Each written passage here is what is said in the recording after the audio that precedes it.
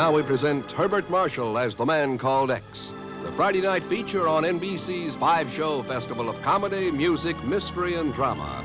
Brought to you by Chesterfield, always milder, better tasting, cooler smoking, plus no unpleasant aftertaste. By the makers of Anacin for fast relief from pain of headache, neuritis, neuralgia. And by RCA Victor, world leader in radio, first in recorded music, first in television.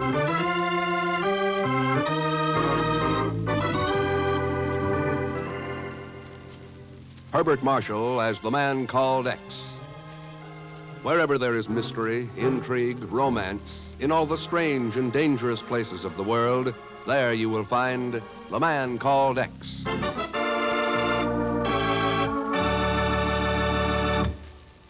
Science discovered it. You can prove it.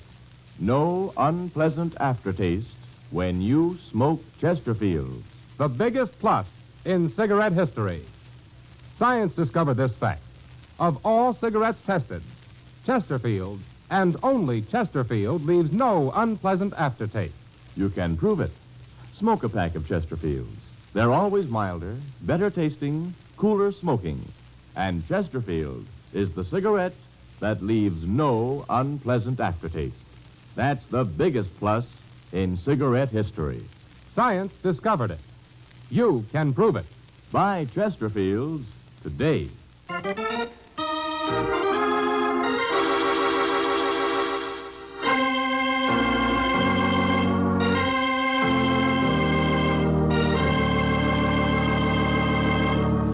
The startling news stunned official Washington. If true, it meant the destruction of 2 full years of top-secret diplomatic and military work, that the entire fate of Western Europe was trembling on the brink of destruction. But an hour after the discovery was made, when a telephone rang in a suite at the Hotel Vendôme in Paris, the man who answered it had no foreboding of the responsibility that was about to be his.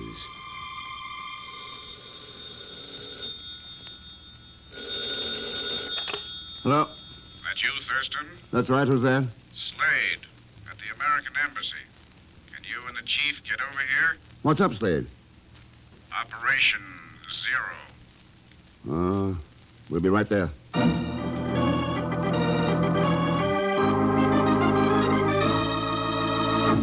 But that's incredible, Slade. Incredible or not, Chief, 2 of the boys in Washington, our #1 experts on Operation Zero, have disappeared off the face of the earth. And we've got to find them again before it's too late. Before they wind up in Moscow. Who are they, Slade? James Everest, David McDonald.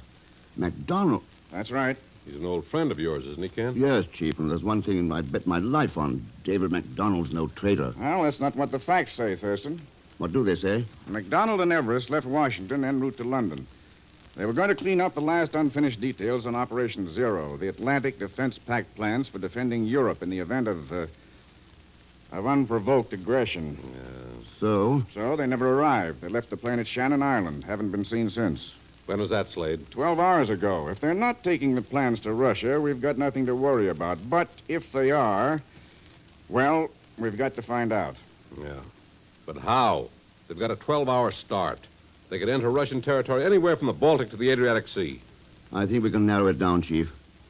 MacDonald has a small chalet in France, at Montigny. He spends his summer vacations there. I'm afraid your friend MacDonald's not on a vacation trip this time, Thurston. Nor is Marshal Petrov. Petrov, the Politburo's military commander? Yeah. We heard yesterday that he just arrived in Berlin, remember? Well, what's that got to do with this? With MacDonald and Everest taking the plans of Operation Zero to Moscow? Suppose I let you know, Slade. From Montigny, France.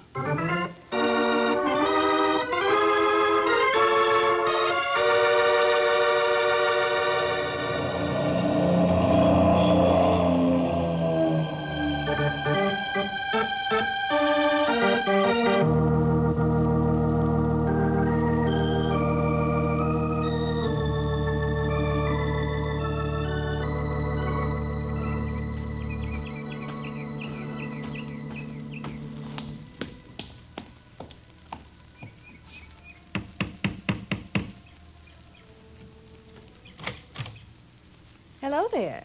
Well, hello.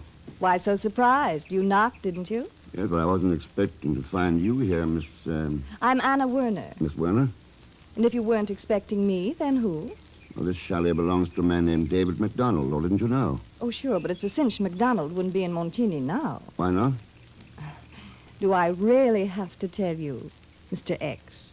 Huh? Surprise number 2? Frankly, yes. Well, good. It's always easier for me to work on a guy who's a little off balance. Just what kind of work did you have in mind? Oh, I've got lots of answers for that one. Suppose we talk them over inside, Maybe I can come up with another surprise or two. I'll bet you can.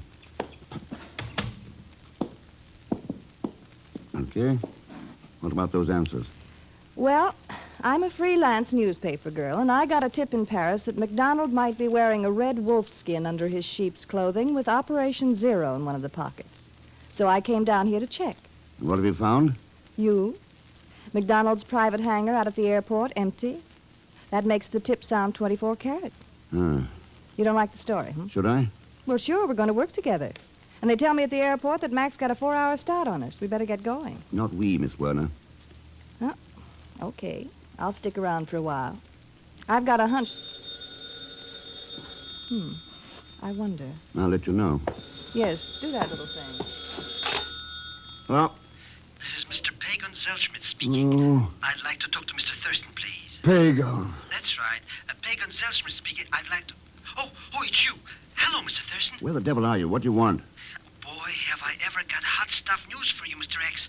A real scoop on that MacDonald guy. Believe me, this'll knock your head off. Ready? Hey, what happened there, Mr. X?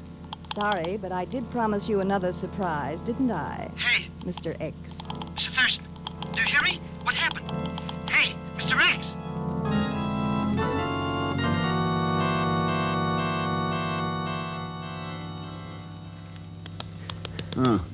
Wake up, Mr. X. Please wake up. Oh, why do you have to stay subconscious like that? Wake up. What's about Pagan? That's right, Mr. X. That's right. Boy, what happened to you anyways? The girl, where is she? A girl? You mean a girl slugged you like that? What was she, a female wrestler? Oh, never mind. How'd you get here? Last thing I remember was talking to you on the phone. Oh, that was from the airport. When I heard something funny over the telephone, I beat it right out here. All right, Pagan. What was that red-hot news you were talking about? The chief sent me after you with it. It's about that big-shot Russian military guy, Marshall... Petrov? That's him, that's right. The chief said to tell you that Petrov left Berlin on an aeroplane trip a little while ago. He didn't know where to, but it was someplace southwestern Germany. Southwestern Germany? That's right. I told you I had really... Does that mean something? Could mean that MacDonald and Everest are heading for the Russian zone of Germany. And Petrov's intending to meet him. So what? There's hundreds of miles of borders to the Russian zone. You could be meeting them anywhere. That's right, but I've a hunch that 3 people know where he is. Know where it is. Everest, MacDonald, and a girl named Anna Werner.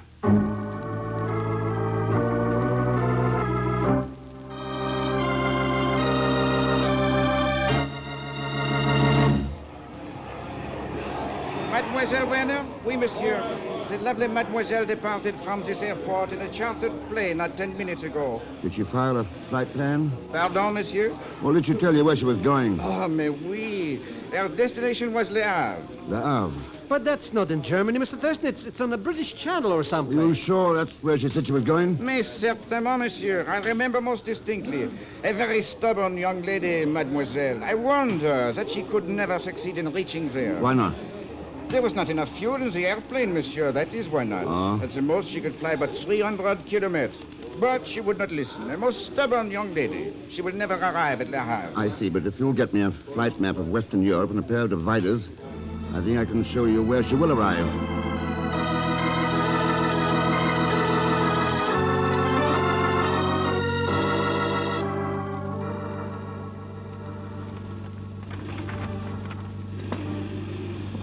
There it is, Sonneberg, Germany. The only town in the Russian zone within a radius of 300 kilometers. And that's where you think she's going, Mr. Thurston, eh? Following those MacDonald and Everest characters? It's the nearest Russian territory, and it's directly southwest of Berlin. Hey, that's the direction Marshal Petrov was flying. It really figures, eh, Mr. X? Worth finding out? Huh? But we can't go flying behind iron curtains, Mr. X. They'd shoot us down like clay ducks. If you don't believe me, ask Grisha. Who's Grisha? A cousin of mine. He lives in Neustadt, in the American zone, right across the border from Sonnenberg. Good. Let's pay him a visit. Sure. Huh? What for? Well, he's a Zellschmidt, isn't he? So what's got it to do with it? Pagan, don't you know you can always depend on a Zellschmidt? Yeah.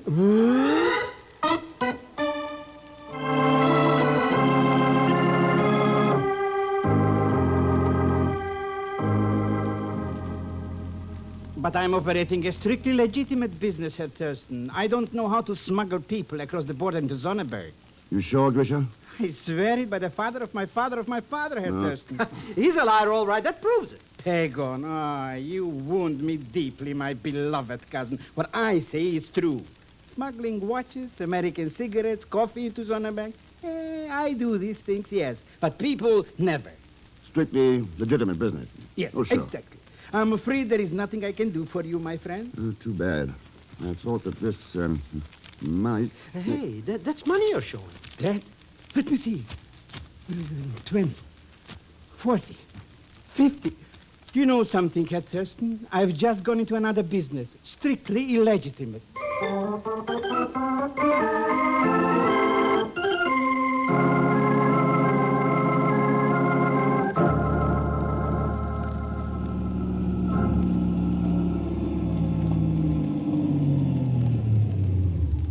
Well, there is the farmhouse, Herr Thurston. The two men who arrived in Neustadt just before you did are in there now. Thanks, Grisha. Wait here. Come, Pagan. You think those two men are MacDonald and Everest? It figures. Those pillboxes are a couple of 100 yards down the road at the entrance to the Russian zone. They'll probably wait until it's dark and then make a break for it. So why don't we call in the police or the APs or something? Hey, that car coming from the farmhouse, it's heading right Off the for road, us. Pagan. Fast, off the road.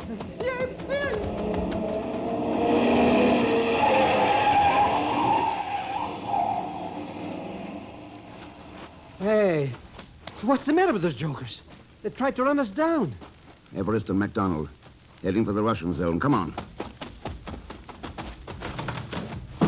Let me have the wheel, Grisha. But Herr Let me have it. Thurston-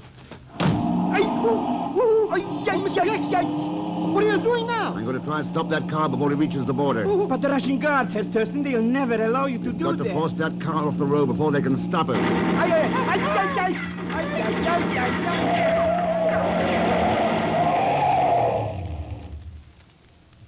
You know something, Mr. X? They stopped us. Yeah, looks like MacDonald and Everest made the Russian zone. With Operation Zero.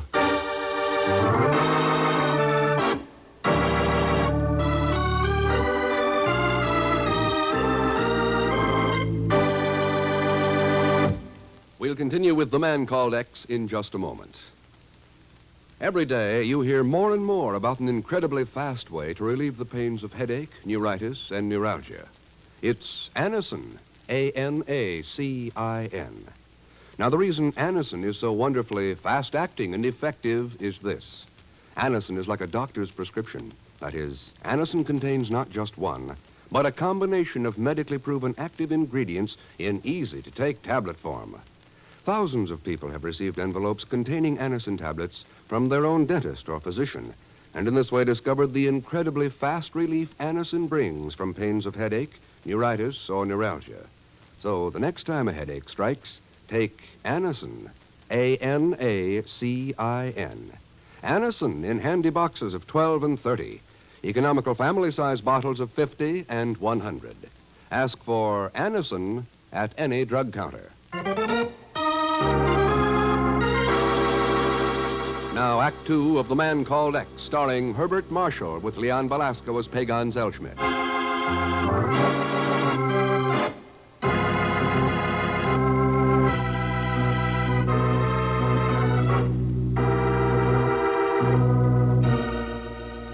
Two of the top men in Washington have mysteriously disappeared. Ken Thurston, the Man Called X, has trailed them to Neustadt, Germany, in an effort to determine if they're carrying the Atlantic Pact defense plans into the hands of the Russians. But his attempt to stop them from crossing the border has been halted by the chattering burp guns of the Russian border guards. So they made it, Ken. Looks like it, Chief. Oh, it's too bad. I'm not too sure about that. What do you mean? Marshal Petrov flew down to meet him, all right. Pagon's cousin, Grisha, verified that for us. Well, what of it? I've a hunch Petrov will fly them to his headquarters in Berlin instead of direct to Moscow. He'll want the honor of taking those plans to the Kremlin himself. Could be. Yeah. Yeah, it's too bad someone can't get into the Russian zone before he gets the plans from MacDonald and Everest. I see what you mean. Of course, there's nothing we can do about it officially. Oh, of course not, no. And with all the dope the Bureau must have on Petrov's headquarters, too. Yeah, that's right. Yeah. But the fact that we know Petrov's got a secret suite on the 12th floor of the Felserhof Hotel, that isn't a bit of help to anyone under the circumstances. Not a bit. And we probably know where to get some inside help at the Felserhof, too. Yeah, but even if we do know that the assistant manager there, Vladimir Grigorsky, has been very helpful cooperating with G2, so what? Yeah. Well, looks like I better get back to Paris. Yeah, looks like it, Ken. You don't mind if I take my time, dear Chief? Look around the country a bit first? Oh, no, not at all. No, you've got a vacation coming. Take your time. Take plenty of time. Thanks, Chief, I will. Be seeing you.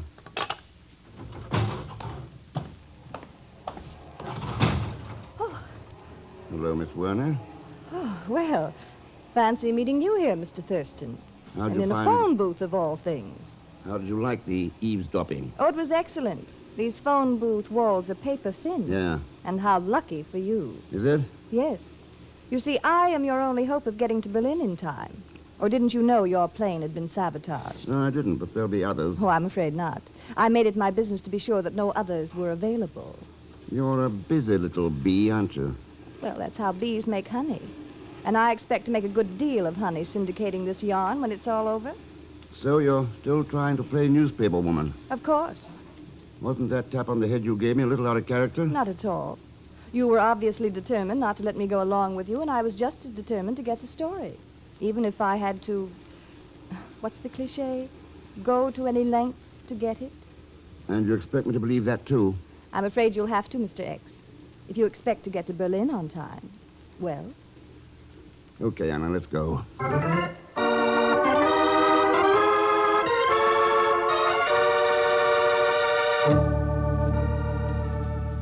Look, Mr. X, so that cookie Anna flew us into Berlin. That don't mean we have to go into the Russian zone with her. We are not Pagan. Well, that's a relief. We're going in alone. Oh, sure, that's the ticket. We're going... Alone? Yeah, we got some business with the assistant manager of the Felserhof Hotel. Name of Vladimir Grigorsky.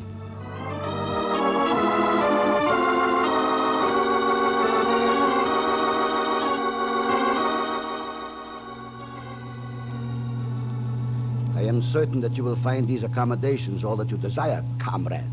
However, the tenants on this floor, particularly Marshal Petrov, are very sensitive to any form of disturbance. That's why I bring you up in the service elevator. You understand, comrade? I understand, Comrade Grigorsky. There, I was certain that you would. So, the 12th floor. This way, please. At the far end of this corridor is Marshal Petrov's private suite. This room is one he reserves for special guests. So, now I have done all that I can do, Mr. Thurston. I believe that the American MacDonald will come to this room. But here, one can be certain of nothing. From now on, your actions must be your own responsibility. Thanks, Grigorsky. I'll take over from here. One more thing. What about your man, Zelsmith? I can keep him hidden for perhaps an hour, but then the manager comes on duty. In an hour, it'll have to be enough. If I'm not out of here by then, get Pagon back into the Allied zone. You'll phone what's happened to the chief. Very well, Mr. Thurston. As you wish. I should like to say something, but what is there to say except perhaps good luck?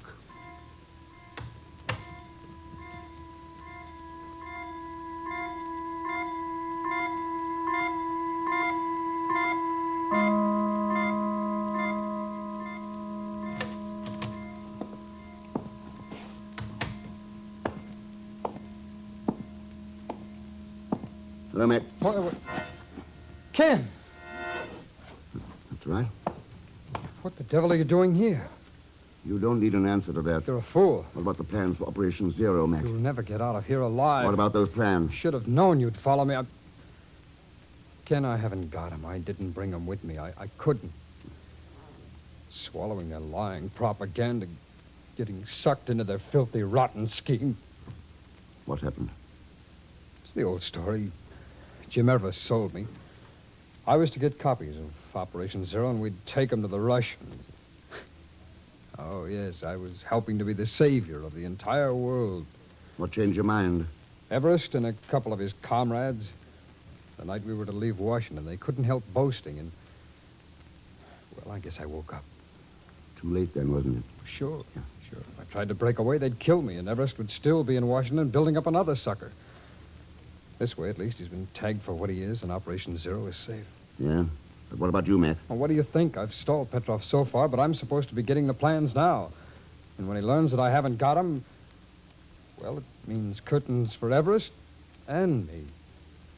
But, Ken, you've got to get out of here before he finds you. Suppose we both take a crack at it. The service elevator's only a few feet down the corridor. Come on. Ken, I tell you... Come on.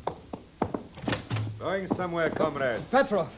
If so, I would not advise it. You'd better follow that advice, boys. Comrade Petrov's an awfully quick man on the trigger. Well, Anna. Another surprise, Ken? No. You're obviously fighting a rearguard action for Everest. The only paper you could report for would be Pravda. And quite a story it will make, too. Not only have we uncovered the traitor MacDonald, but we have captured the rarest of prizes as well. The man called X. You haven't anyone yet, Petrov! Ken, run! Run! Well, You stupid fool. Did you actually believe that you Let's could... have that gun, Petrov. Let go! Have it. Let go!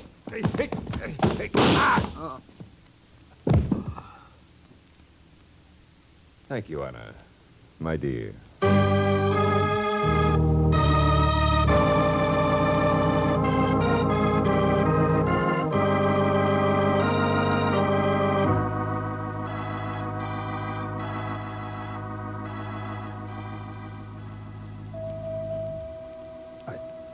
Told you were a fool, Ken. Look what it got you coming after me. Oh, things aren't too tough, Mac. Are you kidding? Me with a bullet in my side and you with your shoulder in a sling, underarm guard here at the Leninstrasse Hospital. How tough do things have to get? Prigozhin knows what went on at the hotel, that you didn't have Operation Zero with you. He'll send Pagon into the Allied zone with the news. Okay, so you did your job. But the NKVD's going to pick us up today and take us to Moscow, and you know what that means? They're not there yet. They've been in the hospital 24 hours. Chiefs have plenty of time to get to work on it. Oh, sure. Sure, I suppose he's going to walk right in here and take us out. You hear that? It's the secret police. What can the chief do now? Easy, Mac, easy.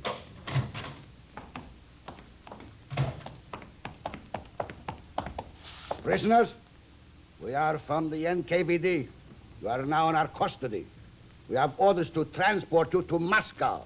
Grigorski. And look who else. Boy, I bet you're glad to see us, eh, Mr. X? On your feet, prisoners. You have no time to waste. On your feet. Are you both able to walk, Mr. Thurston? I'm okay. What about you, Mac? I could walk over live coals, Ken, if it meant getting out of here. It's a cinch. We got forged secret police papers, private ambulance without waiting for downstairs. A cinch. I hope. We shall have to hurry, Mr. Thurston. We may be discovered at any moment. Oh, don't say things like that. All right, let's go.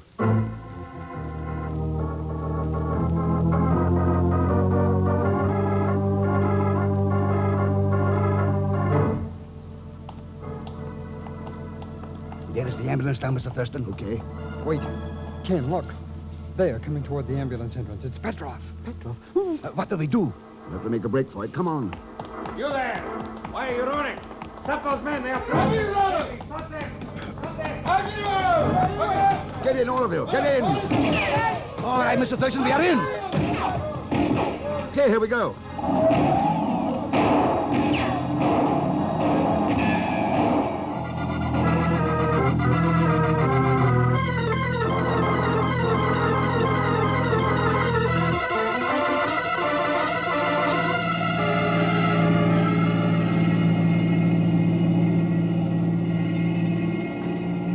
How does it look back there? They are still about a block behind, but gaining fast. They'll catch us. They'll catch us. They'll have to hurry, Pagon. There's the American zone dead ahead. But look, wooden barricades. Armed guard. We cannot get through. I wouldn't bet on that, Grigorski. Hang on to your hats. We're gonna crash. We're gonna crash.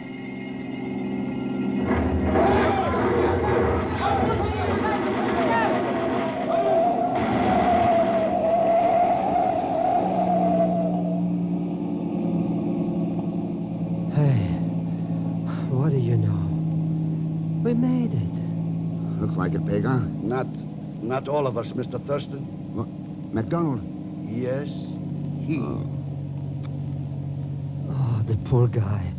Well, at least he died with a clean conscience, which is more than you can say for some others back home. Others? Yes. Traitors, saboteurs, trading in American lives. Wonder how they're going to feel when their time comes. How happy they'll be when they have to face their conscience and find it black and red.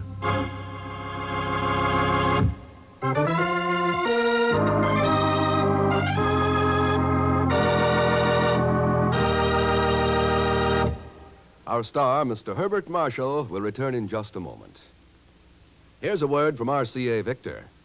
If you own an RCA Victor television set, or if you're planning to buy one, the RCA Victor factory service contract is yours for the asking. You can be assured of top performance year after year from your RCA Victor receiver. And with RCA Victor's factory service contract, you get expert, prompt service, replacement of any part or tube, including the picture tube for 1 full year, and the best standard RCA antenna for your location. It's the only national service of its kind in television. A wonderful, practical buy. The RCA Victor Factory Service Contract. Attention electronic engineers. Right now, RCA has career openings for experienced engineers. If you're a qualified radio electronics engineer, RCA offers you lifelong opportunities. Just send a complete resume of your education and experience to Radio Corporation of America, Box 1, RCA Building, Radio City, New York. Your resume will be kept confidential.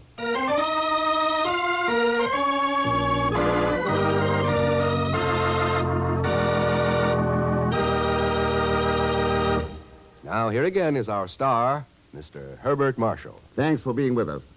And my thanks to Will Wright, Mary Jane Croft, Stacey Harris, Ted Von Eltz, Harry Lang, Gerald Moore, and Stephen Garay. Next week, Algiers. The Casbah, no less, and a plot that I'd like to dare you to figure out right up to the end of the story. And I warn you, you won't get any help from Leon Belasco as Pagon Zellschmidt. So join us, won't you, when next I return as the man called X. Good night.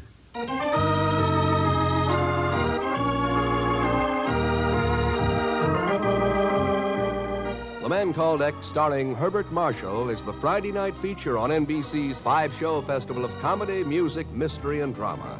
Brought to you by Chesterfield, always milder, better tasting, cooler smoking, plus no unpleasant aftertaste. By the makers of Anacin for fast relief from pain of headache, neuritis, neuralgia. And by RCA Victor, world leader in radio, first in recorded music, first in television.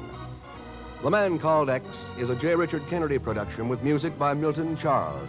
Tonight's story was written by Sidney Marshall. All characters and incidents on this program are fictitious, and any resemblance to actual characters or incidents is purely coincidental. Be sure to hear The Magnificent Montague with Monty Woolley, formerly heard on Friday, now brought to you as a Saturday night feature of NBC's All-Star Festival. And until next week, same time and same station, this is Jack Latham saying good night for The Man Called X.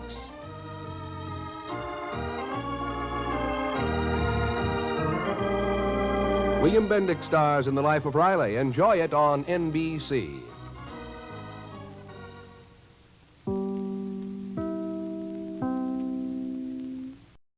Transcribed.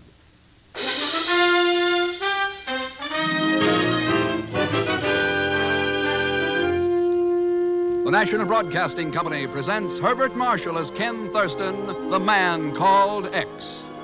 Wherever there is mystery, intrigue, romance, in all the strange and dangerous places of the world, there you will find the Man Called X.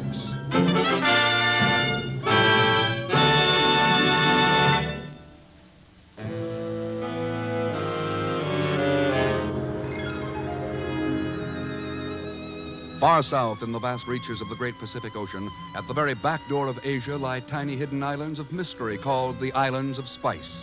Java, Sumatra, Borneo, Bali. Nearby, across the treacherous swirl of the Java Sea, moves a vessel whose cargo is death. But of course, Pagan Zellschmidt knows nothing of these things when he answers the phone in his room in New York. Mr. Pagan Zellschmidt speaking. Listen carefully, Zellschmidt, to what I'm going to tell you. Huh? Who are you? Listen. 1 week from today, the fish peddler will arrive in Batavia by boat. Got it? Sure. The fish peddler arrives in Batavia by boat in a week. So who cares? Mr. X might care. Huh? Why should he? Mr. Who? I don't know anybody with a name like that. If you know what's good for you, you'll get this information to Ken Thurston right away. But if you wanted him to know, how come you didn't call him yourself? Because he'd have figured some way to trace this call. You're not that smart. Hey, wait a minute. Hello? Hang up on me, will you? Well, I'll tell you a couple of things or two, so you think you're wise, eh?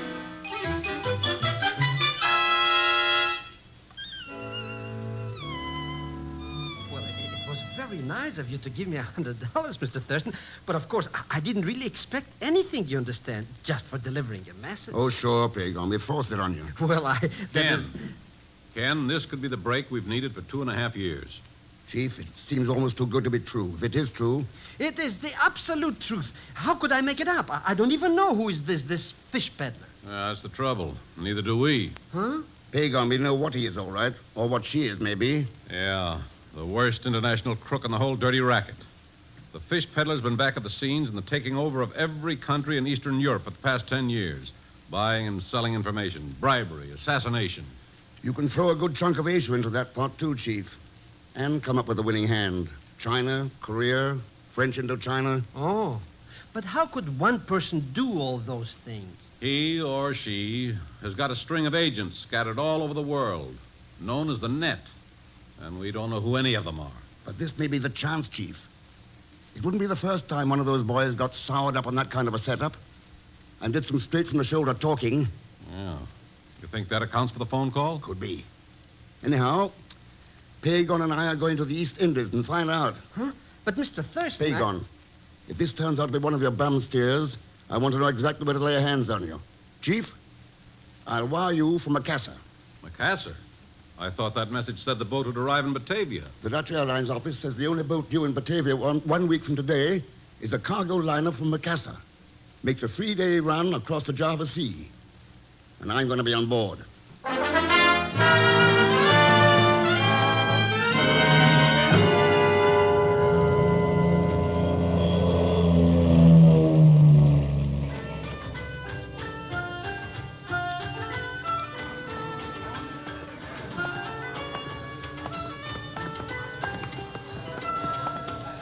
What kind of a street is this, Mr. Thurston? Smells like a fruitcake. Spice market, Pagan. If you want a ton of cinnamon, here's the place to buy it. What would I do with a ton of... Ooh, look, Mr. X. Over there in that blue sarong. Pagan. Pagan. Well, I was only... Here now. Here's the Ristoffel Cafe. Come on. Is this where that Captain Jansult hangs out? That's what the shipping agent said. Let's go in.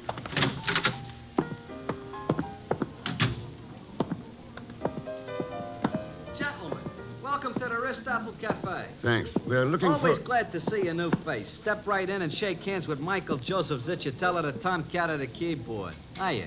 The world's greatest hot piano player, bar none. Sit down, sit down. You asked me about Ellington, Jelly Roll Morton? I never heard of him. Here, take a listen. Get rid of this character. How about it? Yeah. Well, that's... Right. Used that as my theme for 16 months at a nightclub off Piccadilly. Went from there to the Follies Bergère, played a full season back in 27. Hey, remember this one? It brings back memories. Oh, sure. Now, look, I Just wonder call if... me Joe. Everybody calls me Joe. This cafe job's only a fill-in, you understand? Yeah, Got a sure. big engagement over at the Opera House in Batavia next week. A solid 30 minutes. Yeah, at a- that's great, Joe. Maybe we'll catch your act over there. But right now, I want to talk to Captain Jansult. Jansult? Somebody want to talk with Jansult? Wait here, Pagan. Yeah, is that you? Yeah. Captain Jansult. Cargo liner Nampak, Macassar to Batavia. My name's Ken Thurston, Captain. Happy to know you, Mynheer. You want passage, maybe? Yeah, for two. You got room? Yeah, plenty room. Only 3-4 passengers so far. We sail in the morning. Fine. Then if you've no objection... If you will pardon me, Captain Jansul. Perhaps I should be going now. Forgive me. Mynheer Thurston, permit me to introduce Dr. Mohammed Singh. Dr. Singh is, how you say it again? A zoologist, Mr. Thurston, specializing in the study of reptiles. I have collected some specimens from the jungles here to take back to Batavia. Yeah. I understand there are all kinds of strange reptiles around here these days. I hope you're satisfied with the specimens you've collected, Dr. Singh. Oh, yes. Yes. Quite satisfied, Mr. Thurston. They will make excellent additions to my collection. All of them are quite vicious. Quite deadly. Snakes in boxes. It's a funny business. Yeah. You're sailing with us then, Dr. Singh? That is correct, Mr. Thurston. I trust the voyage will give us time to become better acquainted. And perhaps if circumstances allow, you will be able to make the acquaintance of my reptiles also. I'm certain you will find them most interesting. Yeah. Thanks for the kind invitation. It will be my humble pleasure, Mr. Thurston. I will see you later then. Sure. See you on board, Doctor. It is a funny cargo sometimes I carry. Yeah, especially funny on this trip. Huh? Captain, one of your passengers happens to be wanted. Wanted, Mynheer? Yes, by almost every one of the Western nations in the UN. You mean he is... Oh, yeah, I see. And you know maybe who it is? Not yet. I may need your help. Mynheer, it is my business to haul cargo, haul passenger. It's not my business to catch criminal like this one. It no bother me. I no bother him. I no want trouble with nobody. I just mind... Going to take me to dinner? Your Honor, well, I forgot you coming here. Mynheer Thurston is Johanna. How do you do? Is this your daughter, Captain? Yeah. Maybe we go eat now, Johanna, huh? Glad to, Pop. I'm starving. Yeah. Well, come. I'm happy to have met you, Miss Janschult. Are you going with us in the morning by any chance? Why, yes, Mr. Thurston. I am, as a matter of fact. Why do you ask? Oh, let's not bother with it now. We'll have a lot of time to talk about it before we get to Batavia.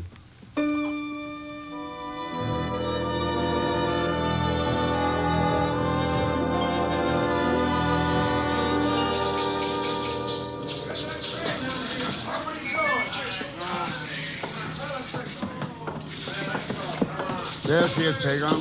The cargo liner Nambok. Macassar to Batavia. That? Looks like a rusty old bathtub my Uncle Ahmed once gave to my Aunt Zenobia for a birthday present. Yeah. Not as trim as most of the Dutch ships we'll see in these waters. Maybe this Captain Janschult has got worries on his mind that don't pay attention enough to business. Could be, Pagon. Here, let's get aboard. Oh, sure. How that old geezer ever got such a luscious lollipop for a daughter like that Joanna? Going somewhere, mister? Yep. Aboard the Nambok. Any objection? Maybe. What's your name? Ken Thurston.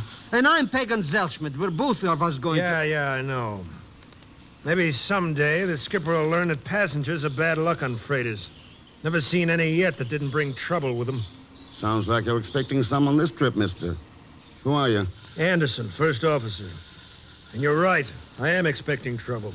Plenty of it. Any particular kind? With rusted boilers ready to blow, bow plates ready to split wide open if we hit even a lemon crate.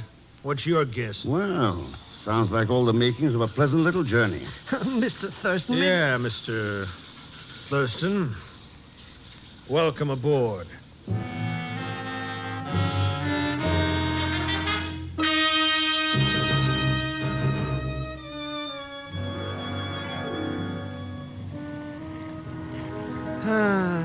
I should have that little cookie in the blue sarong on this trip, Mr. X. I never saw such moonlight before. Yeah, it's like daylight, Pagon. You can almost see the Java coast over there. You do what I told you to? Mr. Thurston, I've been buying drinks for all these characters in the lounge, trying to get them to talk. Well? Well, Joe plays that piano and talks about Broadway back in 1926. All that Dr. Singh cares about is snakes. Captain Yancel talks about eating. Johanna, she spends all her time with you. Yes, she's very interesting. Mr. X, these people don't know from nothing. I don't think this fish peddler crook is even on board. Anyhow, I'm practically broke. Yeah, the only chance you'd have of making any money is a way that's out of the question. Huh?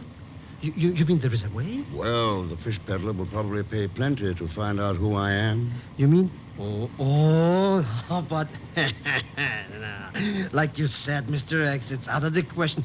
I wouldn't tell a soul. Oh, I know that. Of course you wouldn't.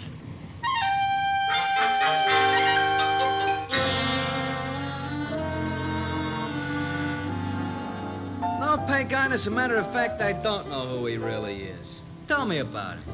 He's the man called X. You don't say. How about that? Well, maybe it's worth about $50 to find out, huh? Joe, my friend? As a matter of fact, Pagan, my friend, I was wondering if I could borrow about 5 from you.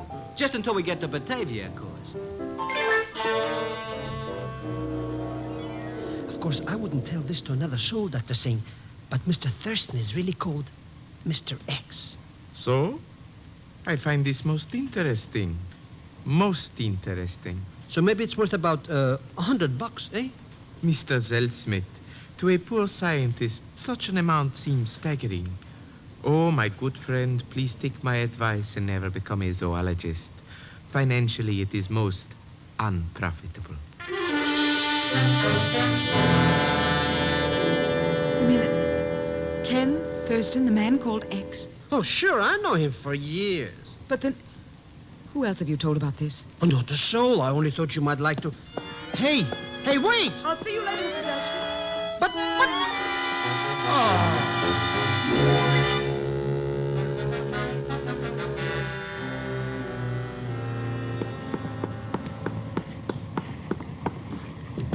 Ken! Ken!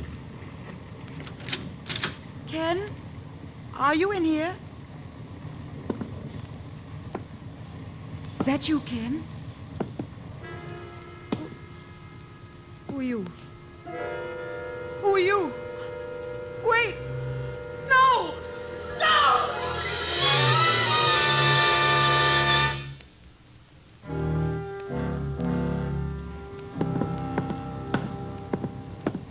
Oh, Captain Jansel. Huh? What are you thirsty? That's right. I don't see you come up here. You look for me, maybe. I thought you'd show up here on the bridge sooner or later. Here, mister, you take this. Good. Why you want to see me, money? Same thing. The fish peddler. Fish peddler, fish peddler. I tell you, it's not my business. Somebody that vicious is everybody's business. But you tell me you don't even know who is it, this fish peddler? I may know pretty quick. Oh? And just how do you intend to prove? Mr. Thurston! What is it, Baker? Mr. Thurston, come quick, down to your cabin. What's the matter? It's Joanna. My daughter, what has happened? Well, she's... Oh, come on, let's have it. She's lying in a door at your cabin, Mr. Thurston. Somebody killed her dead. Blood all over.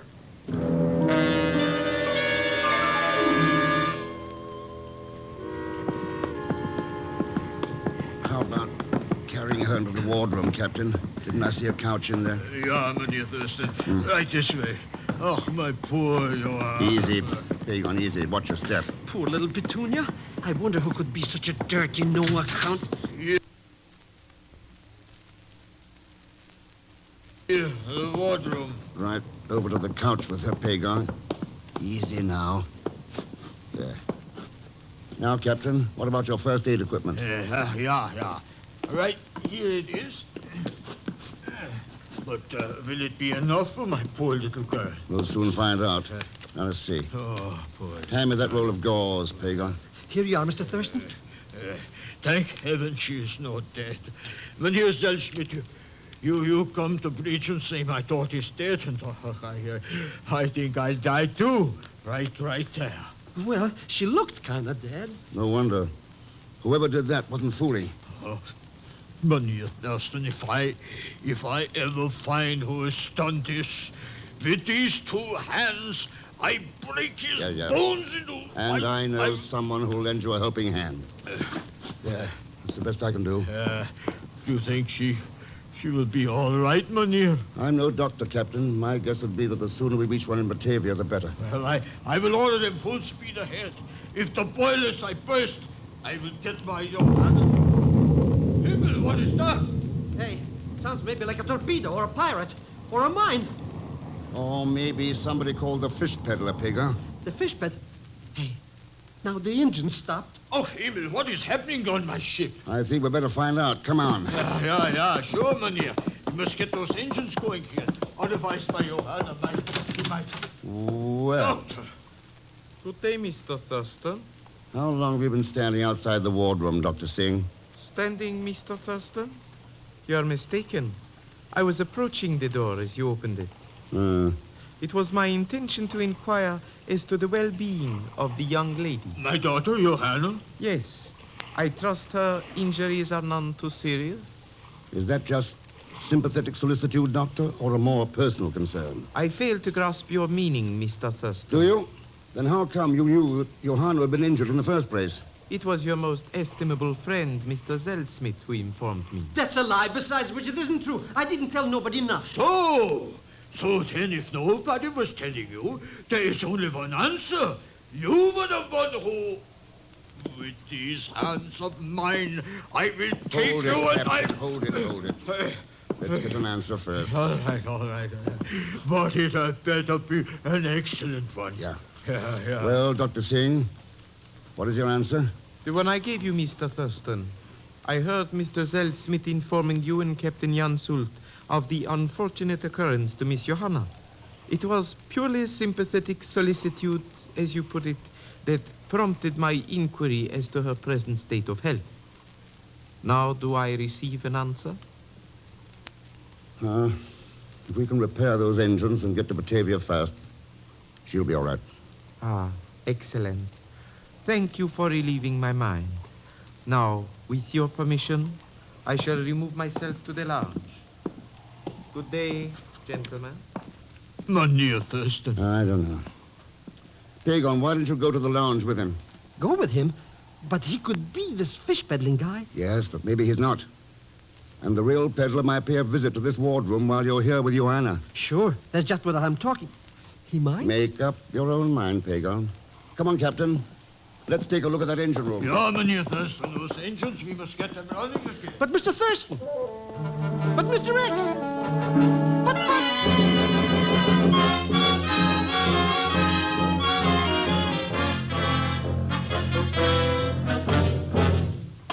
Is that you, Captain Jansu? Yeah. What has happened down here with the engines? That explosion aft damaged the rudder. She wouldn't answer the wheels, so the first officer had to stop the engines. Just where was that explosion? Aft somewhere else. The first officer's checking on it now. All right. Keep steam up. We're going to need it. Aye, aye, sir. Come on, Captain. Let's see what the first officer can tell us about this. Maybe he... Mynheer Thurston. Yeah. Let's get up there. Fast.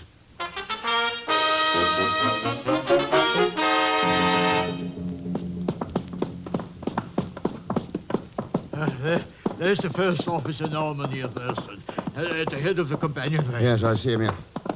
What's going on up there, mister?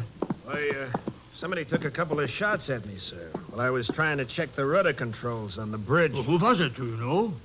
No, sir. They were fired from the shadows. 10 to 1, it's the same guy who took care of the hatch covers. The hatch covers? What about them? They're all battened down.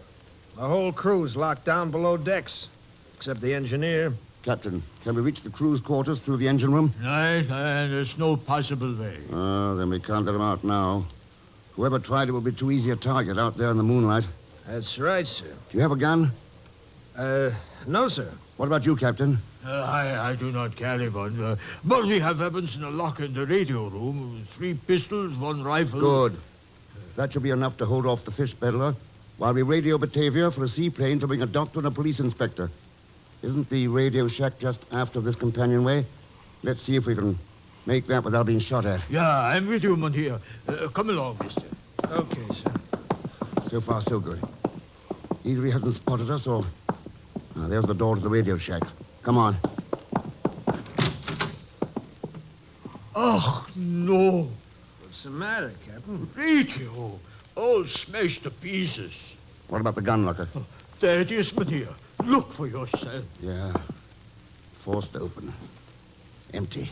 Then that means... That means the fish peddler's doing a pretty thorough job. But why, Mynheer? Why is this person acting so now? And what is on his mind for the future? I think he's found out who I am and feels he's getting pushed into a corner. So... Oh, him again. Mynheer Thurston, I make bad mistake before. I think criminal is not my business. This mistake I do not make again. That's what I figured, Captain. But he is adrift on this ship along with the rest of us. What does he hope to do now? Let's pay a little visit to the lounge and find out.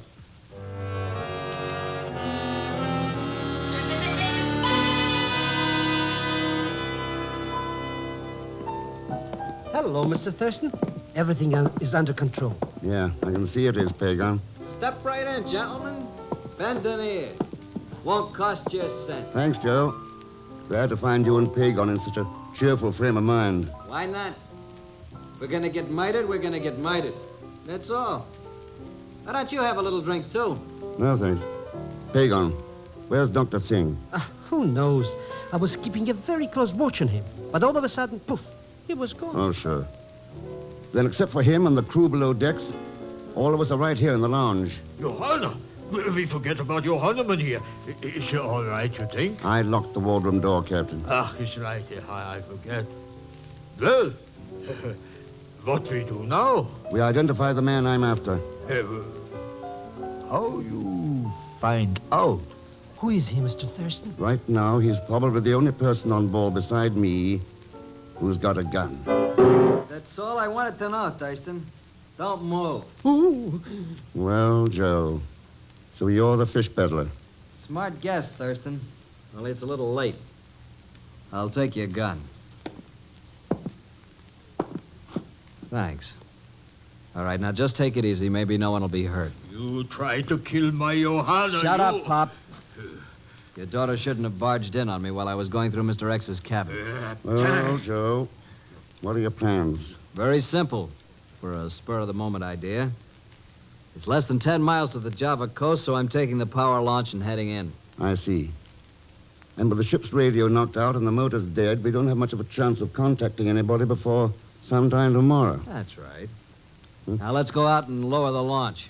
If you do a good job of it, maybe I'll let all of you wave goodbye to me.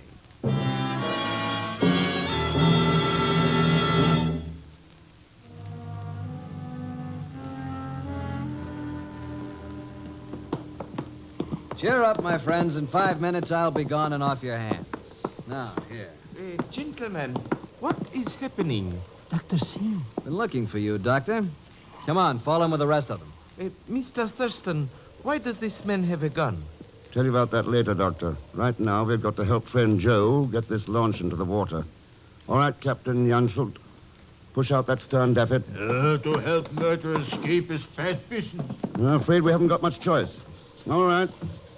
Let her down. Glad you're so good-natured about this, Thurston.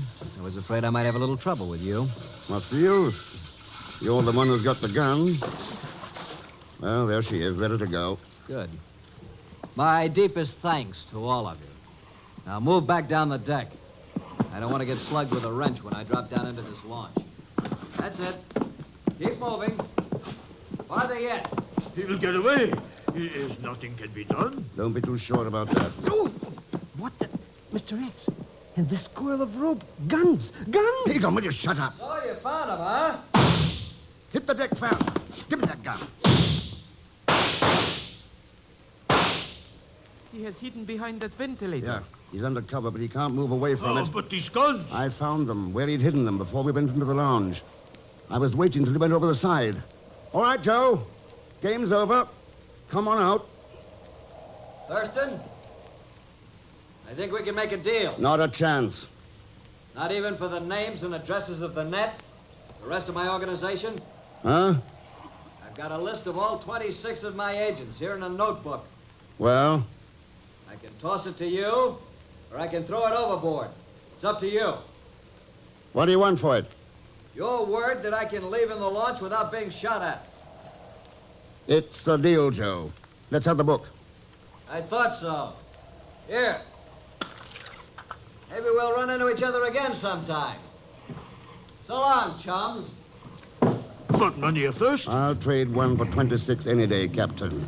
But this is the one who has killed my Johanna.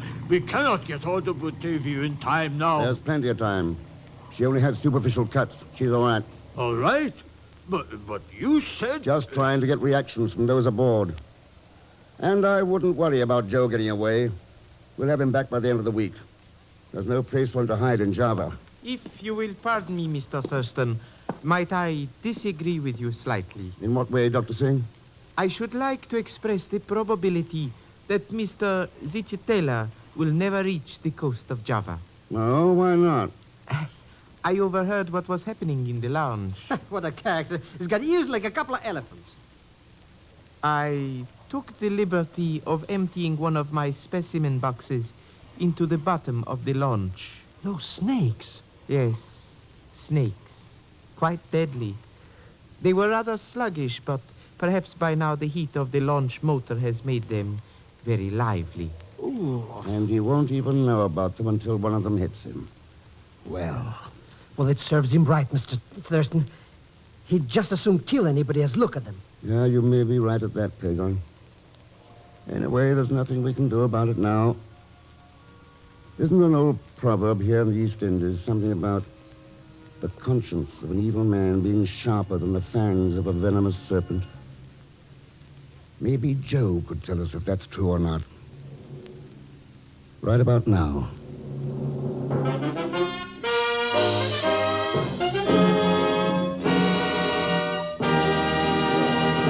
Now, here is our star, Mr. Herbert Marshall.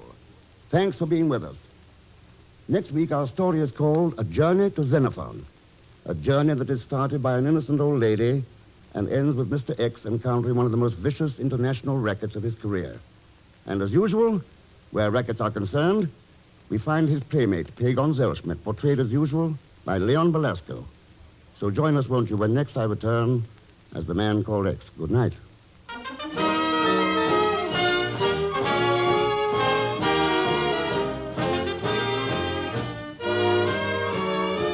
The Man Called X, starring Herbert Marshall, is a J. Richard Kennedy production and is directed by Jack John Stone, with music composed and conducted by Felix Mills. Tonight's story was written by Les Crutchfield, with additional scenes and dialogue by Sidney Marshall. All characters and incidents used on this transcribed program are fictitious, and any resemblance to actual persons or incidents is purely coincidental. So until next week, same time, same station, this is Jack Latham saying good night for The Man Called X. 3 chimes mean good times on NBC. The chimes ring for Dennis Day and Judy Canova tomorrow night on NBC.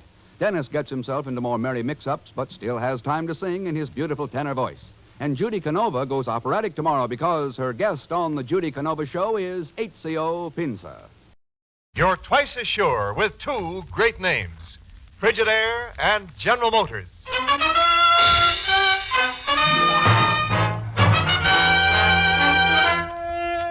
Frigidaire presents Herbert Marshall as the Man Called X. Wherever there is mystery, intrigue, romance, in all the strange and dangerous places of the world, there you will find the Man Called X.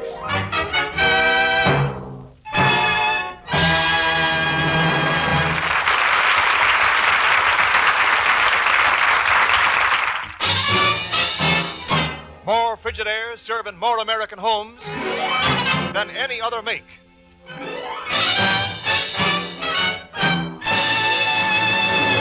And now Frigidaire presents Herbert Marshall as Ken Thurston, the Man Called X.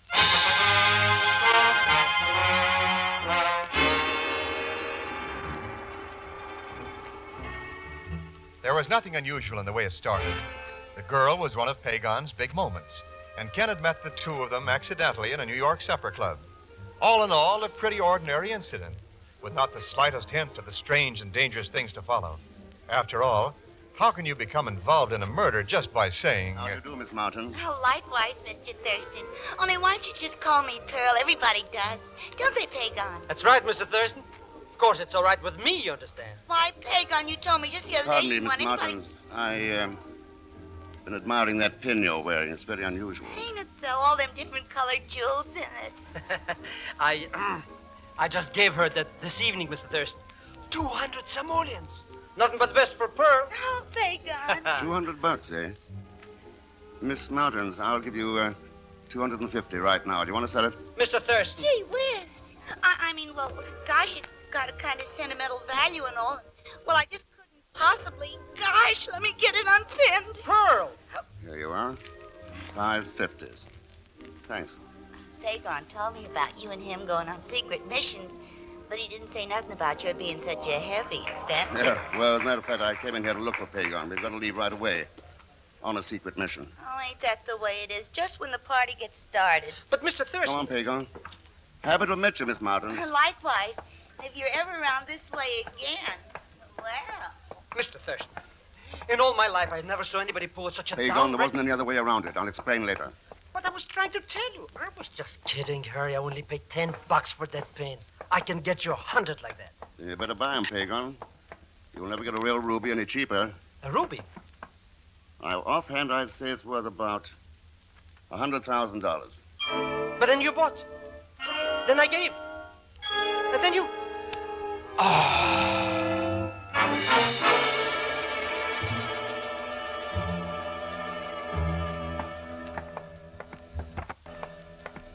But I'm telling you, I don't know anything about it, Mr. Thurston.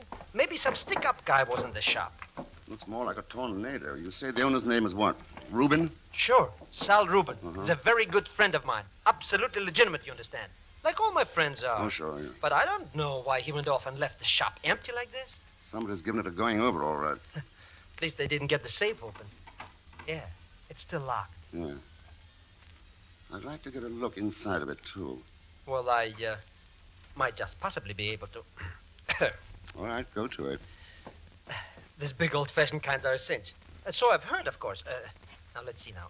Pagon, did Reuben try to make you buy that particular pin? Oh, no. In fact, he said he shouldn't sell any of them until Mr. Smith had a chance to pick out what he wanted. Who's Mr. Smith?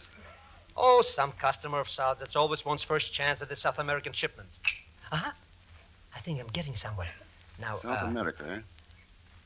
He must have bought the stuff from this Estrella company listed here on the ledger. Asunción, Paraguay. Funny place to buy costume jewelry. Most of it Hey, Mr. Thurston, I got it open. See? Look. Look. Yeah. That your friend Reuben? Sure.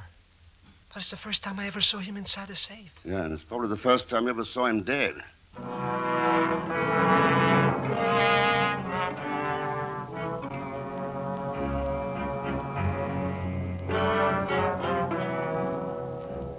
Much question about it, Ken. Dr. Soderlin says the ruby is pretty well known to gem experts. It's a part of the Herncastle collection. Herncastle? Isn't that the Nazi who died in South America a few years ago? Yeah, a couple of months after he was convicted of espionage. They confiscated all his property, including the $3 million collection of jewels. Wait a minute, Chief. That was...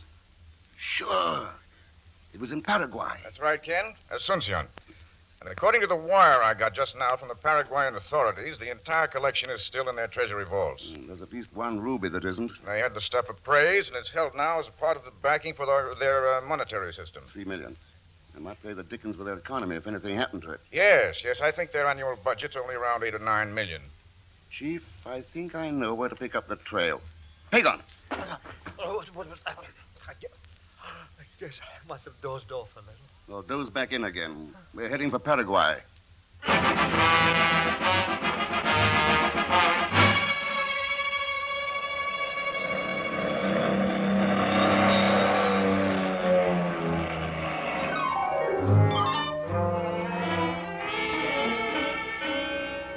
It's not possible, Senor Thurston. I'm aware that Dr. Sutherland here is a recognized authority, but it is simply not possible that these jewels are imitations. Gentlemen, please. I don't think Dr. Soderlin has made any statement like that yet, Mr. Hernandez. Oh, but he is going to. I can tell it by his face. See, he has placed them on the table and looked at them one by one. And each time he shakes his head. It is not possible. What makes you so sure it isn't possible, Colonel Mazzaro? Because, Senor Thurston, I am in charge of the Federal Police in Asunción, of the men who guard these Treasury vaults. And with me in charge, such a thing could not happen. I see, Colonel. I might suggest, however, that you ask the worthy Deputy of Economic Affairs whether the real jewels were ever placed in the vaults. Well, Mr. Hernandez? I can assure you that they were, Senor Thurston. You may recall, my dear Colonel, that the collection was appraised by several experts at the time. Have you finished looking at them, Dr. Soderlind? Yes, Mr. Thurston. And the results are... You have already anticipated my conclusions. These gems are imitations. Sacre santos de diablos. Senor Thurston, when this information gets to the public, the exchange value of the Guarani will drop to 10 cents. It's your job to see it doesn't get to the public, Mr. Hernandez. Meanwhile, I'll talk over a plan of action with Colonel Mazzaro. Good. And perhaps the talk should be a private one, Senor Thurston. All right, Colonel. Let's go. It might also be well if we had a private talk, Senor Thurston. Yeah, I'll see you later in the day, Mr. Hernandez. So long. I must warn you, this man Hernandez is not to be trusted. It is best not to tell him anything we are doing. Yeah. Well, There you are, Mr. Thurston. What did you find out? Tell you later, Pagan. Colonel Mazzaro, I got a couple of things I want to check on. Suppose I meet you at staff headquarters in about an hour. Well, excellent. As a matter of fact, I certainly recall an engagement I'd forgotten. Well, at least you remember it, querido. You're late already, you know. Felicia! Oh, boy. Pagan. Felicia, may I present Senor Thurston from the United States. This is Senorita Ruiz. How do you do? I was in a very important conference, my dear. Well, in that case, I forgive you. Thank you. I'm sorry, I was admiring that pin you're wearing. It's quite unusual. Mr. Thurston? Thank you. It was made for me by a rather close friend. Mm-hmm. Set with onyx. From Paris, isn't it? No, it's a local product. Oh. In the language of the gems, onyx means a happy marriage, you know? Which, of course, refers to me, Senor Thurston. Felicia and I are engaged. Oh, congratulations, Colonel. Well, I shall be in my office in about an hour. Come, querida mia. Hasta la vista, Senor Thurston. Goodbye, senorita. I thought you were going to give her $250 for it. What for? It was a phony. Come on, Pagan, let's go.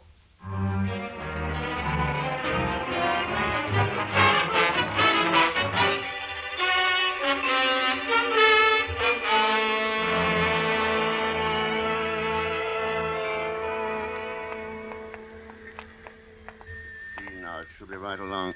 Oh, yeah, there's a sign over the door. Estrella Company. Dumpy little joint, eh? What's the rest of the sign mean, Mr. X? Manufacturing jewelers. Come on, let's go in.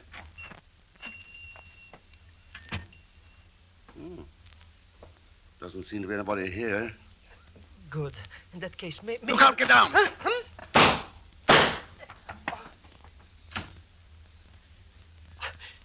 If I get out of this alive, I swear by the father of my Skip father, it. You're all right, you're all right.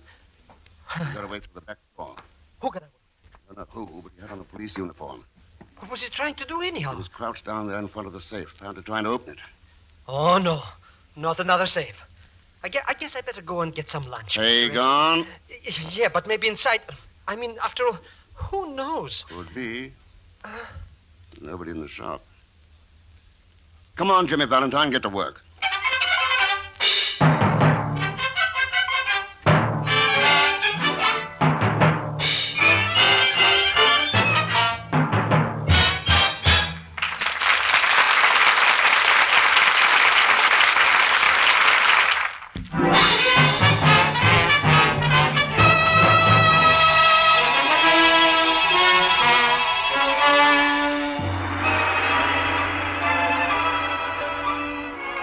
Now to continue with Frigidaire's Man Called X, starring Herbert Marshall.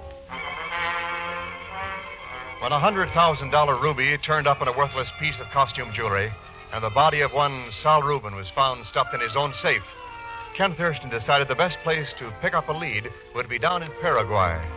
Strangely enough, a trail down there has led to another safe. The combination of this one is giving Pagan some trouble. What's wrong, Pagan?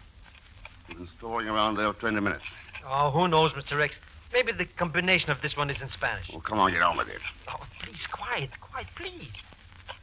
I think something clicked just then. I doubt that very much, senor. Hey, the tamale with the gown. You will both be so kind as to raise your hands. Well, I was looking forward to seeing you again, Felicia, but not quite this soon. Obviously. May I ask what you are doing here? May I ask what you're doing here? My father happens to be the owner of the Estrella Company. Senor Ruiz, eh? So that's who makes this jewelry. Where is he now? What have you done to him? The only person here when we came in took a couple of shots at us and left. He was wearing a police uniform. Police? That is ridiculous. Is it? That gun makes me nervous, Mr. Thurston. Why don't you take it away from her? Any suggestions as to how? I do not wish to listen to this talk. You will tell me at once what has happened to my father, or I will shoot you both. Both? Now, wait a minute. Maybe we can make a deal. Senorita's not going to shoot anybody. Drop the gun, Felicia. Animal.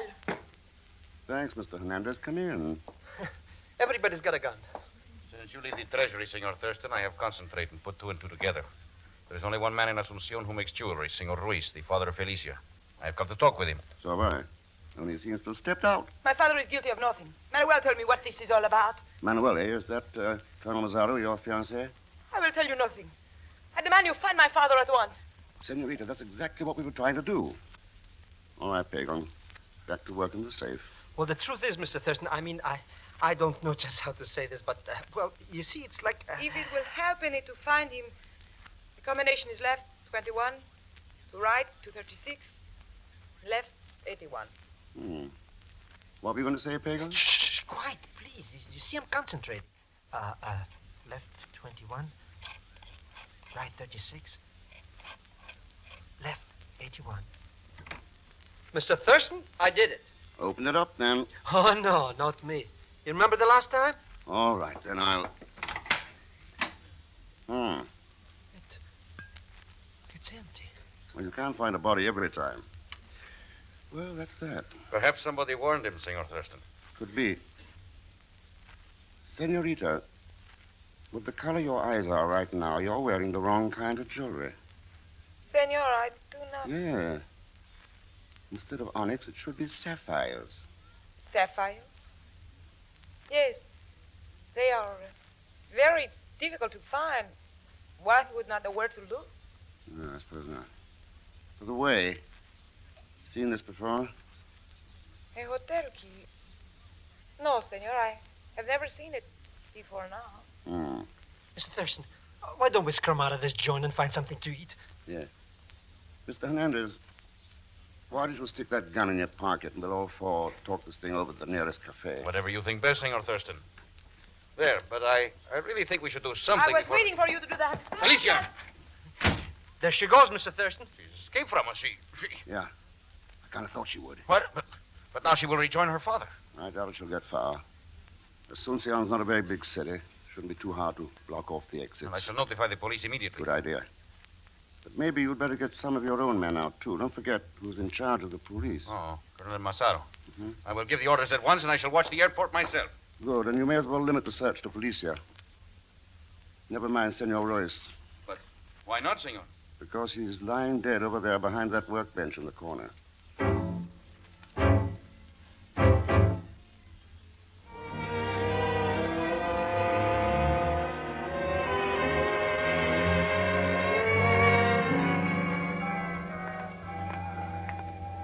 I hope you remember I still haven't had anything to eat, Mr. Thurston. You can order something sent to the room, Pagon. Come on. Oh, just a moment, Senor Thurston. What is it? I have a call for you. Just came in. The party is on the line now. Oh, thanks. You can take it, yes. Mm-hmm. Ken Thurston speaking. This is Colonel Mazzaro. I've been trying to reach you. Oh, go on. A very bad thing has happened. I've just found the body of Senor Ruiz in the river. He has been shot to death. What? He is the padre of Felicia. He's a maker of jewelry. It's possibly some connection with this case. Yeah, I know. Where'd you say you found his body? Floating in the river at the south side of town. All right, Colonel Mazzaro. Meet me at the Treasury office in half an hour. Very well, senor. Adios. Pagon, take a taxi up to the airport and find Hernandez. We'll meet you at the Treasury office in half an hour. Okay, Mr. Thurston. Now, what do you mean, we? Oh, Felicia and I. Oh, well, I thought... Felicia? Hey, where are you going to find her? Unless I'm badly mistaken, she's upstairs in my hotel room.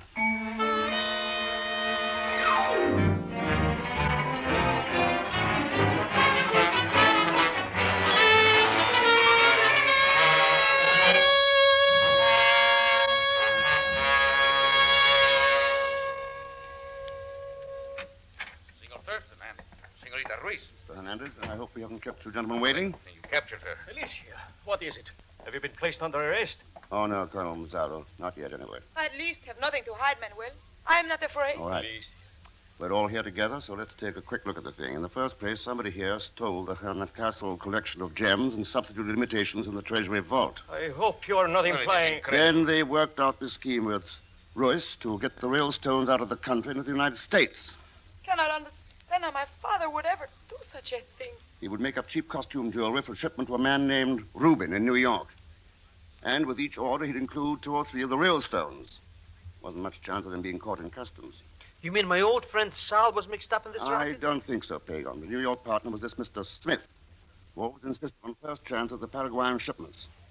He's the boy who killed Rubin when he found the real stone was missing from the last order. Thought Saul had got wise to him. Senor Ruiz, he was killed too. Right.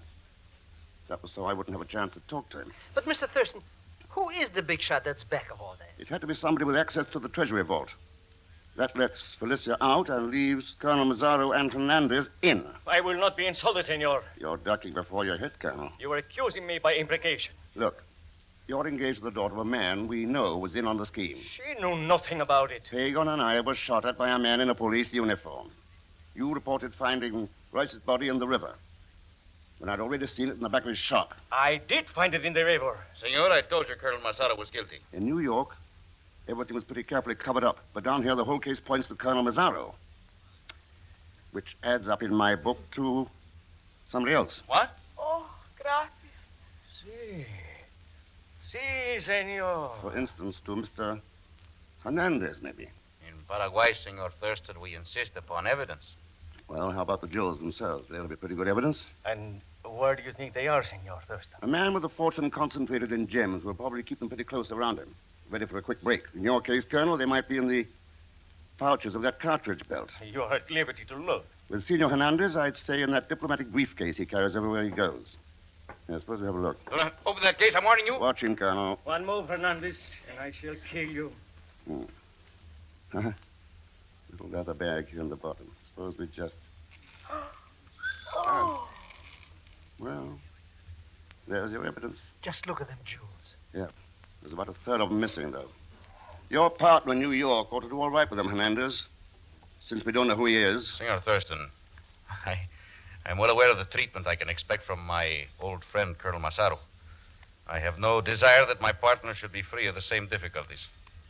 He is Martin N. Hill. You will find him at the Hotel Barstone in New York. Good. Then that winds it up. Wait a minute, Mr. Thurston. Hey, how did you know Felicia was going to be in your hotel room, huh? I sent her there, Pagon, by mentioning sapphires. Huh? Senor, in the language of gems, a sapphire means escape from danger. And the hotel key told me where to go. You see? Yeah. Yeah, I get it now, all right. Okay, Mr. Thurston. Well, let's blow out of this town and get back to New York. I want to see Pearl. Oh, but she's probably spent that $250 by now. Well, after all, Mr. Thurston, money isn't everything. Why, Pagon, coming from you. Sure, it isn't everything.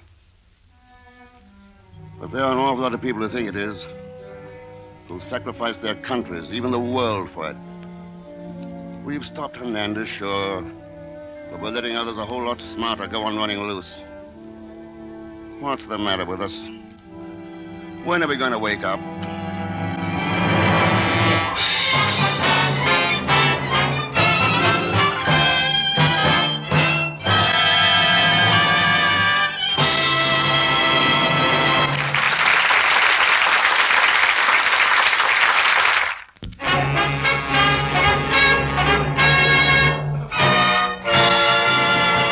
Frigidaire star Herbert Marshall. Ladies and gentlemen, America needs more steel. Scrap metal helps make steel, but it is very scarce. So look around your home, won't you, for scrap iron and steel. Turn it into your local scrap dealer or to your local scrap metal drive. And thanks for being with us. As usual, I'm sure you all know that Pagon Zellschmidt was played by Leon Belasco. Next week, ladies and gentlemen, a very special broadcast. One that I'm sure every one of you will want to hear. A little off the beaten track, but of vital importance to every one of us. So be sure to listen. And, of course, join us, won't you, when next I return as the man called X. Good night.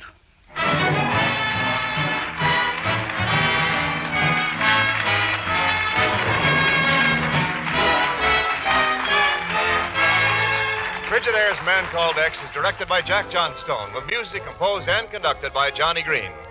Tonight's story was written by Les Crutchfield. So until next week, same time, same station, this is Wendell Niles speaking for Frigidaire, made only by General Motors. All characters and incidents used on this program are fictitious, and any resemblance to actual persons or incidents is purely coincidental. This is CBS, the Columbia Broadcasting System.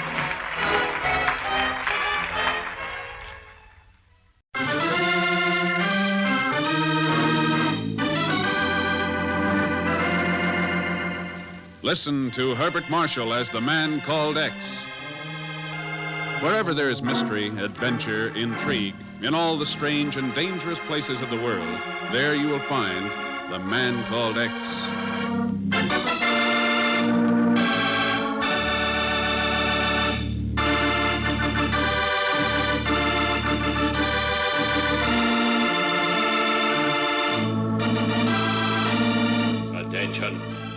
Attention, citizens of Romania, Poland, Czechoslovakia.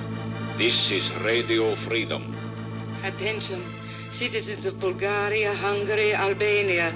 This is Radio Freedom, bringing you the truth from free Europe. The truth that you behind the Iron Curtain can never get to hear in your own country. Attention, you workers in coal and mines in Andrzej. There is a security police... For over a year now, Radio Freedom has been broadcasting from Luxembourg in Allied Europe to thousands of radio receivers behind the Iron Curtain, battling the big lie with truth, aiding the underground movements, telling the true story of the injustices, the imprisonments, the mockeries of freedom perpetrated in the name of the so-called People's Republics. But then, a month ago, the terror began to strike. In the home of a government worker in Sofia, at a meeting of underground leaders in Budapest. A party of refugees attempts to cross the Albanian-Greek frontier.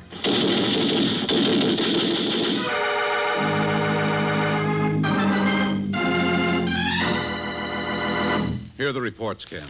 Romania, Czechoslovakia, Poland. The same things happening in practically every country behind the Iron Curtain. How long has this been going on? About a month now. And if it keeps up, well, something will have to be done about Radio Freedom. Oh, now, wait a minute, Chief. Radio Freedom's the biggest punch we can throw at the Kremlin, short of war. Not anymore, Ken. Not since it stopped broadcasting the truth. Since it started to give advice that turns into a death trap for anyone falling for it. Every one of these, the result of Radio Freedom broadcasts? That's right. Huh? These people believed they were hearing the truth, took the advice that was given to them, and ran right into the waiting arms of the security police. I just... A few more weeks of this sort of thing, and we'll never get those people to believe what we say again. That's why we've got to yank that radio station off the air. Well, we can't afford it, Chief. We've got to get the truth across, now, before it's too late. But what other answer is there, Ken? Suppose I let you know. From Luxembourg.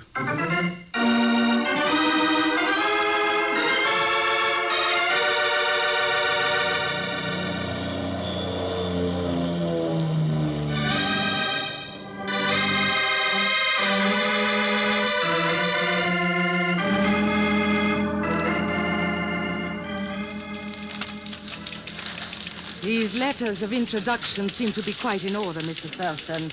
But I am not quite certain as to the reason for your visit here to Radio Freedom. I'd like some information, Miss Stepanek. You mean concerning our operations here? That's right. Well, as you probably know, we are a group of refugees from Iron Curtain nations, interested only in helping those of our countrymen who are under Soviet rule. We are financed primarily by donations from the American people, and we broadcast the truth as we know it. How much truth have we been broadcasting during the past month, Miss Stepanek? It is rather noisy in here. Perhaps we can talk more easily in my private office. Sure.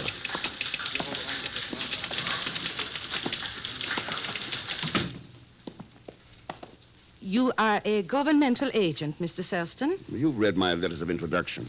They are not specific as to that point. They're specific about the managing director of Radio Freedom giving me information. Very well. You are interested in the broadcast that we have been having so much trouble with to the very people we are attempting to help. What can you tell me about them? Only this. None of those broadcasts has come from here, from Radio Freedom. That doesn't make sense, unless you mean there's a There's an outlaw transmitter operating somewhere? Exactly. Someone in Western Europe is operating an illegal station, deliberately using the same wavelengths, the same format that we use on Radio Freedom. That station is the one that is broadcasting lies, confusing our listeners, ruining the reputation we have established for bringing them only the truth. You've got proof of that? We have caught the station on the air, have made recordings of actual broadcasts. Does it have a regular schedule? It can usually be heard around 8 o'clock at night. Where's it located? We do not know.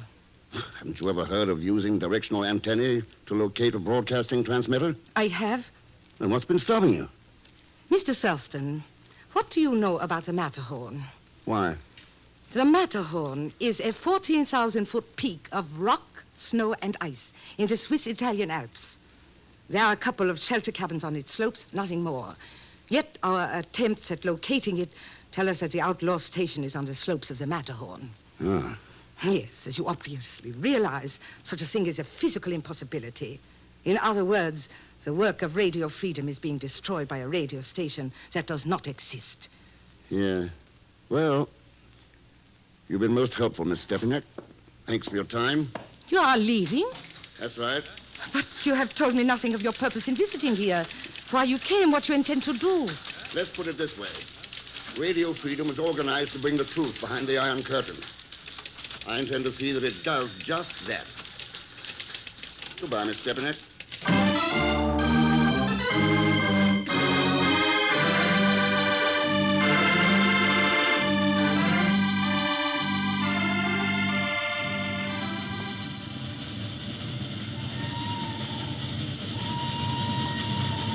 A wonderful country up here, isn't it, Mr. Thurston?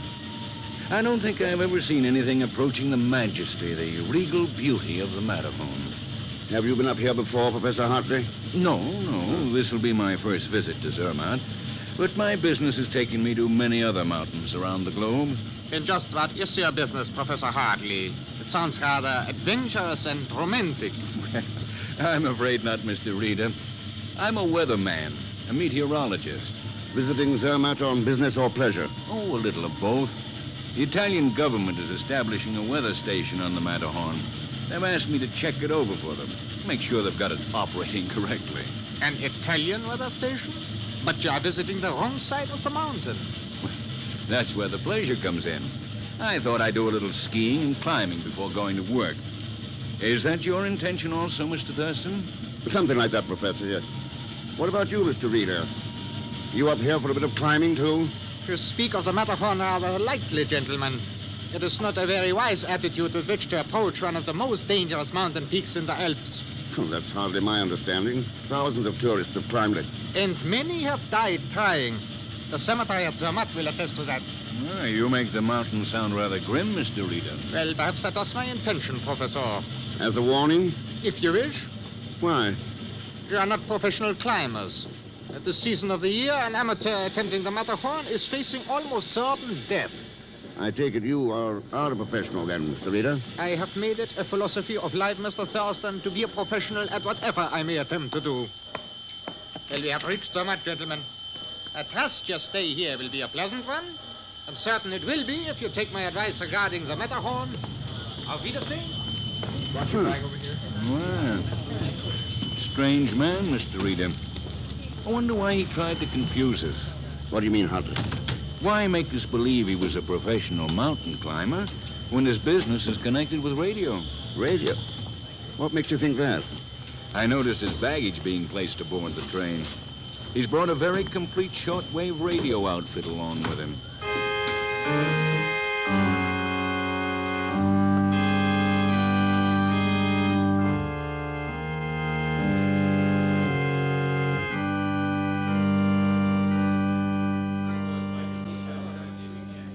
Now, if you will please to sign the register, Mynheer.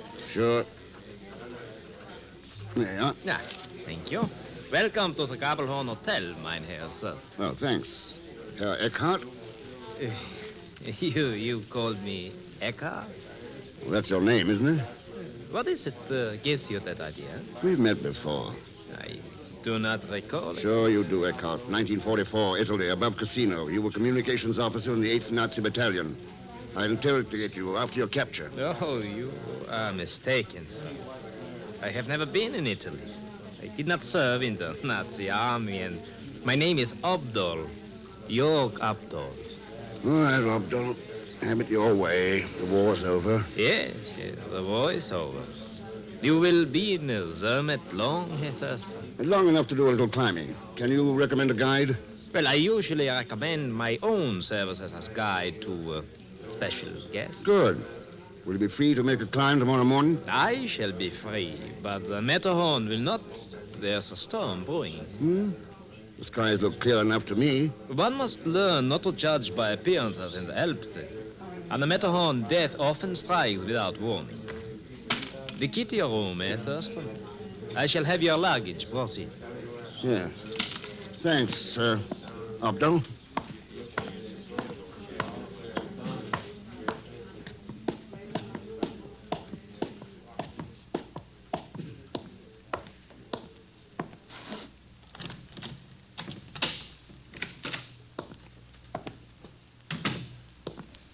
Hello, Mr. Thurston. What the... Pagan! That's right, Mr. X. Plenty glad to see me, I'll bet. What the devil are you doing here? What a question. I'm going to help you broadcast behind the Iron Curtain. Snatch.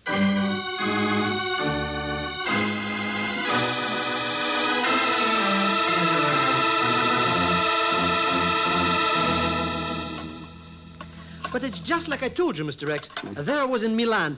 That's in Italy, you understand. No. Oh, sure. And I was a little financially embarrassed for funds. Yes, so you called me at the bureau. That's right. Only you weren't there. No, but Miss Brooks was. Pagan, so help But me. Mr. X, can I help it if she goes for me and tells me things? Anyway, here I am and here you are, and... Hey, what's the thing you got hooked up there? Anyway, eh? A portable shortwave receiver with a directional antenna. It is? But why are... Hey, that's right. What's right? It's Tuesday night, around 10:30 New York time. Tune it in, Mr. X. Tune what in? Oh, that program I always listen to on NBC. Boy, what a screw-loose character they got on it. You ought to hear his accent. Yeah. Right now I'm interested in catching a broadcast from the Matterhorn. The Matterhorn? There is no radio station up there in that hunk of cold and ice. Denise Stepanich Attention. says different. Attention, citizens of Romania, Poland, Czechoslovakia. This is Radio Freedom. Quiet. Here it is now. Attention, citizens of Bulgaria, Hungary, Albania. This is Radio Freedom bringing you the truth from free Europe. The truth that you behind the Iron Curtain can never get to hear in your own country. But that's not coming from the Matterhorn, Mr. X. That's that cornball station that broadcast from Luxembourg. I know the dame's voice. So do I, Pagan. Attention. She's Denise Stepanich. All Czechoslovakians But that in broadcast group isn't coming from 9-4. Luxembourg. It's not? How do you know? Listen while I change direction of the antenna. On Route 5. Take alternate Route 2. So it gets louder. So what? Make your So the escape directional on antenna is alternate pointing Route toward the 2. Matterhorn. Attention, That's where the broadcast is coming from. Oh, but how could that Anton Stepina Bremen Kuka is be not up an there in those anti-communist. mountains at night like He is a this? Soviet And where spy. could there Do be not a listen radio to station up there Anton anyway? Your true We're going to friend find is out not tomorrow. Your true We'll friend take this is set up the Hans mountain with us. Weber. The directional antenna will lead us right to the transmitter. And then what? Then we destroy it. But that don't make no sense, Mr. X. Did you hear what it was broadcasting before this music? I heard it. And I'll give 8 to 5 that if those people in Berlin and Czechoslovakia follow that advice, they'll wind up dead. What? That's why we're going to destroy that transmitter. Make sure that nothing but the truth gets behind the Iron Curtain from Radio Freedom. Watch it! How they came from out there on the terrace. Come on. But it's dark out there, Mr. X. Come on! Okay, okay.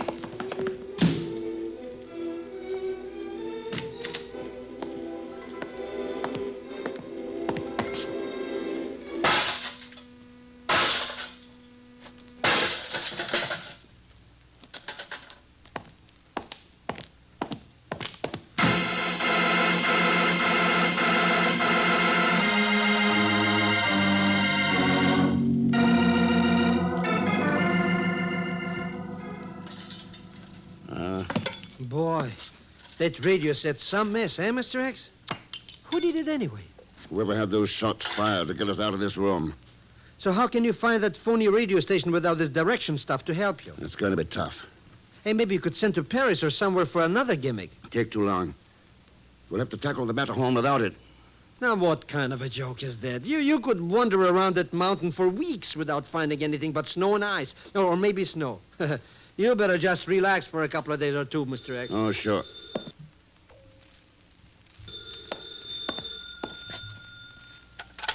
Hello? That you, Ken? Chief, what's up? Plenty. We just got a report from Radio Freedom. Somebody's gone through their files. There's some top secret information missing. What's Denise Stepanek got to say about it? She isn't there. Nobody's seen her for 24 hours. Huh? But that's not important right now, Ken. What is? That missing information. It's dynamite. Used the wrong way, it means the end of underground movements in at least 3 Iron Curtain countries. Then you can bet it'll be used the wrong way. Broadcast with that fake Radio Freedom transmitter? Sure. It's 100 to 1 they'll have it on the air tomorrow night. So what are you going to do about it? You know, Chief, that's a very interesting question.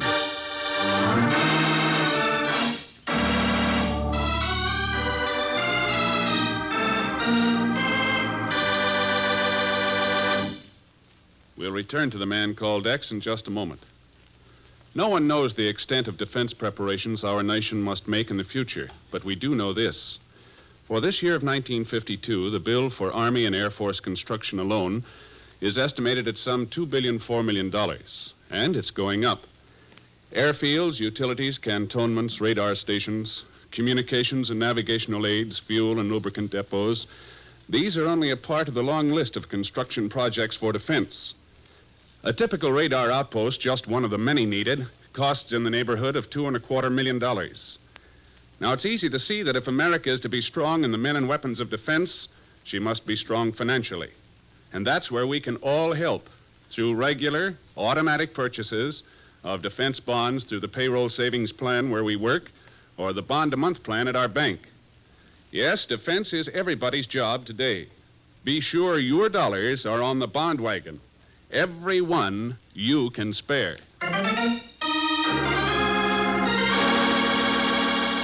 Now, Act 2 of The Man Called X, starring Herbert Marshall, with Leon Velasco as Pagon Zellschmidt.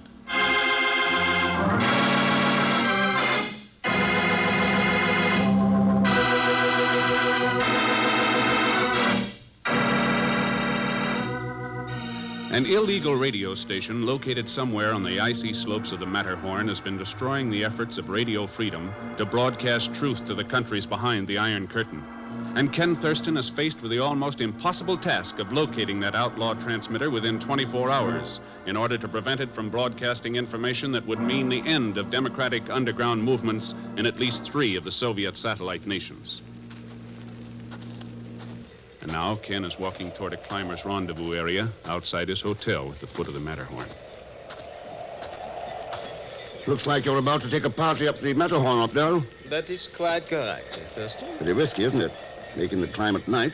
My clients are paying me well, and I told you that part of my business was acting as a guide. Well, you also said you wouldn't act as guide for me in full daylight.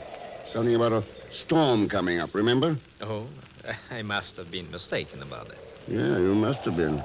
Well, hello there, Mr. Thurston. I didn't know you were making the climb with us. I'm not so far, Professor Hartley. Well, there's no reason why you shouldn't join us. That right, Mr. Reader? Unfortunately, I do not agree with you, Professor. Why not, Reader? Don't you like my company? I don't care for amateur climbers. Yeah, I remember. Yes, you said that. No, wait a minute, Mr. Reader. The route we're taking isn't too tough. The mostly flat ledges, the shoulder, and down the Shell Jordan. I'm sure Thurston can make it with us easily enough. Perhaps, but I never undertake to guide for a party of more than 2, Herr Professor. I shall be happy to accommodate Herr Thurston at some other time. Oh, that seems to settle it, Hartley. Are you coming, Professor? I'm sorry, Thurston, but maybe you and I can make it in a day or 2. Yeah, maybe we can at that. Good luck to you. Thanks. See you later. Yeah. For you, Mr. Thurston. Boy, have I ever got the red-hot scooperoo, Mr. X. What is it, Pagon? Guess who just came into the hotel looking for you? Denise Stepanek. That's right, Denise Stepanek. How did you know? Yeah, what's more important is how Professor Hartley knew. Huh? How he knew what?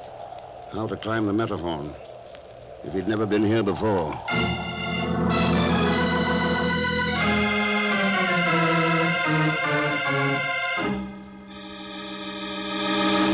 But it is as I said, Mr. Thurston.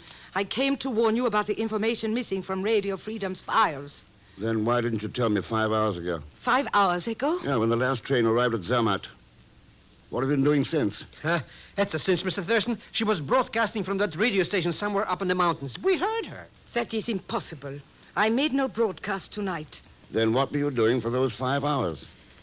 I was trying to make up my mind as to whether or not I could trust you. Uh-huh. What made you decide in my favor? I realized I had no other choice.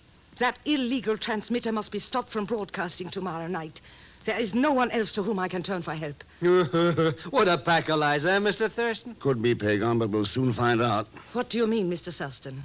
We'll give you a chance to help us smash that transmitter. Then you do know where it is? Oh, sure. You told me back in Luxembourg. Somewhere on the Matterhorn.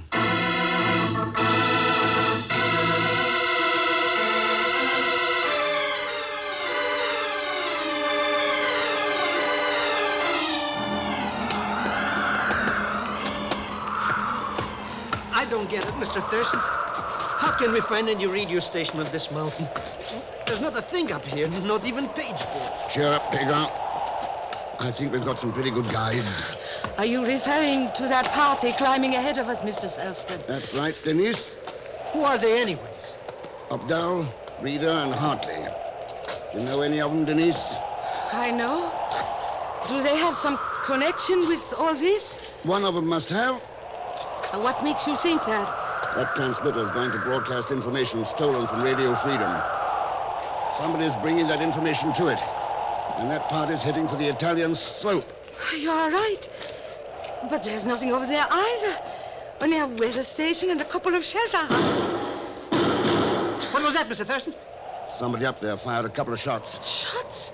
But what on earth for? Listen. Mr. Thurston, that noise. Where is it coming from? Look up there. An avalanche.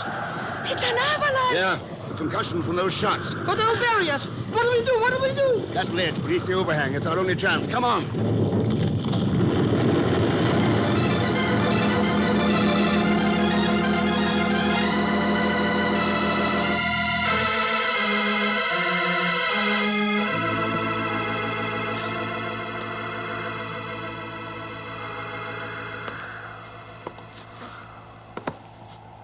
3 people buried alive out there, and you tell me there's nothing we can do to help them. But there's nothing, Professor Hartley.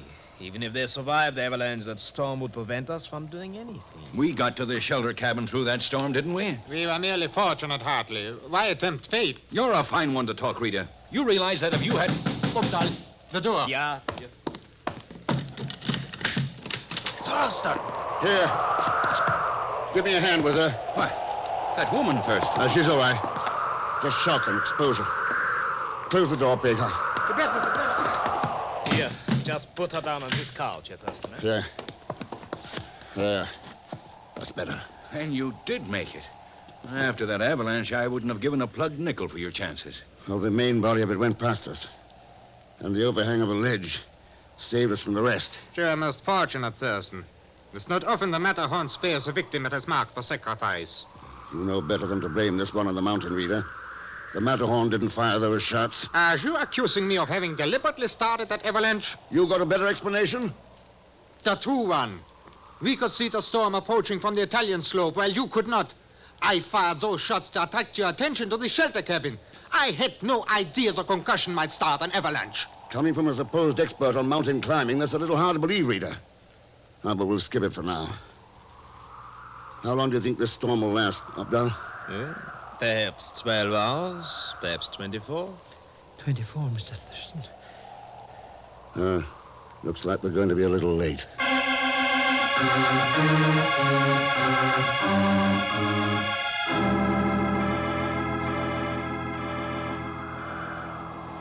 How is the storm now, Mr. Thurston?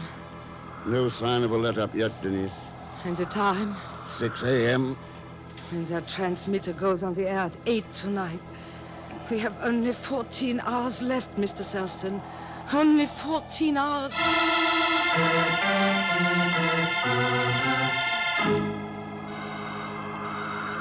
Boy, listen to that thing outside. Isn't it ever going to stop? Doesn't look like it. Well, storm or no storm, I'm hungry. Must be time to eat lunch, eh, Mr. Thurston? Just about, Peg, huh? Just about.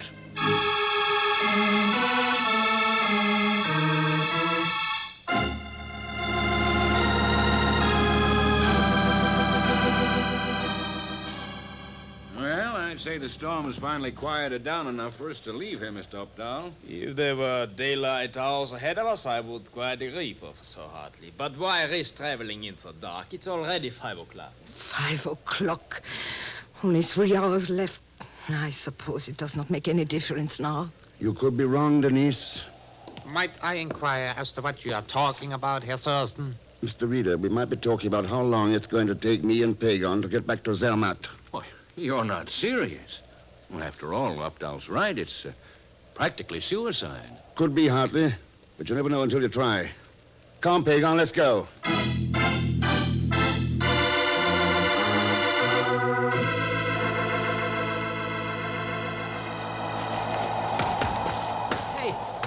What gives anyways, Mr. X?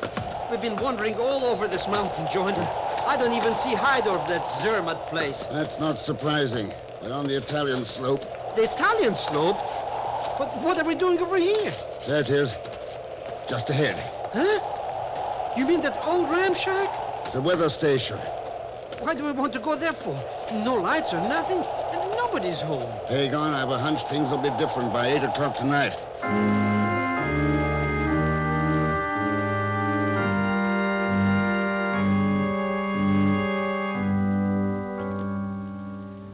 How much longer do we got to hide out in this closet, Mr. X? Just a few more minutes now. It's almost 8 o'clock. 8 o'clock? You keep on talking like this was a radio station that was going on the air or something. You know, Pagon, you might be right. Huh? Hey, Mr. X. Yes. Someone came into the next room. But who? Why? Quiet. Hey, what was that? The generator's warming up. Generator? There's a shortwave transmitter in there, remember? Oh, that's right. But why does anybody want to... Attention, citizens of Romania, Czechoslovakia, Poland. This is Radio Freedom. Mr. X, it's Denise Cookie out there. Quiet. Attention, citizens of Bulgaria, Albania, Hungary. This is Radio Freedom bringing you the truth from free Europe, bringing you the true story of what is actually happening behind the Iron Curtain. And tonight we ask you to listen more carefully than ever before. In just a moment, we are going to broadcast the most important message we have ever given you. Hundreds of people have lives may depend upon it, so please listen most carefully. All right, Pagon, that's our cue.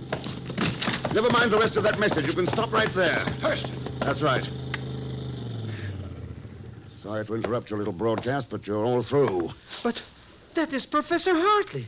Where did that Denise Cookie go? She was never here, Pagon. But we heard her just like we did last night. There's the recording machine. They'd make records from actual Radio Freedom broadcasts and play them back over this transmitter. Made them sound legitimate. Then Hartley and his pals would follow it up with their own version of the news. So, Hartley, looks like your little game is over. Not yet, Thurston. Mr. Ray! Don't try it, Hartley.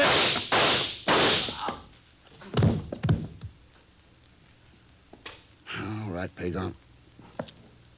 Let's get him down to a doctor. Then we can start back home.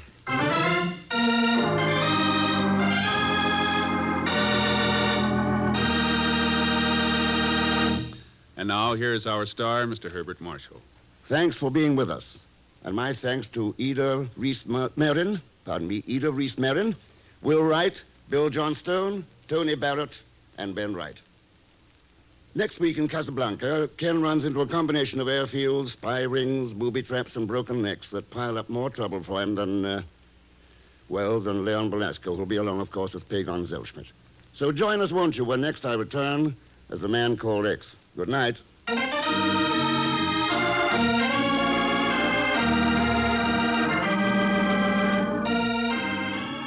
The Man Called X, starring Herbert Marshall, is a J. Richard Kennedy production with music by Milton Charles. Tonight's story was written by Sidney Marshall.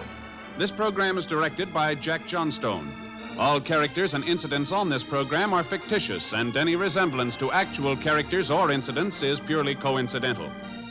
And now, until next week, same time and station, This is Hal Gibney saying good night for The Man Called X.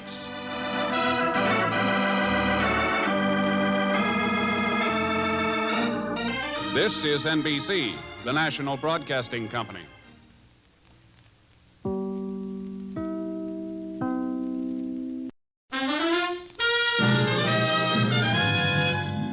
Now we present Herbert Marshall as The Man Called X, the Saturday night feature on NBC's 5-show festival of comedy, music, mystery, and drama. Brought to you by Chesterfield, the cigarette that has for you what every smoker wants. Mildness plus no unpleasant aftertaste. The cigarette that brings you Bing Crosby and Bob Hope. By RCA Victor, world leader in radio, first in recorded music, first in television. And by the makers of Anacin for fast relief from pain of headache, neuritis, neuralgia.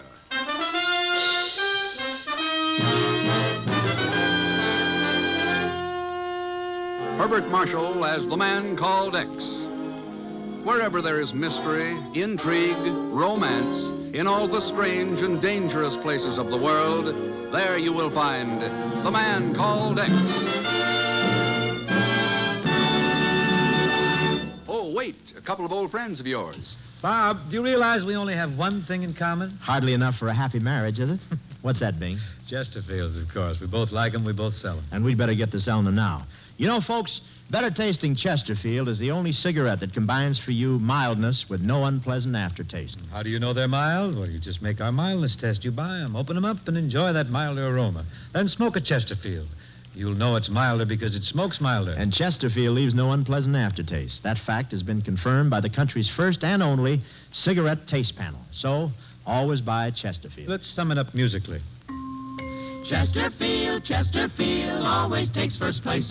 That milder, mild tobacco never leaves an aftertaste. Oh, ho, open a pack and give 'em a smell. Then you'll smoke 'em.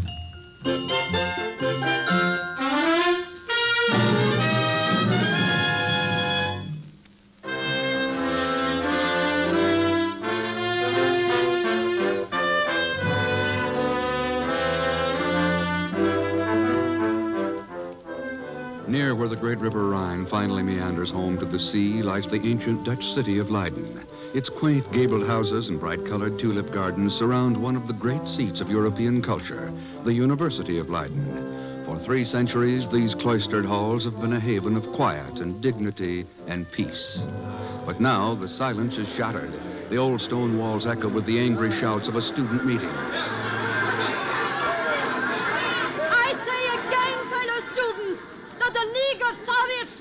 Must be thrown off the campus. This dangerous minority has gone so far as to circulate the infamous Stockholm peace appeal here at Leiden. Leiden, the home of Johannes van Vliet, one of Holland's greatest patriots. And perhaps the next premier of the Netherlands. I speak not only for Professor van Vliet, but also for all of us when I say... Fräulein Black! Fräulein Black! What are you doing here? If you think your junior commissars can break up this meeting, you're sadly mistaken. Here, take a look at this paper. We know what the Stockholm petition looks like. We've all seen it before. Yeah, but not with this signature. Professor Johannes van Vliet, University of Leiden. No!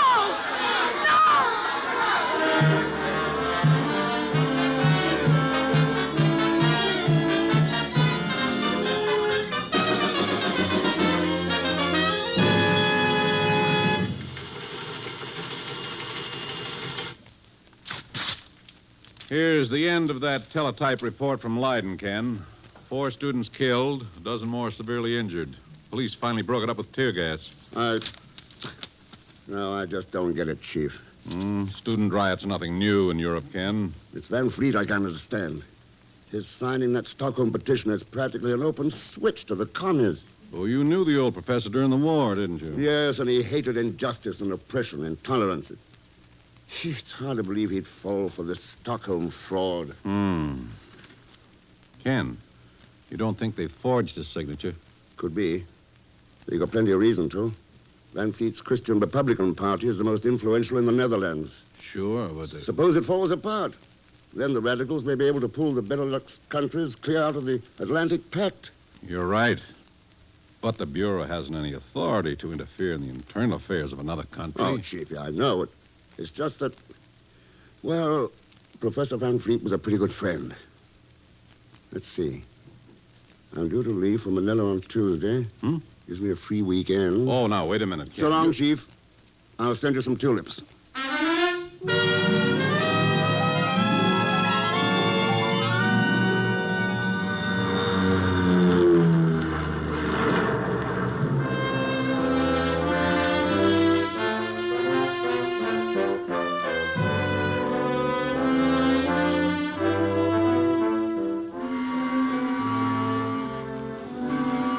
Sorry, Mynheer. There is no more Amsterdam-Leiden space in the canal boat. You will have to wait till the afternoon. Well, perhaps one of your other passengers will be willing to wait and resell his seat at a profit, of course. Well, it's possible, Mynheer, but you'll Did have I to... hear somebody mention profits? Oh, hello, Mr. Thurston. Pagan. Well, I was going to let you have the seats at cost. But, of course, if price is no object. Surprised to see me in Amsterdam, Mr. Thurston? Not particularly. I was just passing through on my way back from Mexico City. Huh? Yeah, well, when I heard what happened to Professor Van Vliet, well...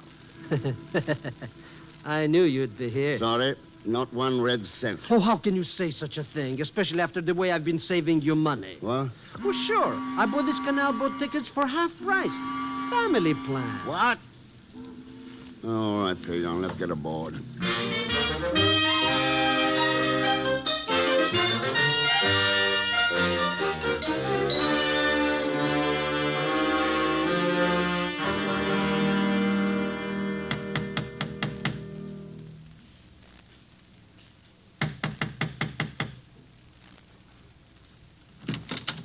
Oui.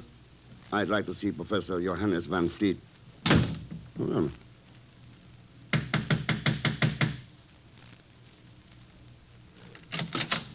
Go away. This is Professor Van Fleet's house, isn't it? Oui, but he does not wish to see you. He does not wish to see anyone. I see. Then please tell him Ken Thurston was here. I'll be at the Royal Orange Hotel. Monsieur Thurston, wait. Please, I did not realize There have been so many people, journalists, students, politicians. Forgive me for being rude. Won't you come in? Thanks. I'm Cecile Van Fleet. Yeah, I'd heard that Johannes had married again, but I hadn't realized that you'd be so... Young? Is that what you were about to say? Well, I think attractive is the word I wanted. Who was it, my dear? Another reporter? Come in, Dr. Graumark. I want you to meet an old friend of the family. This is Ken Thurston from the United States. Oh, yeah. I've heard Johannes speak of you, young man. Dr. Graumark is our house guest, Ken. He's a famous historian, you know. How do you do, sir? I've read some of your work, the biography of William the Silent. Oh, so? So really? They plowed through me in America, too, eh? Glad to hear it. You teaching at Leiden now? I seem to recollect the flyleaf mentioned you on the faculty at Prague. Yeah. I come to Leiden to do another book. New biography? Yeah, the biography of a country. The living story of my second home, the Netherlands. You know, millions of people think the only contributions the Dutch have made to human progress are the windmill and the creation of the tulip, when, as a matter of fact... But I must be boring you. Oh, no, I'm very interested, Doctor. I'd enjoy continuing our conversation after I've paid my respects to Professor Van Fleet. Oh, but my boy, didn't you know that's impossible. You see, Ken, my husband is very ill. He can have no visitors. Oh, I'm sorry to hear that. He must have complete rest and quiet. It wouldn't even be possible just to say hello to him? Why don't you come back in a day or so? Perhaps he'll be stronger then. Believe me, Ken, there is nothing I'd like to do quite so much as to reunite you and Johannes. Nothing in the world. But just now, it's out of the question.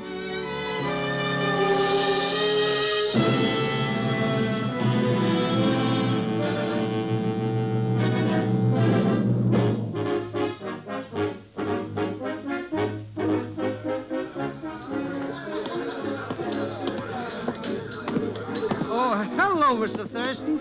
Welcome to the Timmerheast Tavern. Hiya, Pagan.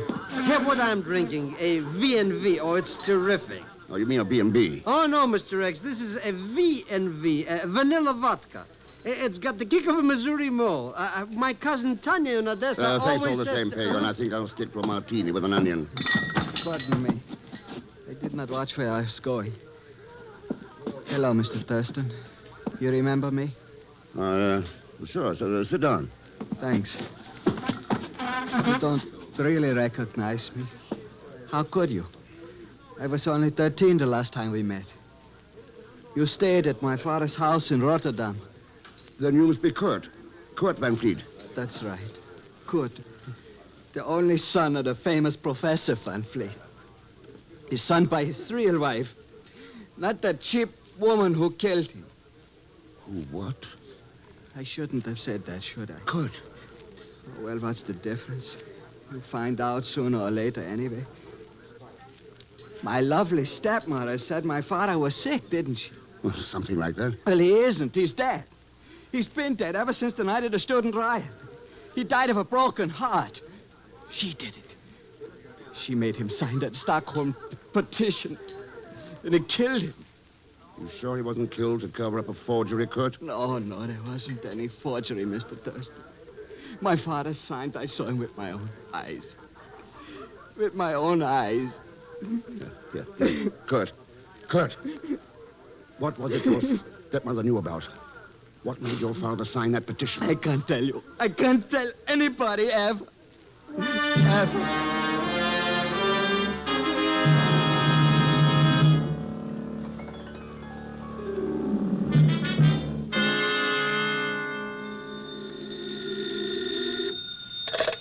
Hello? Well, Ken, how are the windmills? Oh, how, Chief? What's up? Just thought you might like to know we've received some pretty reliable dope back here that code-designate Red Ranger is in Holland. Huh? Red Ranger? That sounds bad. Turn up anything more on him? No, not a line. The data sheet's a complete blank.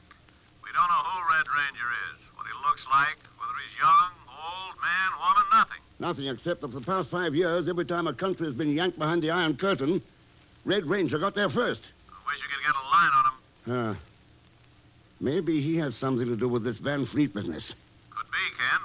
Why don't you have a chat with Van Fleet? Maybe he can give you a lead. I'm afraid that'll be a little difficult, Chief.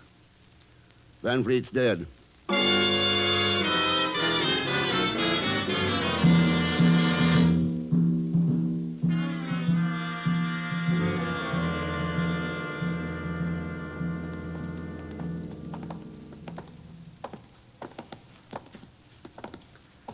I don't like this place, Mr. X. So dark and spooky. What about all these guys under the sheets? Oh, take it easy, Pagan. This is the hall of the Guild of Mourners. It's Leiden's morgue and undertaking establishment. Isn't that right, attendant? Yeah, it's a decadent remnant of a decadent society. You don't approve of the old tradition? Old tradition's against the politelia. It must be destroyed. Here's the one you seek. You take the torch and find your own way out. I've other things to do. Oh, poor old Professor Van Fleet. A broken heart at his age. Mr. X, what are you doing? Take a look at his ear. Been stuffed with wax. So what? The type embalmers use to conceal blemishes. There. But, Mr. X, where the wax was, that's a bullet hole. Yeah. Professor Van Fleet may have had a broken heart, but he died from a .38 caliber bullet in his brain.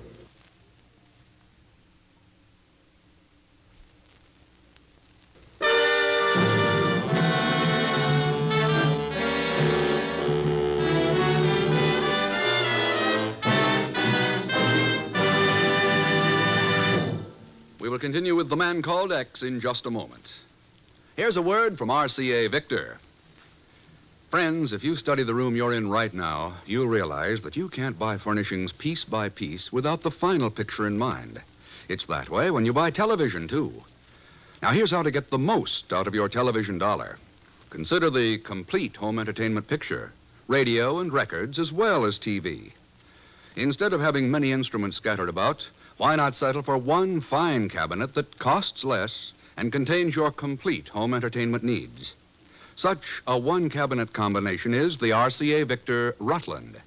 Open the doors of the Rutland's 18th century cabinet, and you'll find 17-inch million-proof television with its clear, steady pictures, AM and FM radio, and the Victrola 45 record changer, as well as a changer for 78 and 33 1/3 speeds. Yes, so many more families are becoming television owners this week. If you're one of them, remember to see and listen to the exciting new Rutland at your RCA Victor dealers. Now, Act Two of The Man Called X, starring Herbert Marshall, with Leon Velasco as Pagan Zellschmidt.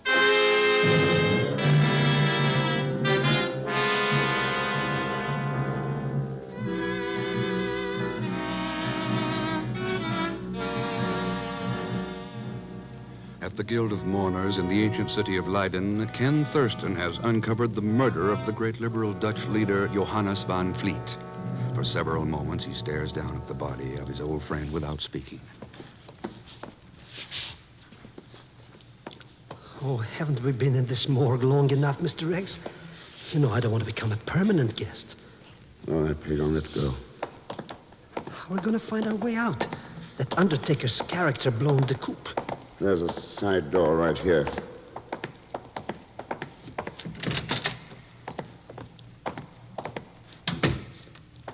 Now down this alley. What a place. Nothing but corpses. Wait. Mr. X. Somebody's watching us from the roof. Huh? On this side of the building. See him up there? Oh, those are gargoyles. Huh? They're stone statues. Oh, moving statues, eh? Moving? Pagan, get back. You were right. There's somebody up there. Huh? That gargoyle didn't fall by itself. Come on, these stairs. But Mr. X, if there's somebody up there who wants to kill us, why are we going... There he goes, across the next roof. Look at the way he jumps. Just like a mountain billy goat. Huh? Hey, he disappears. Yeah. Young fellow, red hair. Well, there's no way of catching him now. He probably knows every roof in the neighborhood. Wait a minute. That little piece of cloth? Yeah. Stained with blood.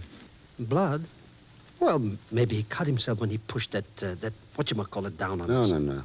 This blood is completely dry. Pagan, I think we better go over to the university. Do a little homework.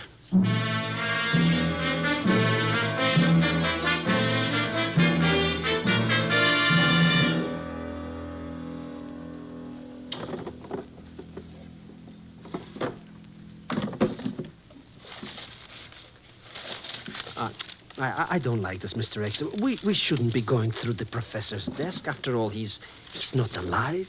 You've developed a sudden case of scruples, Pagan. Have I? But I feel all right. Flash that light over this way. Let's see. Manuscript of the book he was working on. Mr. X, there's a scratch pad here by the telephone. Anything on it? Oh, just some funny circles, you know. Must have been noodling or something. Wait a minute, wait. There's something else. It looks like English. Let me see it. The sins of the sons are visited on the fathers. In my country, we always say it the other way around. Oh, well. Good evening, Fräulein. What are you doing here? Who are you? Answer me. Why not? My name is Thurston. Thurston. From America? That's right. What are you doing here tonight? I might ask you the same question. I'm Elmer Black, the professor's secretary. Then maybe you can help me. I've got to find Kurt Van Vliet. Kurt? Why? You've got to trust me, Wilma. Where is Kurt? Don't let him alone, Mr. Thurston. He can't stand any more trouble. Please, let him alone. Do you think the man who shot his father will let Kurt alone? Sure. His father was... We have just come from the Guild of Mourners. Professor Van Vliet was murdered. Oh, no. Where is Kurt?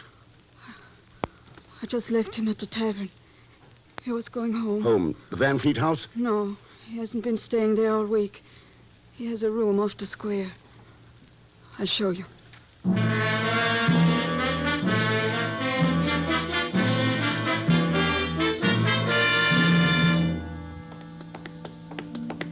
It's just around this corner.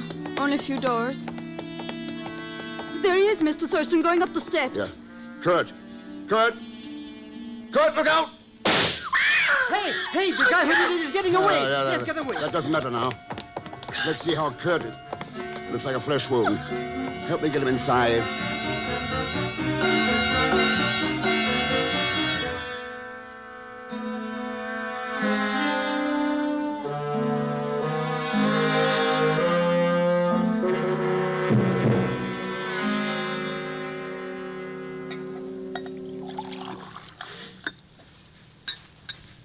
Here, Kurt.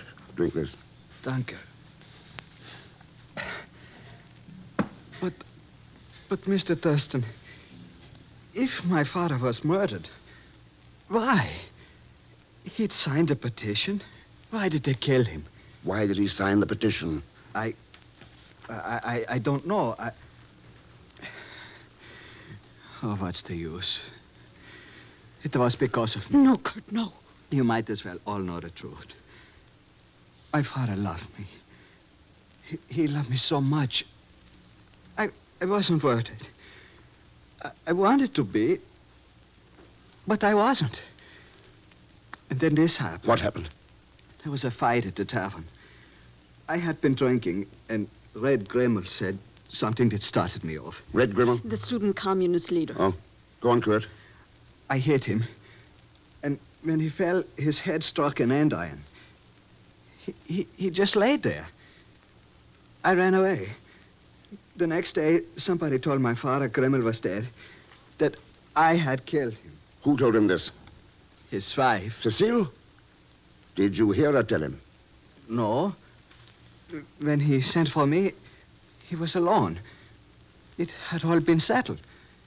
He had been forced to agree to sign the peace petition to keep me from being charged with murder. Hmm? He had no choice. His political prestige would be destroyed in any case, and this way he would save me. This Grimmel, did he have red hair? Yeah. Kurt, he isn't dead. What? We met him a little while ago. If you could prove that. This would be a job for you, Pagan. Huh? Oh, but, Mr. X, I don't have any contacts in Leiden. If you turned him up, it would be worth 100 gulden. Oh, well, come to think of it, there's my cousin Frederick. He might be able to help. Then get going. Okay.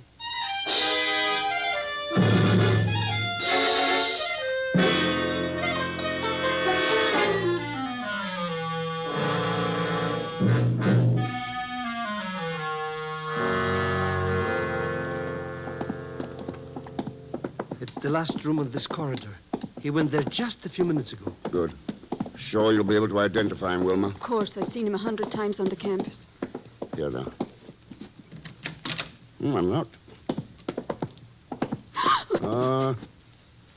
Is that Grimmel? Yeah. Mr. X. A knife in his back. Oh. That knife? Yes, go on, Wilma. Nothing. It's Kurt's, isn't it? No. It used to be in his room. I remember seeing it when he was a little boy. Carved handle like a mermaid. Wilma, I want you to get to the police. Send them to the professor's house. The police? Then go back to Kurt and stay with him. He needs you. Come on, Pale. Where are we going, Mr. X? To pay a call on Red Ranger. Oh, sure, Red Ranger. Huh?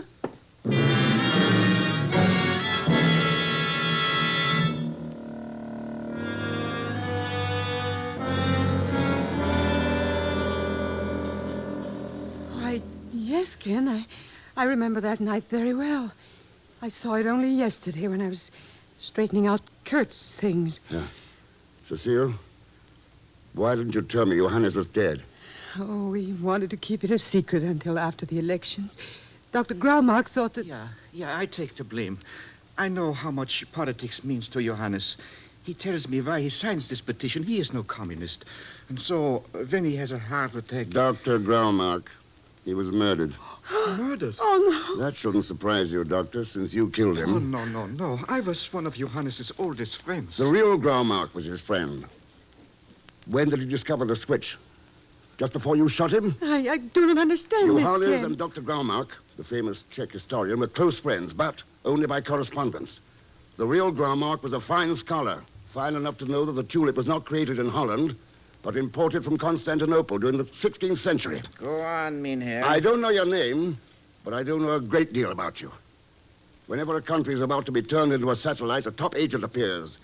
In the Bureau, your code name is Red Ranger. Very alliterative. You were sent here to force Van Vliet into the communist camp. You set up the so-called murder of Grimmel and used it to blackmail Johannes. When he realized you were a fake, he got frightened and you killed him. But how? I thought it was Johannes Hart. A stooge in the Guild of Mourners managed to cover up the bullet wound. When we got on Grimmel's track, he was murdered, too. It was Kurt's knife. Sure, but you saw it here yesterday, and Kurt hasn't been home since his father's death. Oh, yes. That's just what I was thinking. You fit the pieces of a jigsaw puzzle together remarkably well. But then games are an American pastime. Reality is something else. Now, if you will excuse me, there's a plane waiting to take me away from Leiden. Afraid you'll have to miss this trip. No, I think this gun will enable me to keep my reservation. He's got a point there. And killing a notorious American agent will add to the success of my mission, Mr. X. So? Maybe you better take a look out of that window. What? Hey, cops all over out there. Police? Thank heaven. But I still have this gun. I get away. Maybe even all the way back to Russia.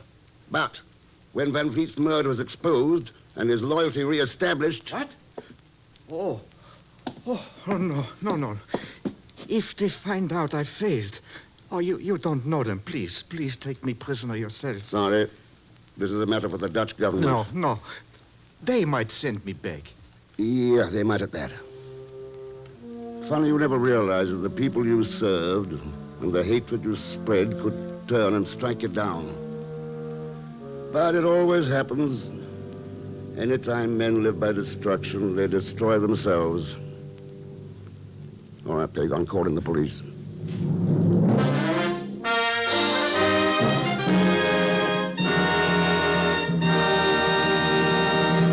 Our star, Herbert Marshall, will return in just a moment. No matter what you now take for headache relief, we urge you to try Anacin for the incredibly fast relief these tablets bring the next time you're suffering from a headache. Now, the reason Anacin is so wonderfully fast-acting and effective is this. Anacin is like a doctor's prescription. That is, Anacin contains not just one, but a combination of medically proven active ingredients in easy-to-take tablet form. Thousands of people have received envelopes containing Anacin tablets from their own dentist or physician, and in this way discovered the incredibly fast relief Anacin brings from pains of headache, neuritis, or neuralgia. So the next time a headache strikes, take Anacin for this wonderfully fast relief. Anacin, A-N-A-C-I-N, at any drug counter in handy boxes of 12 and 30. Economical family-size bottles of 50 and 100.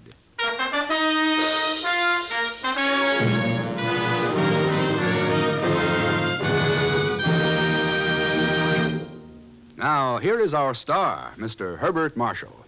Thanks for being with us. The other folks you listened to tonight were Maria Palmer, Peggy Weber, Will Wright, Ted Von Elst, Harry Bartell, and Ramsey Hill.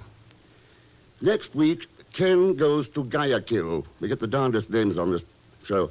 Guayaquil, Ecuador, in a mad race against time. A beautiful girl and a man whose ideas of fun, murder. And gumming things up as usual will be Leon Belasco as P. Gonzalschmidt. So join us, won't you, when next I return as the man called X. Good night.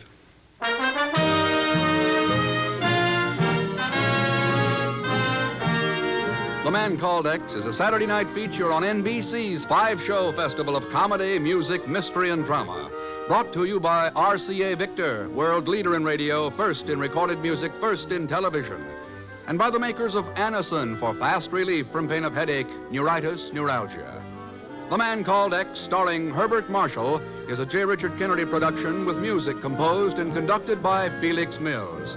Tonight's story was written by Robert Libet and Frank Burt. All characters and incidents in this program are fictitious, and any resemblance to actual characters or incidents is purely coincidental. Be sure to listen tomorrow evening for The Big Show with Tallulah Bankhead and a great parade of stars, the Sunday night feature of NBC's All-Star Festival. And until next week, same time and station, this is Jack Latham saying goodnight for The Man Called X. Tomorrow here, Tallulah's Big Show. Now it's your hit parade on NBC.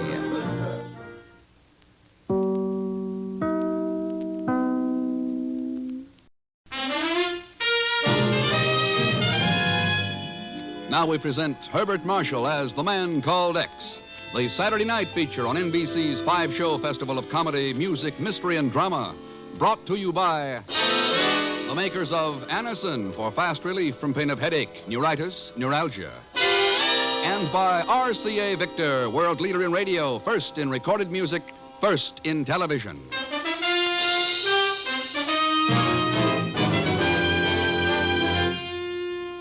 Herbert Marshall as The Man Called X. Wherever there is mystery, intrigue, romance, in all the strange and dangerous places of the world, there you will find The Man Called X.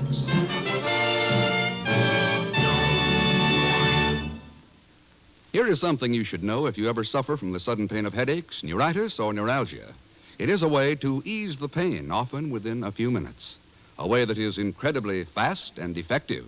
It's Anacin. Anacin is like a doctor's prescription. That is, Anacin contains not just one, but a combination of medically proven active ingredients in easy-to-take tablet form. Thousands of people were first introduced to Anacin through their own physicians or dentists. But today, these tablets are in such widespread use that all drug counters have them, and anyone may enjoy their benefits. Next time you suffer from the pains of a headache, neuritis, or neuralgia, by all means try Anacin. You like the convenience of Anacin tablets, and you will be delighted with Anacin's incredibly fast action. A-N-A-C-I-N. Anacin. Ask for Anacin by name today at your druggist's.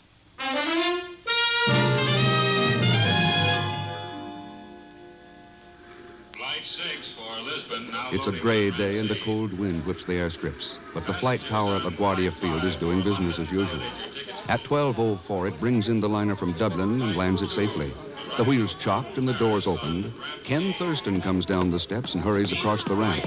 Yes, it's a gray day, all right, dark and cold.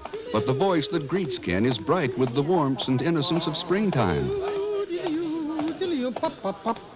Hello, Mr. Thurston. Pagan. What a happy coincidence, eh? Imagine meeting you here. Yeah, just imagine. How did you get hold of my schedule? Well, I just accidentally happened to see the cablegram on Miss Brooks' desk. And I mean, Coincidence, yeah. Well, I thought Welcome to New York, Mr. Thurston. Here, let me carry your bag. No, thanks. And no, I won't loan you $100. So long. Wait a minute, Mr. Thurston, wait. Now, how could you even think that I only came out here to borrow money? Besides, I need $300. Really broke, eh? Oh, flat as a flounder. I've only got $50 or $60 left, and of course, that's nothing. Nothing? Is inflation that bad? And I've only been away a week. How about it, Mr. Thurston, eh? After all, it's only money and... Hold it, Pagan. Huh? You mean that guy there by the guardrail? Yes, he looks like, By George, it is. Is it? Yeah, I mean, is who, I mean? Pedro Andolera. Pedro! Must be him. He turned around. Pedro, wait a second. Hey, look, he's running away. Yeah, now what the devil...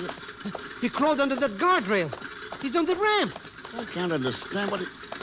Pedro! That plane! You don't see! Pedro, look out! Hey, oh, Mr. Thurston. Oh, Mr. Thurston. Yeah. He ran straight into that propeller.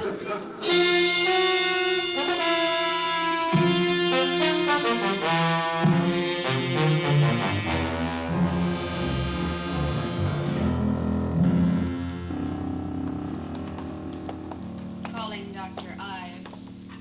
Will Dr. Ives please report to surgery? Well, what I did was make arrangements at the receiving desk, Ken. An intern is bringing the contents of his pockets up from the morgue. Okay, Chief. We can wait in here. I called police headquarters. They've got nothing on him. I still can't understand why he ran away from you. Nor can I, Chief. I hadn't seen or heard of Pedro since that sabotage case in Panama in 1944, yeah. He was mixed up in that, wasn't he? Probably. He was dismissed for lack of evidence, though. So that certainly couldn't be the reason he was terrified enough to run into a plane propeller. Well, here's the stuff. What stuff, Pagan? Well, the stuff from that dead guy's pockets. What else? Well, how did you get hold of it? Oh, I just told the intern I'm a special agent of the Bureau. What do I do with it? Zell Schmidt, for the last time, So help me, So what's the beef, Mr. Chief? I'm only trying to be useful. All right, Pagan. Dump it here on the table. Okay, Mr. X. It really don't amount to much. You, looked through it, huh? Well, I peeked a little, there. 38 revolver. Loaded, too. Return airline ticket to Cuba, made out to Pedro Andalera, Hotel Metropole, Havana. Yeah. The Pan American plane landed right ahead of us. That means he'd just arrived. Chief, you know it's funny there's not 1 cent of cash in his... Pagan. Mr. Thurston, I hope you're not thinking that I might have... Hand it over. But I swear by the father of my father, How much was there? Oh, $184. And... All right, there it is. After all, money isn't evidence, and he won't need it anymore. And... Ken, look at these pamphlets. Yes, printed in Spanish. Instrucciones para la sub... Good Lord. Yes. Detailed instructions for various methods of sabotage. Yes, with drawings and diagrams. How to disable power stations. Methods of destroying public water supplies. Construction of booby traps. If this stuff's being put out in quantity... Why, it's dynamite. Dynamite is treason. It's chaos and murder. But who printed them, Mr. Thurston? They're not even signed. They don't have to be signed. Chief, I think the best bet is Havana. We've got no lead on Pedro's contacts here in New York. All right, Ken. Follow it up. In whatever way is necessary. Well, as far as I know, there's only one way to deal with a spreading infection. You find the center of it, and you eliminate it.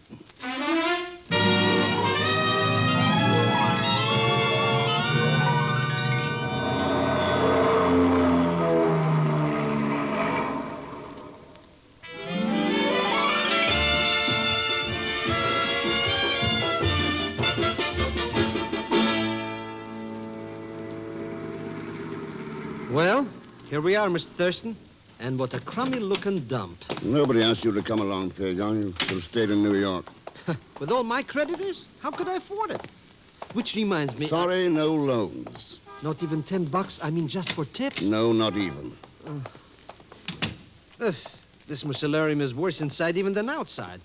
I'll bet they never even heard of plumbing. This is the dirtiest joint Senores? Oh. Good morning, senorita. Senores, if the Hotel Metropole is too ordinary for your fastidious tastes, why don't you go somewhere else? But It's just Pagan's idea of humor, senorita. You the manager? I am not. Ring that bell there on the desk if you want the manager. Well, thanks. You're Americans, no? That's right. Americans. Why don't you go back where you came from? Why don't you stay there? Always running around the world, sneering, bragging. I hate all of you. Anka. Why don't you stay home? What's going on here? Seems the young lady doesn't quite like us. Anka, this is no way to talk. You must stop it at once. Americans. They don't even care to stay in the same room. What a flamethrower she is. My apologies, senores. I am Lovilla, the manager. May I help you? Yes, we'd like a couple of rooms. But of course. You sign here and I will have the boys show you. I should like Pedro Andalera's room. Pedro's? But he is not here now, of course, but he is coming back tonight. He won't be back. He's dead. Dead? What happened to him? Threw himself into the propeller of an airplane. But why, senor? I thought maybe you could tell me why. No, senor. I know nothing about it. What do you know about Pedro? Pues, nothing, senor. Well, he lived here, didn't he? See, he lived here for, maybe 2-3 months. But I know nothing about him. Well, did he have any friends, visitors? Ken sabe, in a hotel like this, people come and go all the time. Whether to see him, I do not know. After all, senor... All right, let it go. Have your room available across the hall from Pedro's? Let me see. Pedro has number 44. 44. And, see, the room across from it is empty. Number 45. Good. We'll take the two of them. But I am not certain it is permitted, senor. The police should be notified. I've already seen the police. Here's your authorization. Bueno. In that case, Miguel, véngase. Me llamo, Senor Vilo. It was very nice of you to rent number 45 for me, Mr. Thurston. You'll be in 44, Pagan. Yes, I was afraid I might have to sleep in the park, you know. Oh, no. Oh, no. No, you don't. What's the matter? You know what's the matter. 44 is Pedro's room. I'm not going to be the live bait in this booby trap. All right, then. Go find yourself a room somewhere else. But I'm broke. You know I spend all my money for plane fare. Well, in that case... Oh, what a sitting bull I turn out to be.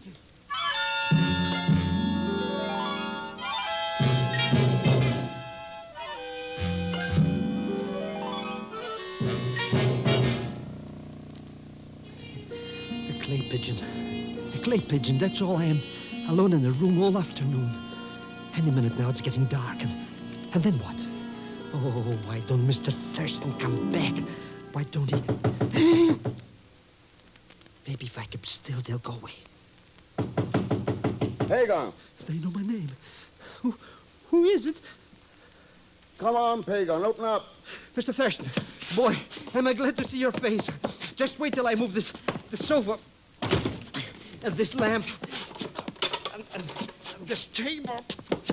and the chair... and the bed... Now. Hello, Mr. Thurston. What the... You expecting an invasion? With sabotagers all around, who knows what to expect? Oh, you weren't in any danger. Pedro wasn't due back from New York until half an hour ago. So why should anyone try to contact him? Now I find out. Now, pull down those blinds and turn on the lights. Might as well make it look as though someone's home. Sure. Did you find out anything around town about that Pedro character? Not a thing. I'm hoping somebody will try to get in touch with him here. Lovillo's keeping quiet about his death. Well, there's sure not much low down in his room. Nothing but few clothes and some empty sardine cans and some full cans in the closet. He must have lived on sardines. Maybe. But there could be another reason for... Answer it, Pagan. I'll cover you from the closet. But Mr. Thurston, maybe... Go ahead, Pagan. I'm coming. Don't shoot, I surrender. Hey, Buster, what are you saying? I said Well, I'll come right in, you luscious little frijoles. Who are you? What are you doing here in this room? Never mind, baby. Why don't we sit right down here on the sofa? You sit there. I think I like this chair by the window better. Where's Pedro? Suppose you tell us about Pedro, senorita. Oh, Mr. Thurston, I didn't even need to be covered. Who are you? What has happened to Pedro? What are you doing here? What's your name? Paquita. All right, Paquita. What do you know about those little booklets Pedro was distributing? You are the police. Are you in on the scheme, too? No, I know nothing. Who are his friends? Who's he been working with? I do not know. Where does he print the stuff? Senor, maybe we can get to be friends. How long have you been tied up with Pedro? I know nothing about this business. I'm only his, how you say, girlfriend, and I... Pagan, snap off those lights and hit the floor. The shot must have come from that open window straight across the court. Too dark to... Mr. X, I think she's hurt. Here, let me shade this flashlight. Easy now, Paquita. Tell me who it was. No use, senor. I wish to know of Pedro. His island export company. Island Export Company. See, tell Miguel I'm sorry. Miguel? I want... Mr. Thurston, is she... Yeah. What she was trying to say there? What's it mean? It means we've finally got a lead. Come on, Pagan. Let's have a look at that room across the court.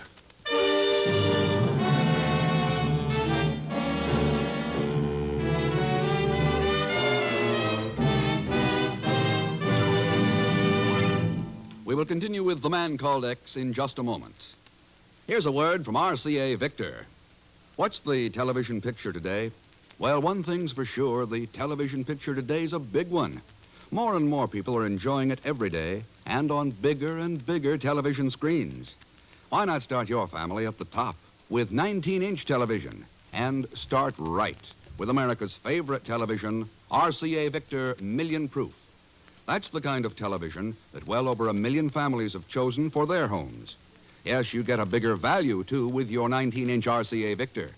You can watch those big million-proof pictures comfortably whether you're close up or clear across the average living room. And here's another thing that's important to you.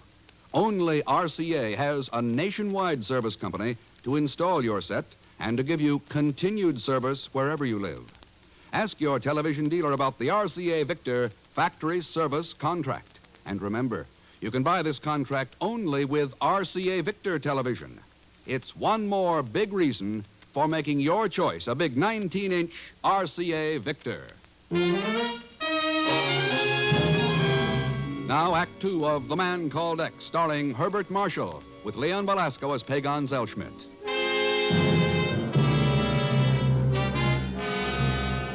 A few small pamphlets found in the pocket of a man killed accidentally in New York threaten the security of the whole Western Hemisphere, bring the Bureau instantly alert, and send Ken Thurston by fast plane to Havana, Cuba. Now another person has died, this time by a bullet, and Ken and Pagan approach the room from which the shot was fired. It's the next door ahead. Easy now, Pagan. Easy. Not even breathing. Maybe I should wait here. I don't care where you wait, but stay out of the way. I'll throw the door open and step in. Now, you stay to one side. It's empty. All right. Turn on the lights. Pagan, take your fingers out of your ears. Sorry, Mr. Thurston. I just can't stand the sound of shooting, especially if it's at me. Isn't going to be any shooting. Uh-huh. Somebody fired that one shot from here and then beat it. Hey, this room hasn't even been lived in. No, it was only used for the shooting because it's straight across from ours. It was an accident. They were really shooting at us. I doubt it. That table lamp would have thrown Paquita's shadow on the blind. No, they knew who they were after. Come on. Let's get back to the other room. Got any idea who done it, Mr. Thurston? Not exactly. Too bad. I just was getting acquainted with her. Oh, sure. Sacre Santos del Cielo, senores. Senores, what has happened? The girl's been shot. Over in Pedro's room, Lovillo. Shot? Who did it? I don't know. It was fired from a room down the hall. There's no one there now. See anybody on your way up? Nobody, senor, except Miguel, of course, who was on the elevator. Uh-huh. Well, you better call the police. Come on, Pagan. Right away, senor. I will inform them immediately. How could anybody get away so quick, Mr. X? Fire escape stairway. It wouldn't be difficult to...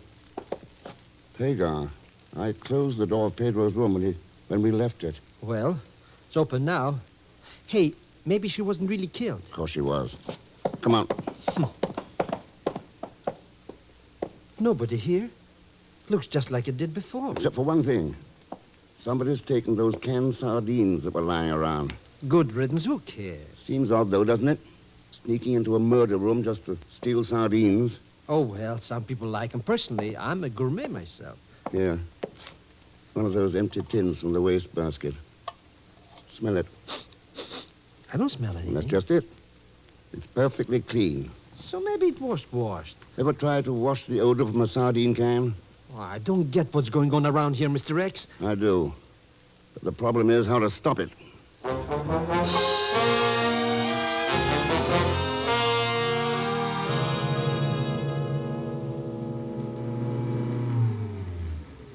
Well, here's the elevator, Mr. Thurston. Going down, senores. Thanks, Miguel. I have heard a most unfortunate thing happened last night. Yes, a girl named Paquita was shot to death. Senor, you have stopped the elevator between the floors. Oh, that's a good place to talk. Miguel, what do you know about Pedro and Valera? Pues nothing. Except it is possible it takes many kind of person to make the world. And you didn't like his kind, is that it? Perhaps his mother thought him a fine fellow. You see, I am something of a philosopher, senor. I see. Do you know anything about the business Pedro was in? It is enough to manage one's own affairs in these times. Maybe this is partly your affair. Senor? Paquita's last words were, "Tell Miguel I'm sorry." What did she mean? Pues it is not easy to talk about. I am very sad she is dead. The thing is that Paquita was at one time my, girlfriend. When she went to Pedro, at first I was crazy mad. Then I say, what's the difference? You see, I was getting tired of her anyway. And you know how it is with philosophers. Oh, sure. Well, let's go on down. I am very sad that she is dead, though. But you understand. Yeah, I understand. Main floor. Thanks. Buenos dias, senores. So long, Miguel. Yeah. Quite an unusual bellhop.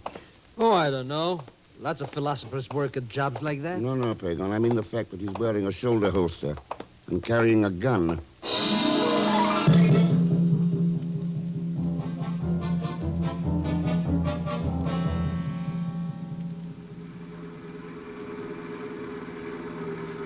Well, Pagan, this looks like the place. Sure it is, Mr. Thurston. See right there on the sign? Island Expert Company office. Well, it isn't the office I'm interested in. I think our best bet is that warehouse sticking out over the water. Come on, let's go. The joint sure looks deserted. They must not do much business. With the kind of business this is, any is too much. I guess the door opens off the dock here. Boy, what a rickety dump. You know, if one of these pilings broke, the whole building would fall in the bay. Yeah, it's a master padlock. Unlocked. They're really sure of themselves.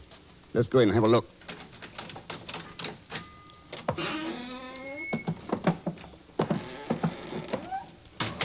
No windows. It's dark in here. Wait, there's a light switch here by the door. Sure don't look much like a warehouse. It's not intended to. Hey, look. That's a printing press. And what's this Rube Goldberg gadget? That is a canning machine, Pagan. What? Sure. Let's open up some of these sardines. You mean that's what is in all these boxes? That's right, all crated and ready for shipment to agents all over the Western Hemisphere. Here we are. You hungry, Mr. Thurston? Not for this kind of stuff. Here, Pagan, have a sardine. Have a sir. Look, it's full of little books. They're packed in that can, well, just like sardines. Yeah, 5 ounces of treason. The perfect way to ship the stuff. Distribute it. Ah, sabotage, the rottenest game in the world. Well, I guess the addresses on these crates give us what we need. Sure. It's got who the stuff's going to, but who is sending it? The name is on the crates. Lo Vilo. We don't know of any Lo Vilo. But we know a Lovillo. Oh, that hotel manager. You mean he's the no good guy who... Quiet, there's somebody coming. Get away from the door.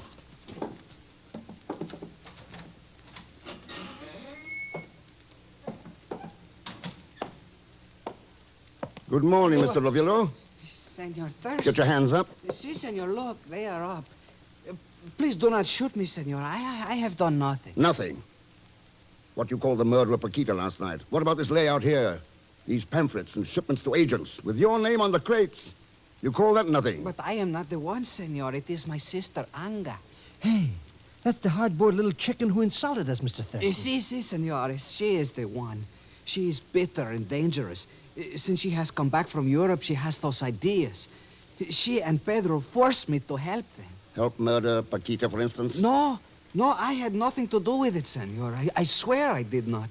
She was the one. I will help you, senor. I will tell you anything you wish to know. Wait a second. Hang on.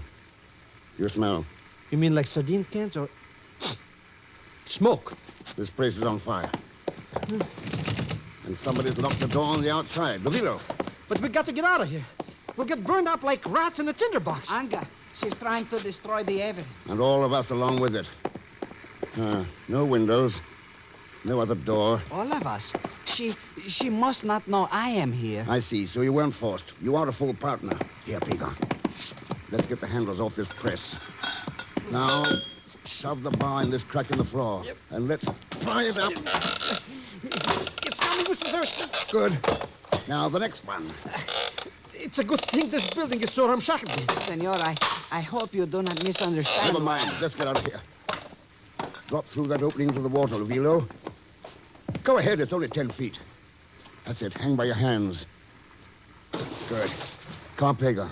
Maybe you don't believe it, Mr. Thurston, but I paid $200 for this suit.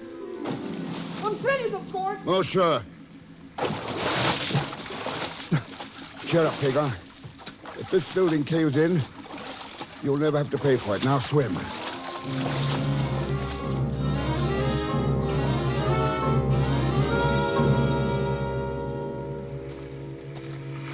What are you planning to do, Senor Thurston? Use the phone here in the office and have the police pick up Anga. She evidently left after she started the fire. Look at that bird. Oh, we sure would be a couple of dead gooses inside there. Anga! Come in, Senor Thurston. And don't reach for a gun. Well, glad you waited, Anga. Saves us the trouble of looking for you. I knew you would be here, Anga. I knew you would think of Be something. quiet. You're almost as weak and silly as a doll-faced Paquita. But not as pretty. That's really why you killed her, wasn't it, Anga? Jealousy. I killed her because she was a fool. She would have told you everything, like my brother. Anga, you're mistaken. I have said nothing to them. Oh, come now, Ravilo. What about the signed confession that you said was here in the office? Confession?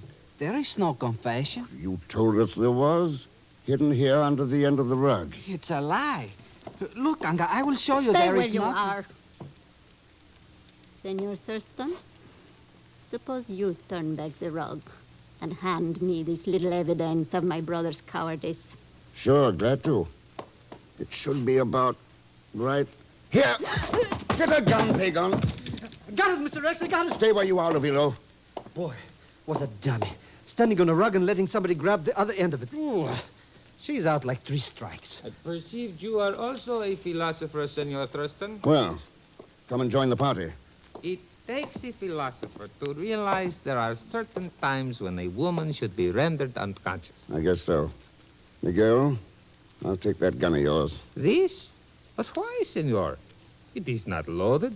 I only have it because of the tourists. Huh? See, I tell them I was once a bandit, and it gives them the big thrills. Look, someone has even filed off the pin. It won't work. Here. Yeah. That's useless. As useless as a plane or a gun or a power plant that's been wrecked by saboteurs. But what if you really needed that gun to protect your life or your freedom and didn't know the pin had been filed off by a saboteur?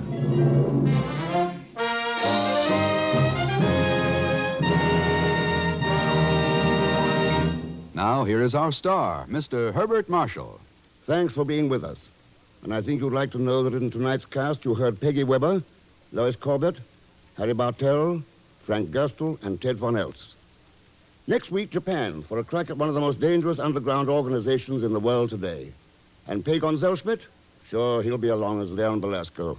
Or vice versa or something. Anyhow, join us, won't you, when next I return as the man called X. Good night.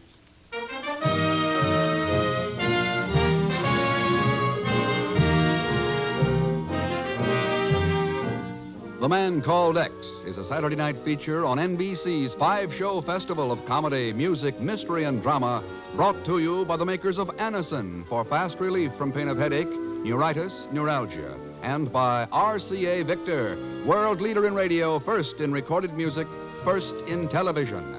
The Man Called X, starring Herbert Marshall, is a J. Richard Kennedy production with music composed and conducted by Felix Mills.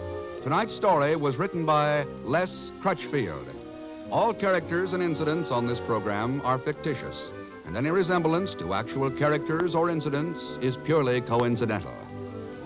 Be sure to listen tomorrow evening for The Big Show with Tallulah Bankhead and a great parade of stars, the Sunday night feature of NBC's All-Star Festival. And until next week, same time and same station, this is Jack Latham saying good night for The Man Called X.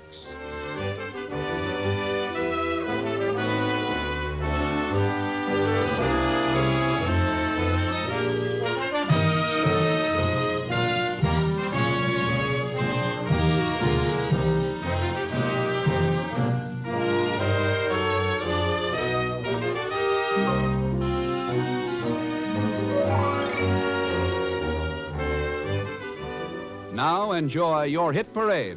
Tomorrow, hear The Big Show on NBC.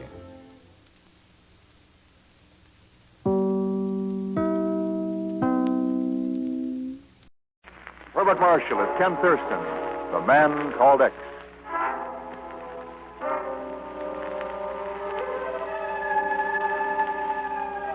Space and time can play funny tricks with a man. For instance, 6 weeks ago, an American flying boat was en route from Singapore to Manila.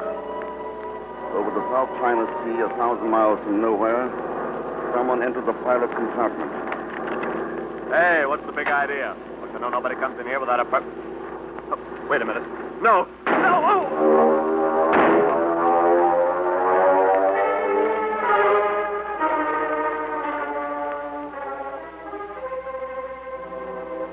That plane was never heard from again.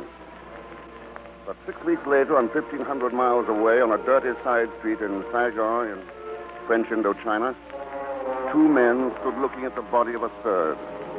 Mon Dieu, it is Professor Gibbons. But this is incredible. I do not understand, Inspector Abbe. Jean, this man you see lying there died 6 weeks ago. But this is not possible, Monsieur l'Inspecteur. His body is still warm. Nevertheless, Jean, it must be so. I know him. He is American. And he was on board the plane that disappeared at sea 6 weeks ago.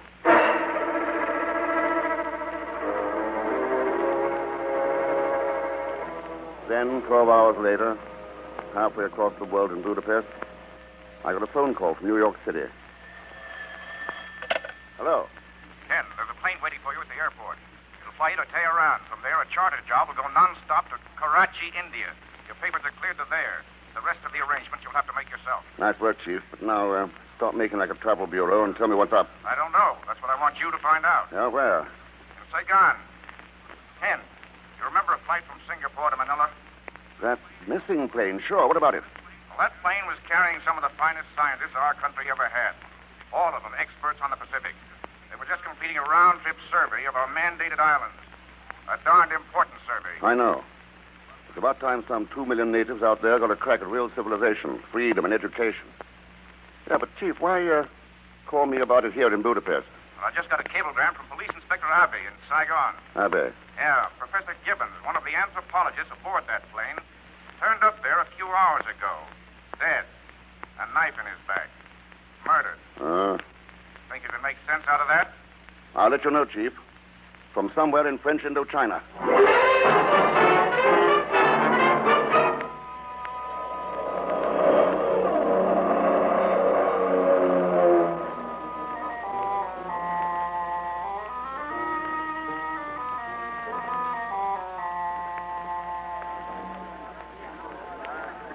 Pardon, Monsieur Thurston.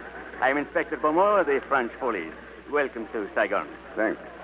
Only, I didn't know I was expected. Mais oui, monsieur. We have been notified. Our facilities are at your disposal, including one automobile. This way, please. Chief Inspector Abbe has been awaiting your arrival with great anticipation. Abbe, now, he's the one who identified Professor Gibbons, isn't he? Oui, monsieur. The inspector had met Monsieur Professor before the war, when he was conducting anthropological expeditions in Cochin, China. So he has more than an official interest in his affairs. Oh, here is my automobile, monsieur. If you will be pleased to enter. Oh, thanks very much. I assure you the pleasure is entirely mine.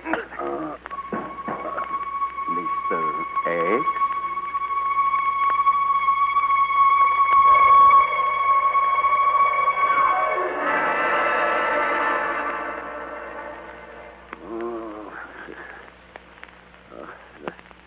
I see you're coming round, Mr. Thurston. Oh, thanks for telling me. What goes? You're in the back room of Le Cher Noir, a natives' cafe here in Saigon. I'm Arlene Nelson. I've just cut the ropes around your wrists and ankles. We'll go into the cafe as soon as you're ready. Short, sweet, and to the point. That's the way I like things to be. Beaumont liked them that way, too. You grow your police inspectors pretty rugged out here. That was a gag, Mr. Thurston. Yes. He's not with the police. He owns this place. Lucky for you, I saw his boys carry you in here. Well, what's his interest in me? And yours? The mutual interest of the three of us. The Throne of Tayh-Ninh. Huh? I think we can beat him to it if we work together, Mr. Thurston. Tayh-Ninh. 2 questions, Miss Ivy. Shoot. What makes you think I'm interested in this throne? And if I am, why should I string along with you? 2 heads are better than one, Ken. Besides, you're smarter than Professor Gibbons was. Smart enough to know what to choose when it's between $2 million and death.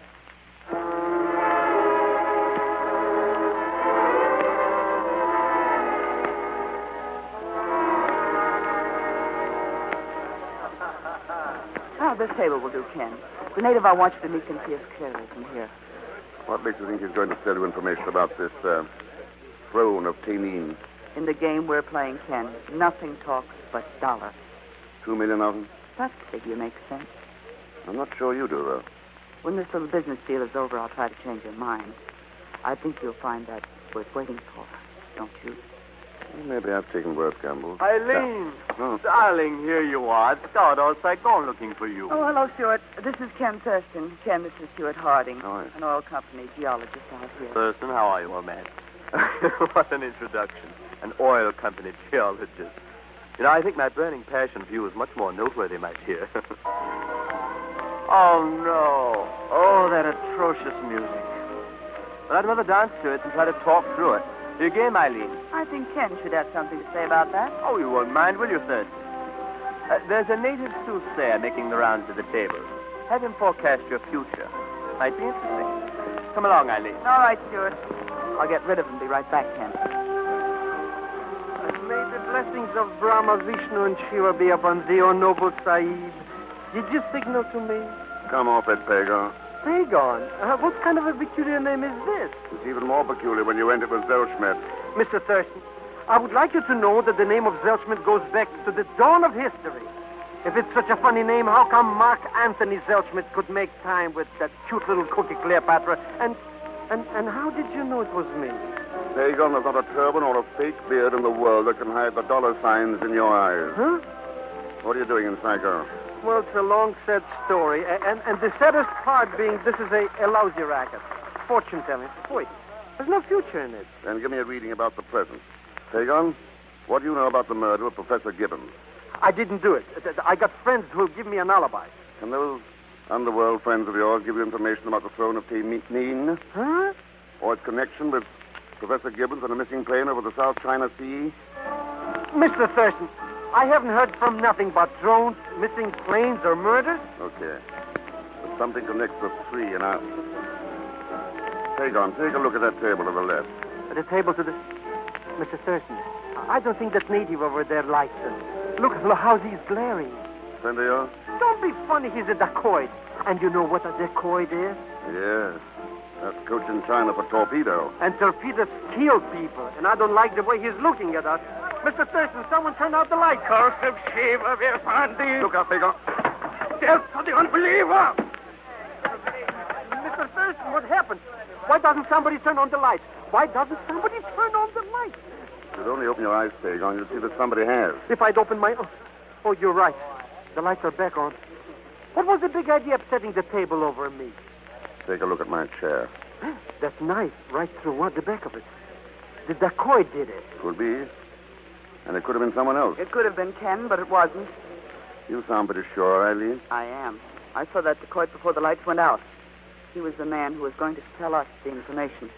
Apparently changed his mind. Yes, and so have I. Our partnership is dissolved, Ken. Oh?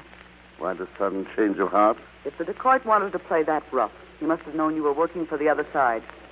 So from here on in, it's no holds barred, Mr. X.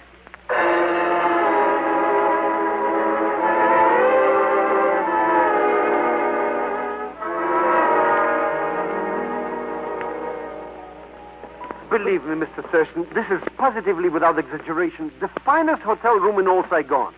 You don't know how lucky you are. I found it for you. For $20, I didn't need that kind of luck.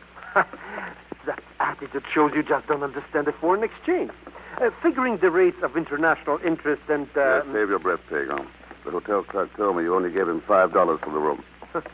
He did, eh? Uh-huh. Well, of course. You wouldn't take the word of that thieving, no-good racketeering hotel clerk against mine, would you? Sure. Oh. You can stop right there, Thurston. Well, our impassioned oil geologist. Oh, howdy. That's right, Thurston. Glad you remember me. I never forget a face behind a gun. I'm going to make this short and sweet. Stay away from Eileen. What's the matter, jealous? Not of you, Thurston. The Throne of Tayh-Ninh. You understand? No. Well, then I'll make it clear. For centuries, men have killed for the jewels in that throne. I'm not going to let you lead Eileen to her death, too. She's harder to try to be led around, Hardy. Or hadn't you noticed? I know. She inherited more than Thor's thunder from her father. Thor's thunder? Yes, the schooner she has down at the docks. The one he used when he was a freebooting pirate. I'm not going to let her wind up the way he did. Why not talk it over with her instead of... All right, let me have that gun. Let go of my arm, Thurston. Let go. Sure. As soon as you drop it. Oh! All right. Get it, Pickle. As good as got. Okay, Hardy. Now, let's get some things straight. I don't like guns being waved in my face. I guess I have acted like a fool, Thurston. I'm sorry. How can I apologize? By answering some questions, fast. What's the Throne of Tayh-Ninh? And what do you know about Professor Gibbons' connection with it? Why, I thought you knew. The throne is a fabulous legend in Cochin, China. It had been lost for centuries, and Professor Gibbons claimed to have found it just before the war broke out. Go on. Well, as thrones go, it was a comparatively small affair, easy for him to hide away when he left Saigon just before the Japanese invaded. I see. So now it's just sitting somewhere waiting for someone to find it. And the $2 million worth of jewels encrusted on it. Eileen thinks she can find it? Yes, but she doesn't stand a chance. Not with Beaumont, the dacoit who almost knifed you, and the other murderers and cutthroats who are trying to find it, too.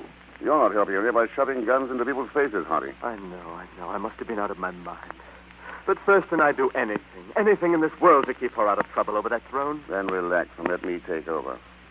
I'll do my best to keep everyone out of trouble, including me.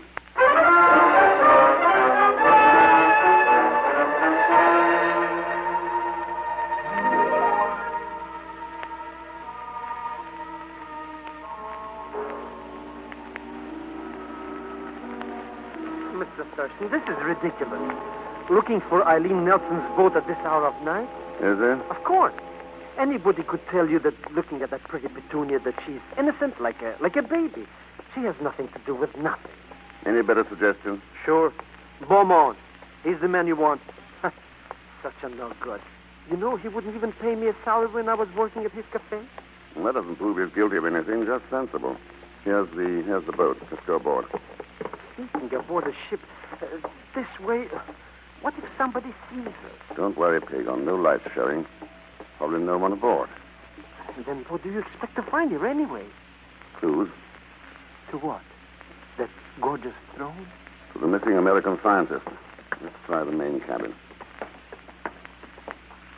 That should be it. Go in. What did I tell you? There's nothing in here. Well, how can you tell without any light? My natural trust in that Eileen Nelson. I'd rather trust his flashlight. There. You see? Just like I said, there's... Mr. X. Well. It's the throne. That's the Throne of Tayh-Ninh. Yeah, all $2 million worth. Sitting right in the middle of the cabin aboard Eileen's schooner. Now, where's your natural trust in her? I won't believe it. Beaumont fooled her. He fooled her into telling him use this place to hide the throne. Won't watch, Pagon. If anyone's been fooled, it's Beaumont. Look on the floor behind the throne. On the floor behind? Yeah. With a knife in his heart.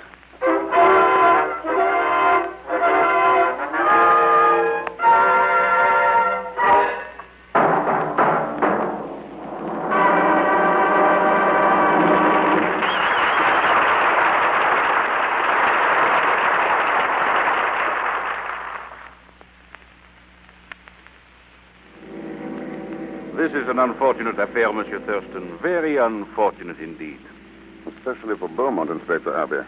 If you had only come directly to me upon your arrival in Saigon... Well, that was the general idea. Only Beaumont and Eileen Nelson put a crimp into it. Yes, so you have told me. But I fail to see the connection between them and the Throne of Tayh-Ninh with your original mission here. I don't see it either, but maybe I can guess. Guesswork is not considered good police practice, monsieur. Then let's look at facts. Professor Gibbons was the only man who knew the location of the throne. He was also a member of the missing scientific mission. And what does that prove, monsieur? Nothing except that $2 million is worth a lot of risk to some people. I'm afraid I do not follow you, monsieur. The path of your logic is very faint indeed. No path too faint to follow if those men are still alive at the end of it, Inspector. If you don't believe me, check with a couple of million natives in the Pacific, whose future welfare might be set back a generation if those scientific findings are lost. Okay, Inspector, there's the schooner. Let's go aboard and look at some other facts. Very well. Maybe they'll help you change your mind. Or perhaps, monsieur, though I'm inclined to doubt it. Well, I thought you said the ship was deserted. A light is shining up the companionway. I left Pagon on guard. His bravery in the presence of dead bodies goes only so far. And it's non-existent in the dark. So, the throne is in the main cabin? Yeah, right in here. You can face some facts for yourself. Huh. What is this, Thurston? Your idea of a joke? My sense of humor's better than that, Inspector. But this room... Yeah. No Pagon, no Beaumont, no Throne.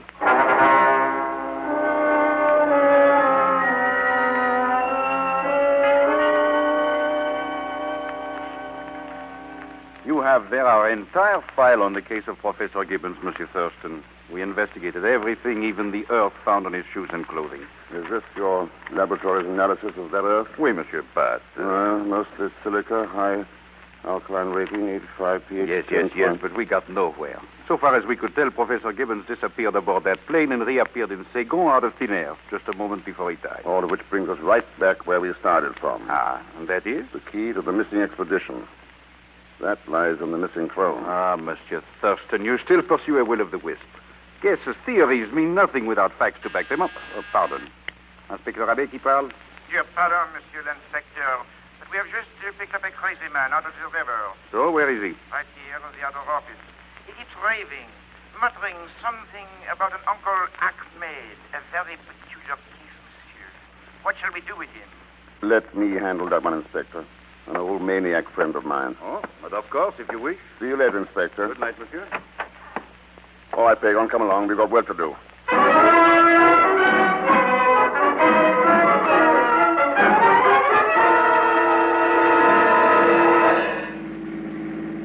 And that's what happened, Mr. X. It was stuffy in that cabin. I went up on the deck for a breath of fresh air. And somebody did what I've often been tempted to do. Huh? Conked you over the head. Mr. Thurston. Well, anyways, the next thing I knew, I'm making like a fish in a river.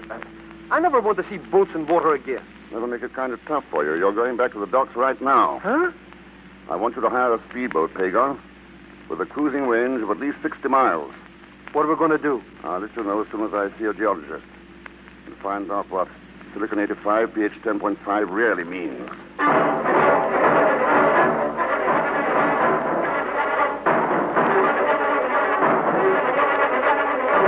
There's no doubt about it, Thurston. From the analysis you've given me, that soil can come from only one place in Indochina, the island of Kwai Lung. Kwai Lung? Where's that, Hardy? It's a volcanic upthrust some 20 miles down the coast. Geologically speaking, it's a beautiful specimen, but unfortunately, it can't be examined. Why not? Well, it seems the Japs left it booby-trapped with countless landmines. Several tourists were killed there last year, and the authorities have barred it to the public. Oh? I hope I've helped you, Thurston. Sort of makes up for the way I behaved earlier. But may I ask what your interest is in this soil?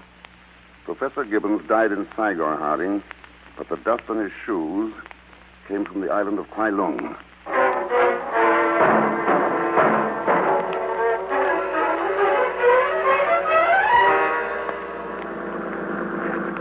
Some steamboat, eh, Mr. Thurston? She handles like a charm, Pagon. Where'd you get it? What does it matter? And Zellschmidt always knows where to get luxury items. With other people's money, huh? Which is besides the point. I got you the boat. We're going out to that one Long Island. Kwai Lung. Whatever it is, and we're both happy. Except me. Oh? You don't tell me things. Why did you have to see this Harding to get the dope on the island? The police geometrist told you the same thing, given it while I was with you. Just double-checking. On report? No, on Hardy. What a suspicious character. I bet you suspect everybody. Even me. Especially you. Thank you. This is the speedboat to Eileen Nelson's yacht, isn't it? Speedboat to... well, of all the ridiculous... I never heard... How did you know? Because she's standing right behind you. Don't be silly. How could she? I left her in the docks after that. Miss Nelson, you triple-crossed me, and please put down that gun. Let that be a lesson to you, Pagon. Never trust a woman. Never trust the Zellschmidt, Eileen. Well, now what? Now that I've learned where you're going and where the throne is, I'm taking over. Any arguments? Oh, no. Just a word of advice. Watch out for this wheel. It pulls a little to port. Oh, you fool! We're heeling way over. Let's have that gun, Eileen. A pretty smart trick, Ken. Drop that thing or I'll have to take it away from you. No. No, Ken, you don't have to take it away from me. I'll drop it. Don't worry about a thing, Mr. X. I have the wheel. We're back on course again. Good work, Pagon. Are we back on course again? Hmm? What's that supposed to mean? You're still holding me. And you know I like it. Quite a change of pace, Eileen. It's not really, Ken. Remember last night at Le Chanois? Remember what I said about a certain moment being worth waiting for? Well? Maybe we won't have much longer to wait now. Let's talk about that when this is all over. No, don't waste precious time, Ken. What? There's a seaplane flying overhead, following the same course. And if it's flying where I think it is, you and I may never leave the island of Tayh-Ninh alive.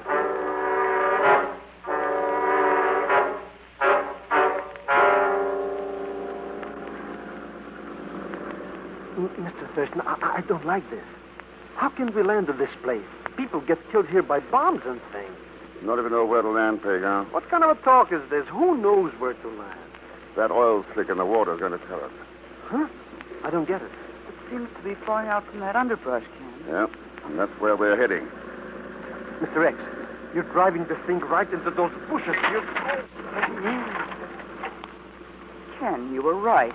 A harbor's behind the overhanging brush. Yep, complete with landing dock, seaplane, and all. That's where the oil slick was coming from. What are you going to do now, Ken? Look for the pilots of that plane. Huh? And the Throne of Tayh-Ninh. And the missing expedition.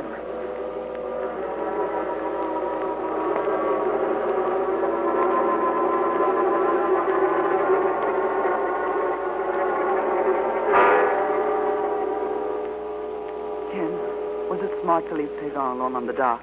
No, it would have been smarter to leave you there, too. Not for me, it wouldn't. Don't trust me? I trust no one where $2 million are concerned. Huh?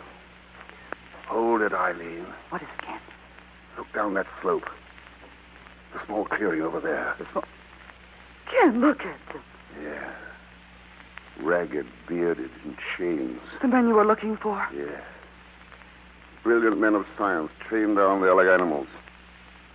Oh, thank God they're still alive. Save your thanks, Thurston. They won't be for long. Inspector Abbey. Yeah. That's the executioner's gun in your hand, Abbey? It is, Thurston. I've had it ready, waiting for you. But you disappoint me. You do not seem the least surprised at my being here. Why should I be? Your own geologist knew that the soil in Gibbons' shoes came from here, but you made no attempt to investigate. Ken. Sure. He knew Gibbons had hidden the throne, and when he learned Gibbons was off on that scientific mission, he decided to go after it. Quite right, Thurston. It was simple to board that plane at Singapore with my police credentials. Even more simple to dispose of the crew and fly the plane here to Tayh-Ninh. Only Gibbons proved stubborn, didn't he, Abbey? He wouldn't tell you where the throne was hidden, and when he escaped from here and made his way to Saigon, you caught up with him and killed him. All right, Abbey. Ken, no. Stand back. Your time will come soon enough. Yeah, like Beaumont's. What happened there, Eileen? Did Beaumont make a deal with you to get the throne aboard your schooner? Yes, Ken, but I didn't trust him. I went looking for you. While I was away from the ship... Yeah. Abbey had him killed. The throne was put aboard the seaplane, and Abbey flew it out here today to keep under cover until it was safe to dispose of the jewels. You are a very clever man, Thurston. Unfortunately for your own welfare, you are too clever. So the time has arrived for that execution I mentioned. What the devil? Sounds like somebody's latching onto your throne, Abbey. No, it's not possible. Let's argue later. Oh. Ah. A flyer shouldn't let plane engines distract him, Abbey. Look what happened to you. This is no time to admire your handiwork, Ken. We've got to stop that plane. Why, it's not going anywhere. Not go... What do you mean? Pagan can't fly. Pagan? Sure. I didn't know whether Abbey would show his hand while we were here or stay hidden. Either way, I figured that motor starting would bring results. It did. So, Ken, as usual, Mr. X has successfully completed his mission. And now what are your plans? Well, it depends on what turns up, Eileen. And if it should be the offer of a South Sea Island cruise that turns up aboard a good seagoing schooner named Thor Thunder? No. I'm afraid not. But why not? We're two of a kind, roaming the byways of the world for danger and adventure. We play the same kind of game, Ken. Oh, no, Eileen. I was gambling for those scientists. You and Abbey gambled for $2 million against the future welfare of 2 million people. No, Eileen. Things we stand for are on opposite sides of the fence. A constant battle between them. You said it yourself. With no holds barred.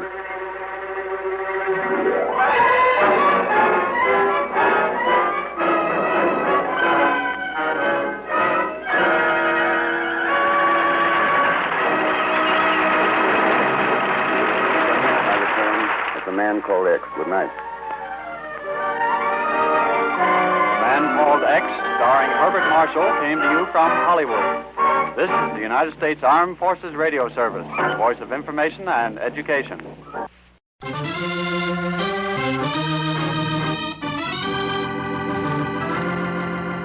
Listen to Herbert Marshall as the man called X. Wherever there is mystery, adventure, intrigue, in all the strange and dangerous places of the world, there you will find the man called X.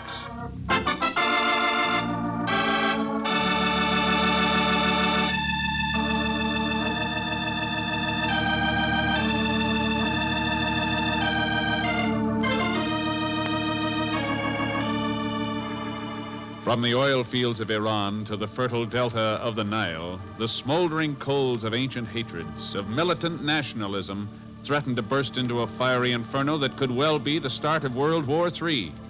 And who would there be to say whether such a flaming holocaust came into being accidentally or was deliberately ignited as a weapon of destruction aimed at the Western democracies?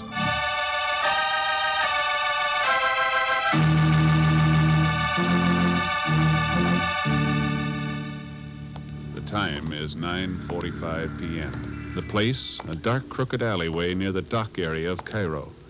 The furtive figure of a man moves cautiously, hesitatingly, through the black, enveloping shadows of the Egyptian night. Why do I do these things anyway? A guy could get his throat cut out here, and for what? A few measly bucks. Believe me, if it wasn't for that, I'd never do it. Where is Uncle Ahmed, anyways? He said he'd meet me here. Where is he? Where is Cousin Ismail? Oh, where is anybody? Right behind the Effendi. Who? Oh, Uncle Ahmed, it's so dark for a minute I thought you were somebody else. Oh, you are somebody else. Quiet, Zellschmidt. That is the blade of a knife you feel pressing against your throat. It is? Listen, there is a certain man aboard the British cruiser Hellenic out in the harbor. A certain Pasha Ken Thurston. He must board the Cairo Port Said Express at midnight. Compartment C3. With him, he must have 100,000 pounds sterling. Repeat that. The Cairo Port Said Express, midnight. Compartment C3. 100,000 pounds sterling? You will see that he is there with the money. Otherwise, your life will be forfeit. But what if he don't want to go? He will go, Zellschmidt. When you tell him that with 100,000 pounds, he will be able to purchase a halfpenny stamp.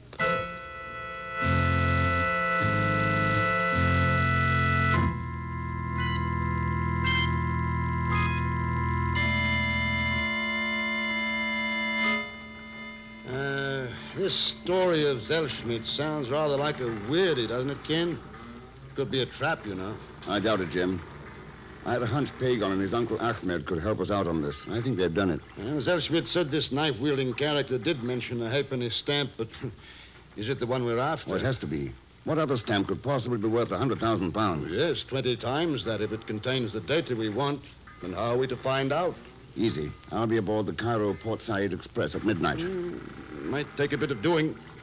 The Egyptians aren't very partial to us at this moment, you know. I'll do a bit of disguise, change clothes, go as an Egyptian merchant. And I'll wager your throat's cut before you leave the station. I'll let you know how I come out. No, hold on, Ken. You might be decent enough to wait until I get my hat. I'm going with you.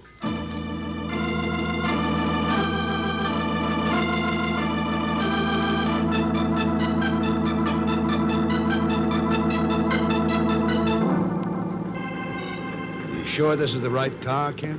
Yeah, there's compartment C5, C4. Here we are, C3. Come in, please, gentlemen. Come in. There's more than enough room for all of us. Who are you? My name is Touros, gentlemen. Dimetro Touros. This happens to be a private compartment, Mr. Touros. Or didn't you know? Oh, yes, I was quite aware of that fact.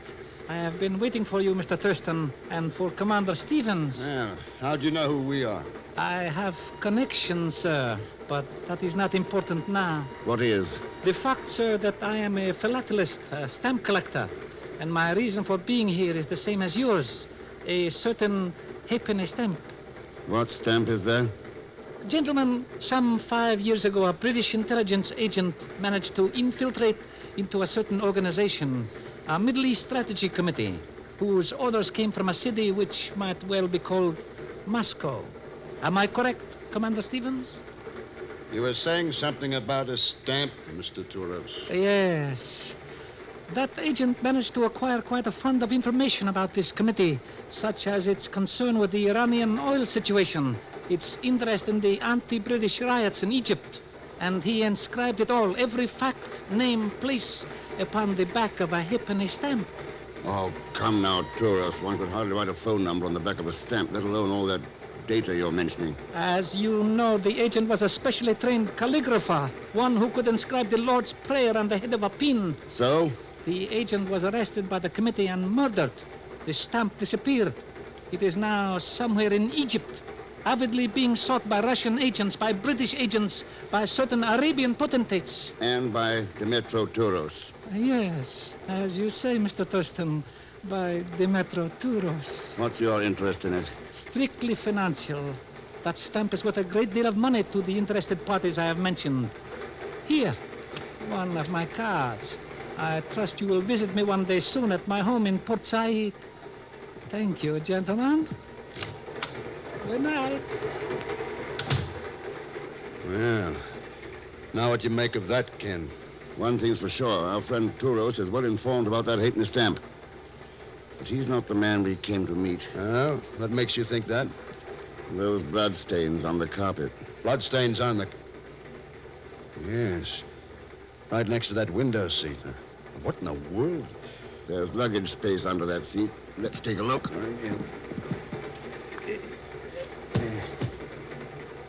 Yes, indeed. You think he was the man we were going to meet? Yes. And then who slipped that knife into him? Touros? Could be. Then Touros must have the stamp. I doubt it. Why? He'd have tried to make a deal with us all. He'd have claimed he entered the compartment by accident. And it must be somebody else aboard the train. Could be anybody. Yeah. May we come in, gentlemen? Well, you're in. What do you want? I am Major Osman Kamal, Egyptian military police. The men in the corridor are my agents. Do not attempt resistance, please. What's your interest in us? The corpse under that seat makes the answer superfluous. However, you are both under arrest for murder. Raise your hands, please. Ken, raise them. Better do as he says, Jim. After all, it makes it easier to reach the emergency cord. Do not pull that if they do not. Get the door, Jim. Got it. What about the Major? Knocked off his feet. I'll make sure he stays that way.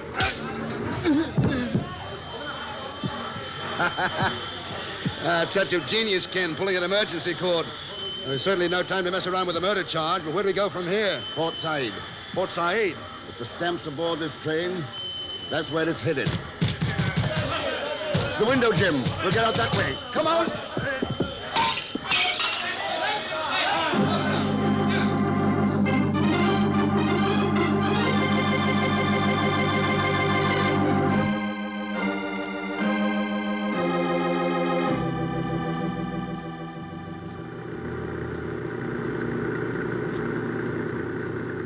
Lovely city, Port Said.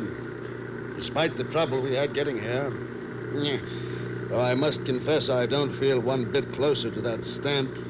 That's why I want to visit our friend Demetro Touros. He's the only lead we have. Yes, well, according to the address on his card, this should be his home. Yeah. You go on and contact your agents in town. See if they've learned anything. I'll talk to Touros here, and we'll meet at the El Akbar Hotel tonight. Right.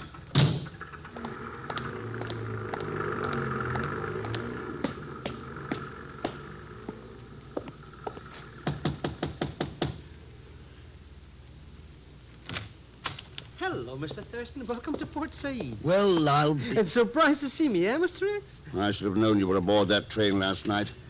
What did you do? See Touros leave that compartment and follow him here? That's right. It only stood to reason you'd be showing up here, too. So when the tourist character left the house, I got in. Yeah. How long have you been here? Only a couple of minutes, Mr. X. Nobody else in the house? No, not a soul. Well, what do we do now? Look for a halfpenny stamp. The one worth 100,000 pounds. Sterling? Yeah. Now, that looks like a den or library over there. Let's try it. Hey, it's blacker in here than my Aunt Zenobia's heart. There's a lamp on this desk. Hey. Some joint, eh, Mr. X? Must be plenty of dough in this damn business. And look at that painting of that cute cookie dancing. We're interested in stamps, not dancing girls. Remember? Oh, sure. So, where do we start, Mr. X? I suppose we try those albums on this desk. Hey, look at those books. All covered with leather and stuff. Artificial diamonds and stuff. Oh, those diamonds are real, Pagan. Oh, sure. I knew it all the time. Would they ever put diamonds on a book that was real?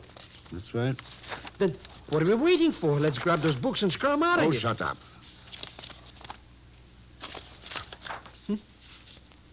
Find something, Mr. X?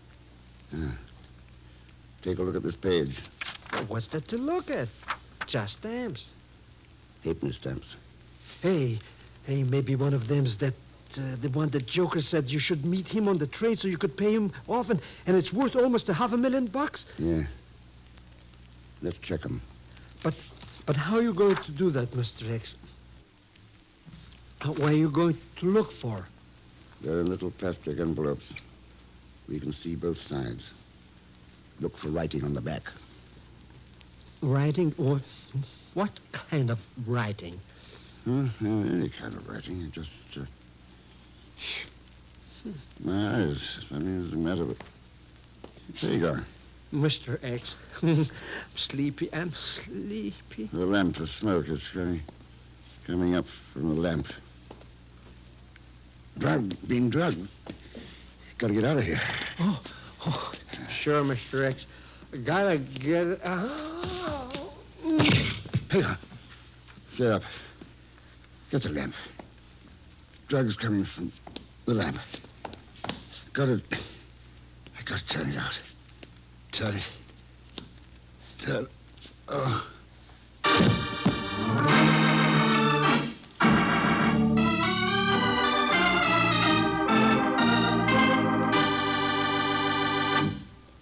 We'll return to the man called X in just a moment.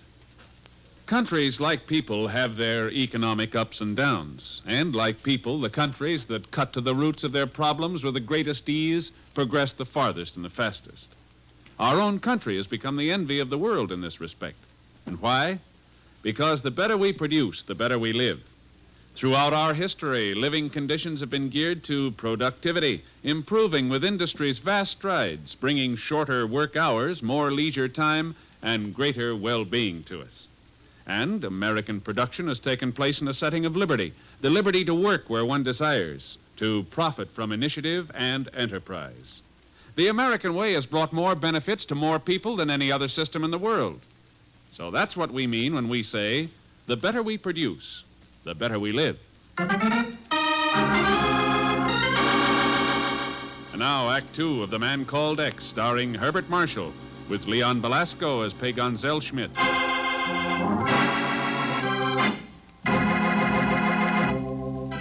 It is only a little colored piece of paper, a halfpenny stamp, but on its back it contains information that could quench the rising flames of unrest in the Middle East, or could lead to World War III.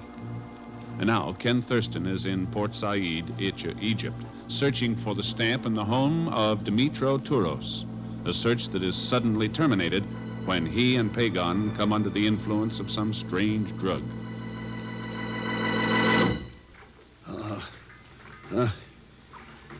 So, Thurston Effendi, you are regaining consciousness at last. Yeah. Yes, looks as though... Well, who are you? I am known as Erdry. Does the name mean anything to you? That picture on the wall in Touros' library. The dancing girl. Oh, I am flattered that you recognize me, Effendi. Pagan, where's Pagan? Your companion is sleeping comfortably in the cabin next to this one. So we're aboard ship. The Abdullah Bay, anchored in the harbor of Port Said. It is my husband's yacht. Husband? You have already met him. Dimitro Touros. That is quite correct. Why bring me here? Is it so difficult to fathom, Effendi? We are all after the same thing, the halfpenny stamp. No, it still doesn't make sense. Unless you working with your husband, Audrey, or against him. Dimitro is a pig. Does that answer you? It gives me a general idea, yeah. Well, then let me give you more specific ones. On the port side waterfront, there is a cafe known as the Star of Heaven. Tonight, in the Star of Heaven, you may be able to find the halfpenny stamp that you seek. That's interesting. Anything else? I understand it will be in the custody of one I have heard referred to only as the man with the third green eye. Well, not very enlightening, is it? Well, it will have to do. I have told you all that I know. Yes, but why? I wish that stamp to be in the hands of its rightful owners, not in the metros. And I intend to make certain of that personally. Oh, how? If you succeed in obtaining the stamp, you will come back here to the yacht with it. Why should I come back? There are 2 men wanted for a murder committed aboard the Cairo Port Said Express. A certain Major Osman Kamal is in Port Said at this very moment. He might well be interested in the whereabouts of one of those men. Uh-huh. Not very subtle about your threats, are you? There is nothing very subtle about war, Thurston Effendi. Well? I'll try to be back tonight.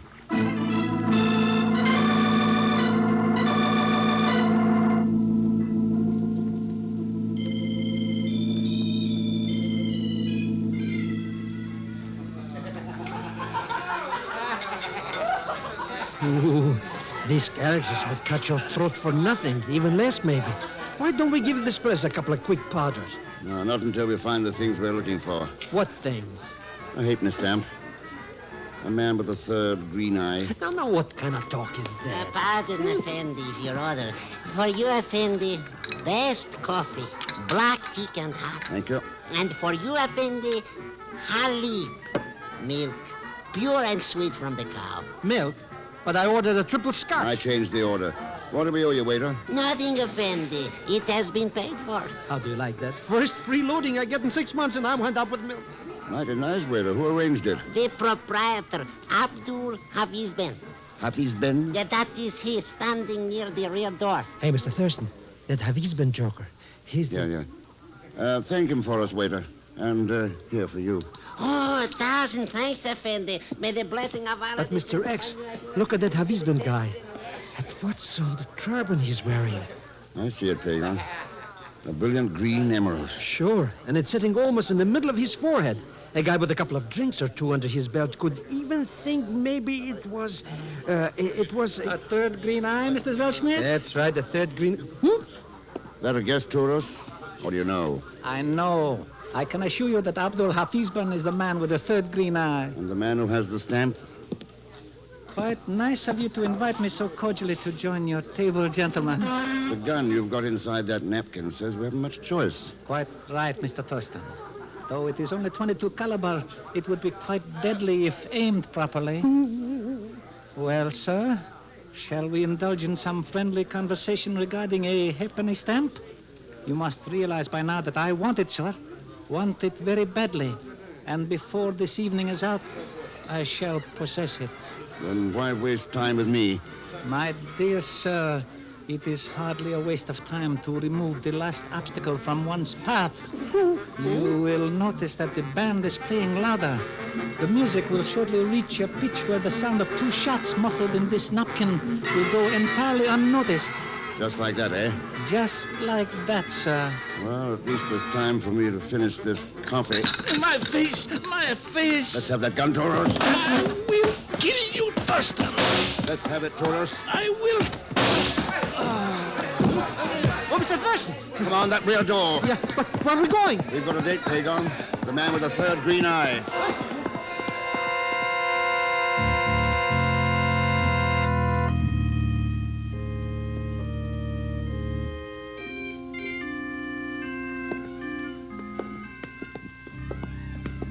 But why do we still hang around these joints, Mr. X? The rest of those jokers will be after us any minute. Hafiz Ben's still got that halfpenny stamp. And you think he's back here somewheres? He's got to have an office someplace. Maybe this is it.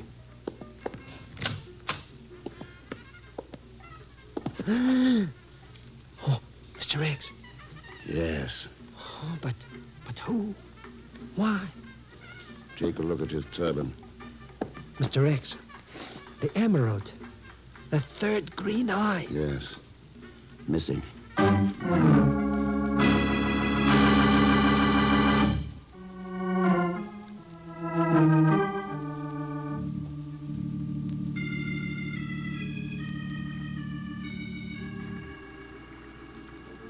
So the man with the third green eye is dead, Thurston Effendi. And the halfpenny stamp is missing once again. Looks like it, Audrey. This is too bad. But at least there is one consolation. Demetra did not get his filthy hands on it. Yeah. Well, I've kept my promise. Might as well be going. Well, Major. And you remember me, Thurston Effendi? Sure. Looks like you pulled a neat double cross, Audrey. Perhaps it would not have been necessary if you had returned with the halfpenny stamp, Thurston Effendi. So you're in on this, too. What about that military police gag? Merely a subterfuge to question you and Commander James Stevens at leisure. Circumstances prevented that aboard the train. Nothing shall prevent it now. What do you think you'll find out from me? The present whereabouts of the stamp? You think I'm the one who killed Heffisben and took the stamp from him? No other explanation will fit the circumstances. Major Kamal, start questioning him. He will tell us where it is hidden quickly enough. Oh, you don't have to bother. I'll tell you where it is. But I want to get something straight first. Huh? What? As I see it, Heffisben spread the word that he'd sell the stamp to the highest bidder, and the vultures started gathering around. Touros, who had the money to buy it, and the two of you who sent me to the cafe to get it for you. So? But you didn't figure that one of you would double-cross the other. What do you mean? While Touros and I kept each other busy, one of you killed Heffisben and took the stamp. Didn't you, Audrey? What? You are lying. Better not wear such spicy perfume. The scent was still in Heffisben's office. Now, where's the emerald? The one that's got the stamp concealed inside. In your purse? No, stay away from there. No! Okay, Major. It's your move. So you did double-cross me, Audrey. I should have known. No, Osman. Put away that gun. You can't shoot me. You can't. I am going to... Is everything okay, Ken? It's under control, Jim. Thanks. You heard everything? I didn't miss a word. All very exciting at the end there, and I must say we've run up against as unsavory a crew of characters it's ever been my misfortune to meet. Who are you to talk, you filthy capitalistic pigs? Someday we will prove to the world who the truly superior peoples are. Oh, sure. You're certainly trying hard enough. Using the double-cross, murder, even war. Well, maybe someday you'll learn that there are no superior people. Only a couple of billion human beings who want to live together in peace. Who pray they won't have to fight to get it.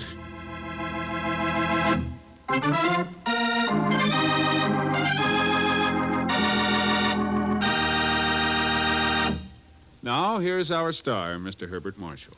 Thanks for being with us. And my thanks to Lucille Meredith, John Dana, Ed Begley, John Stevenson, and Lou Krugman. Next week, South America. The basin of the Orinoco River, where, believe it or not, a ton of dynamite and one Pagon Zellschmidt produce an explosion that threatens the whole country. Pagon? Leon Velasco, of course. So join us, won't you, when next I return as the man called X. Good night.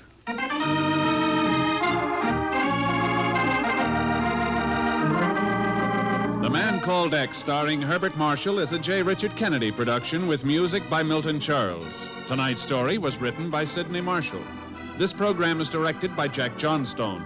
All characters and incidents on this program are fictitious, and any resemblance to actual characters or incidents is purely coincidental. And now, until next week, same time and station, this is Hal Gibney saying good night for The Man Called X. This is NBC, the national...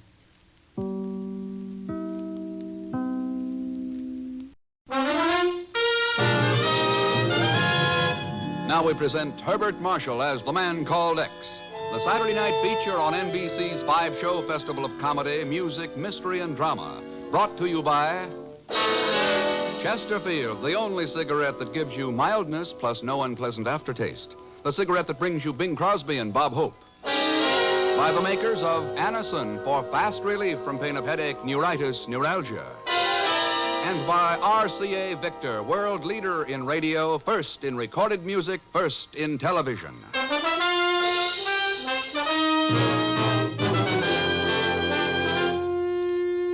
Herbert Marshall as the man called X. Wherever there is mystery, intrigue, romance, in all the strange and dangerous places of the world, there you will find the man called X. Now, wait a minute. Here come our boys again. Bob, do you realize we only have one thing in common? Hardly enough for a happy marriage, is it? What's that, Bing? Chesterfields, of course. We both like them, we both sell them. And we'd better get to selling them now. You know, folks, better tasting Chesterfield is the only cigarette that combines for you mildness with no unpleasant aftertaste. How do you know they're mild? Well, you just make our mildness test. You buy them, open them up, and enjoy that milder aroma. Then smoke a Chesterfield. You'll know it's milder because it smokes milder. And Chesterfield leaves no unpleasant aftertaste. That fact has been confirmed by the country's first and only cigarette taste panel. So, always buy Chesterfield. Let's sum it up musically. Buy Chesterfield, Chesterfield, the one that proves its case. Yes, Chesterfields are milder, plus no aftertaste. Oh ho, open a pack and give 'em a sniff. Then you'll smoke 'em.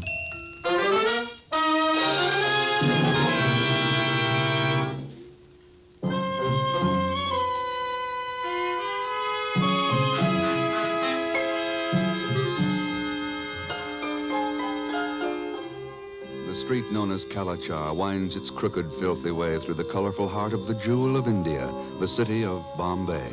Down toward the Arabian Sea, the street winds, finally coming to an abrupt end amidst the turmoil and confusion of Bombay's dock area. And it is there, among the English merchants, the Lascar sailors, the Hindu, Muslim, and Brahmin dock hands and stevedores, that we find a familiar fakir busily plying his wares. But believe me, Sahib, I swear by the father of my father, nowhere in all India could you find razor blades like these. They'll sharpen pencils, open tin cans. You could even use them for cutting your whiskers. Yeah, you get... Okay, now you don't have to get tough about it, okay? Hey, you, Sahib. Maybe you'd like some pin-up pictures, huh? I got Mabel Norman, Theda Barra, Mary Pickford. Believe me, for 10 rupees apiece. How wrong can you go? And besides, I would like... Pardon, Sahib. Huh? May this humble one inquire if the noble Sahib is known by the name of Pagan Zelsmith? Pagan? Who wants to know? My name is Mahura Sholto, Sahib. It was in Karachi during the war with the Japanese that I was of some service to the great one known as X.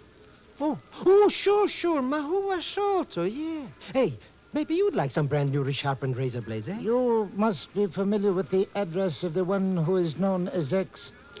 Here, take these. Hey, that's $50 American. Use it to send a cablegram to X at once.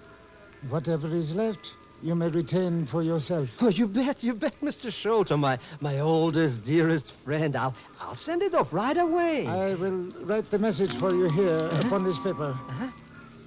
In the back country of Kandiva, fertile seed for war is being sown upon soil ripened for conflict.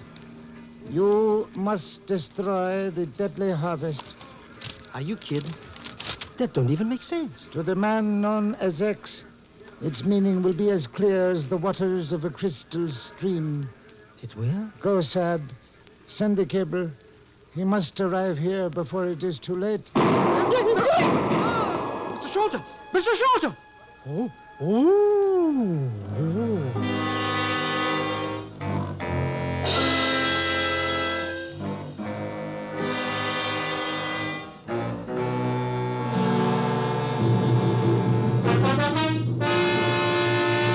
But it doesn't make sense, Ken. Just because you get a cablegram filled with gibberish from Pagan, that's no reason for you to go running off to India. Mahuba Sholto has been murdered, Chief. Sure, I know. And this is the Bureau, not a homicide division. Chief, did you ever hear of Khan's grass? Khan's grass? Yeah. Well, sure, it grows wild in India. It's the curse of India. Only 5 feet high, virtually indestructible. Over 10 million acres of once fertile land in the central provinces are now overrun by it. Well, that's their problem. No, you're wrong, Chief. Unless that land can be reclaimed from the Khan's grass, millions of people will face famine, starvation. And starving people are ripe for anything. Well, remember what happened to China. Now, but wait a minute. Didn't I read about an English agriculturist, Dr. Stanley, planning on doing something about that grass with some new farm machinery or something? That's right. He's in Bombay now, getting ready for a trip to the interior. He's going to try out that machinery in Kandiva province. Kandiva? Yeah.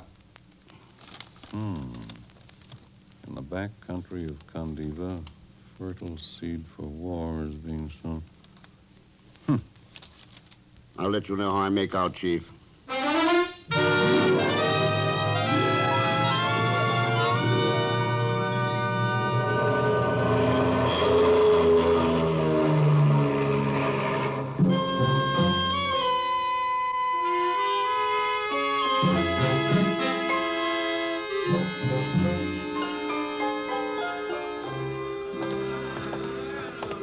I can't tell you how pleased I am to meet you in person, Mr. Thurston.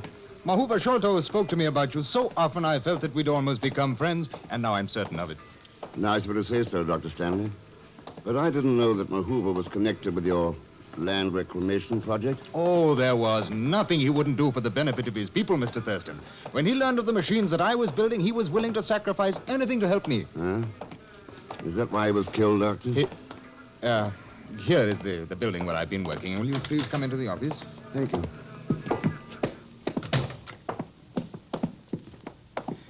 Mr. Thurston, for 5 years I've been trying to build tractor-driven equipment that will destroy the Khan's grass. It will tear it out by the roots.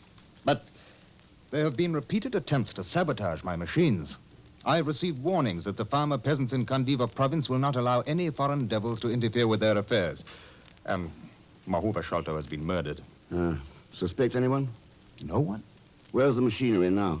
Oh, they're in the workshop in the rear of the building. We're moving it out to the siding this afternoon, and then tonight it'll be loaded aboard railroad cars and the trip to Kandiva. Mr. Thurston. Yeah. They came from your workshop.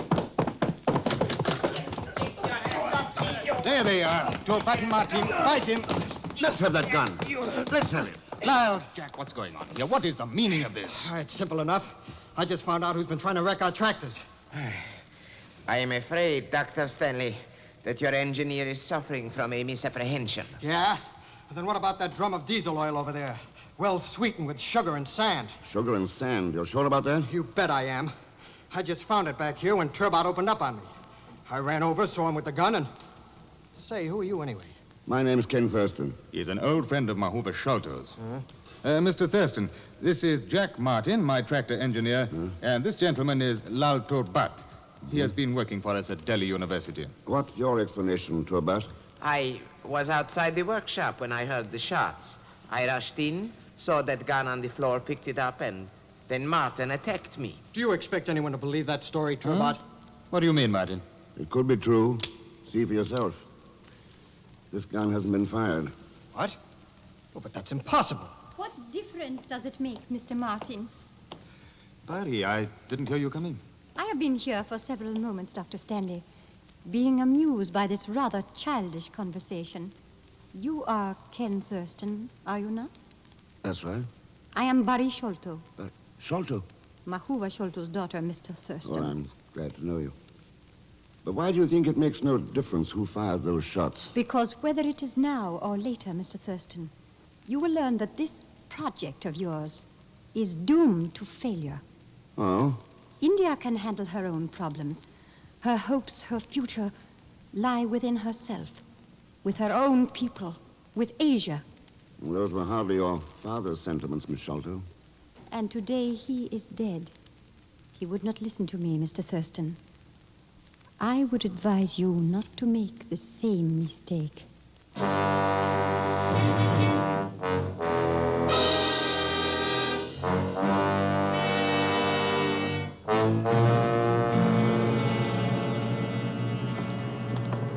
Well, of course, if you insist on having my invaluable services, Mr. X, I'll be happy to go along with you on this trip. For a slight consideration, of course. You'll get bureau scale pay, Gaunt. 20 a day and expenses. Please, Mr. X. There's Dr. Stanley's train. As soon as they finish loading the tractors, we'll be pouring out for Kandiva province. You coming along? At bureau scale? That's right. 20 a day in expenses? Yes. Well, I couldn't possibly consider it. Okay. So long, Pago. Well, as long as you insist like that, Mr. X. I'll take it.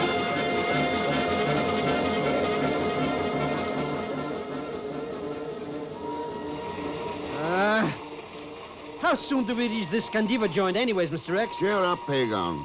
We shall get there sometime tomorrow. Believe me, it won't be one hot box too soon.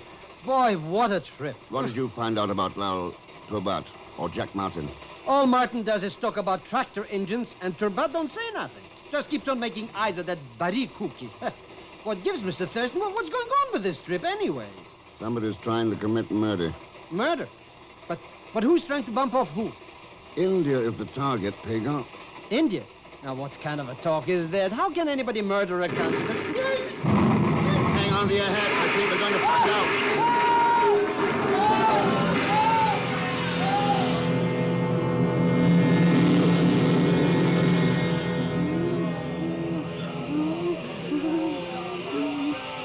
So you think it was sabotage, Martin? No question about it, Thurston. A 3-stick job with detonating cap. When the train ran over it, it blew. Lucky we were going slow. Yeah. But why should anyone try to blow up a whole train like that? They were after the tractor equipment. If so, Mr. Thurston, they did not succeed. It has not been damaged. Good. We can send back for a wrecking crew and be on our way again by morning. How much longer do you think you can go on, Mr. Thurston? The attempts at sabotage, my father's death, now this.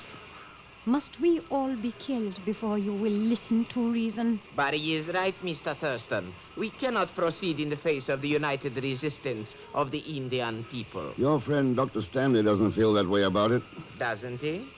Let us find him right now and put the question to him. It will do no good, Lal. I have just been to his compartment. And he wouldn't agree to turn back? He could not agree to anything. Killed by the wreck, Miss Salter? No, Mr. Thurston. By a knife in his throat.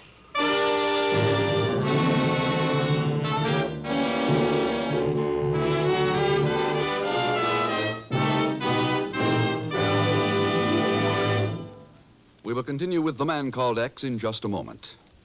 Here is something you should know if you ever suffer from the sudden pain of headaches, neuritis, or neuralgia. It is a way to ease the pain, often within a few minutes. A way that is incredibly fast and effective. It's Anacin. Anacin is like a doctor's prescription. That is, Anacin contains not just one, but a combination of medically proven active ingredients in easy-to-take tablet form. Thousands of people were first introduced to Anacin through their own physicians or dentists. But today, these tablets are in such widespread use that all drug counters have them and anyone may enjoy their benefits. Next time you suffer from the pains of a headache, neuritis, or neuralgia, by all means, try Anacin. You'll like the convenience of Anacin tablets, and you will be delighted with Anacin's incredibly fast action. A-N-A-C-I-N. Anacin. Ask for Anacin by name today at your druggist's. Now, Act 2 of The Man Called X, starring Herbert Marshall with Leon Belasco as Pagan Zellschmidt.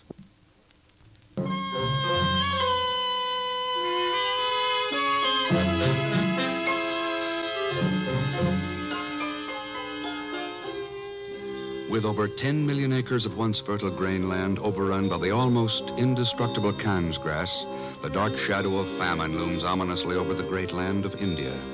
Dr. Roger Stanley believed he had tractor-operated equipment that could destroy it, but the train carrying the equipment was wrecked and Dr. Stanley murdered.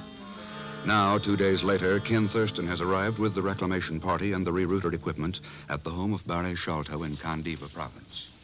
I want you to understand, Mr. Thurston, that the hospitality of this home is being extended only because it was my father's wish, not mine. You've made your point several times, Miss Salter. It's perfectly clear by now. Apparently not clear enough, or you would not pursue this project as you are doing. Look, Miss Salter, we're here to test Dr. Stanley's equipment. If it works, it means new life for millions of your countrymen.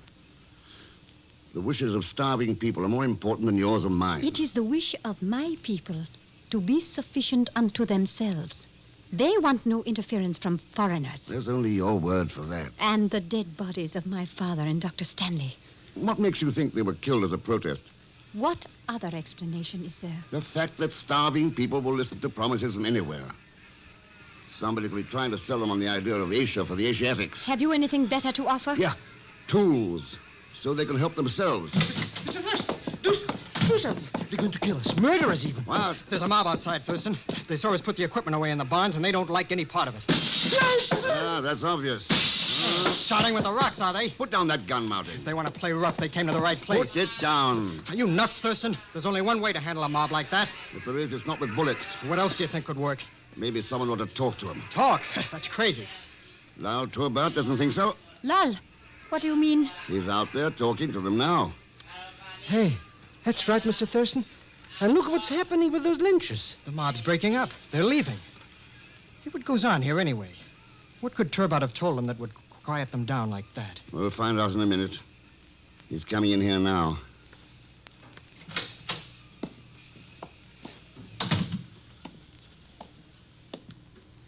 My countrymen offer their apologies, sahibs.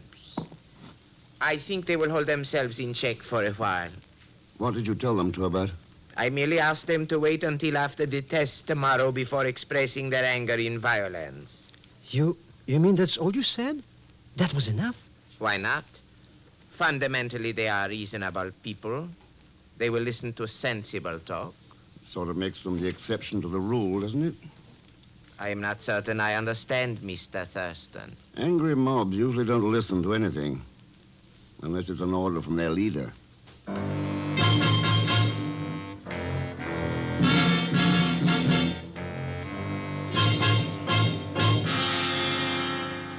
Look, Mr. X, let's take a quick brush-out powder away from here tonight before that mob changes its mind and kills somebody like me. They're going to test that equipment tomorrow, Pagon, and tonight you're going to stand guard in the barn with those tractors. Oh, no. No!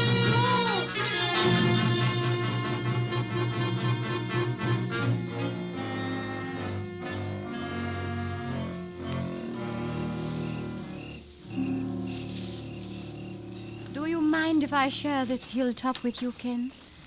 There are some things I would like to talk over with you. What things, Barry? First, my father was killed. Then Dr. Stanley. Any one of us could be next. And why? Because someone who thinks he is right is trying to prevent you from doing something you think is right. It somehow does not make much sense. Maybe not, but this does. The world's too small these days for any country to stand alone and hope to survive. Then every nation, every man must choose his side. Yes. For your sake, I hope you'll choose the right one. For the world's sake, I hope India does.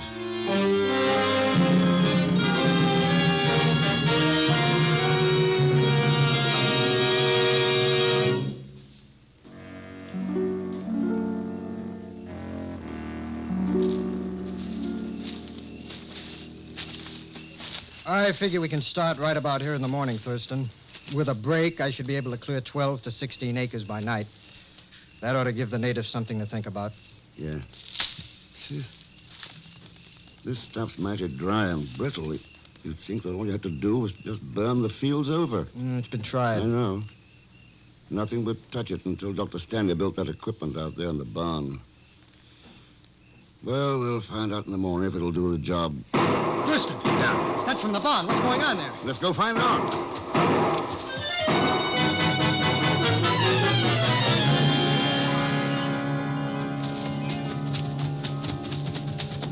Hit the side door, Martin. Right. Stop there, Sahib. Turbot. Oh, it is you, Martin, and Mr. Thurston. What's going on here, Turbot? I was in the hope that you gentlemen could supply such an answer to me. You've got the gun. What was the shooting about? Again, I must plead ignorance. I was out for an evening stroll and heard the first shots from the barn. I ran in here, someone fired at me, and I returned the fire. Then whoever shot was gone. That sounds as phony as the yarn you handed us back in Bombay. The truth, Mr. Martin, very often has a strange sound to those who are not used to it. One more crack like that, and I'll take that gun away from you. Hold it, Martin. We've got other things to think about. If you are concerned about the equipment, Mr. Thurston, you need not be. Everything is in good order. It's not what's here that bothers me, it's what's missing. Missing? Yeah. 5 drums of diesel oil and Pagon Zellschmidt.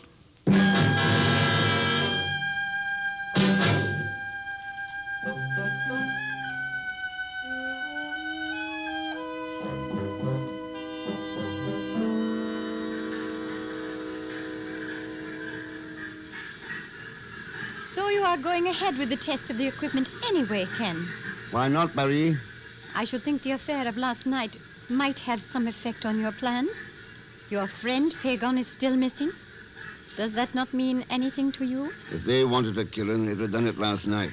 My guess is that they're holding him until they see how the test comes out. All set to go, Thurston. Okay, Martin. Good luck. I don't think we'll need it, but keep your fingers crossed. Here we go.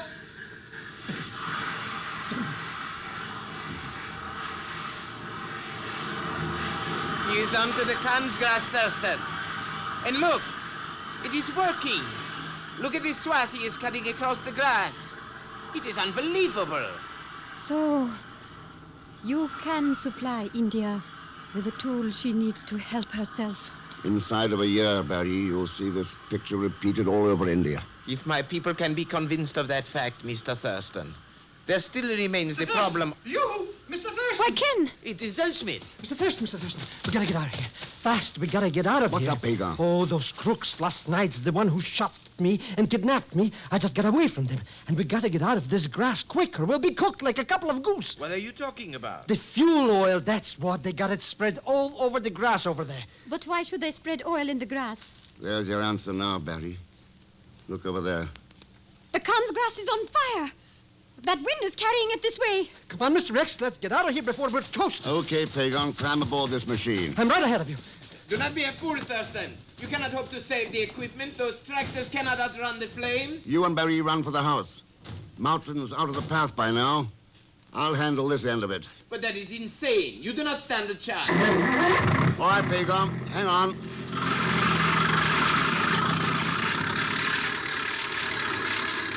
Boy, am I ever glad to be getting out of this mess.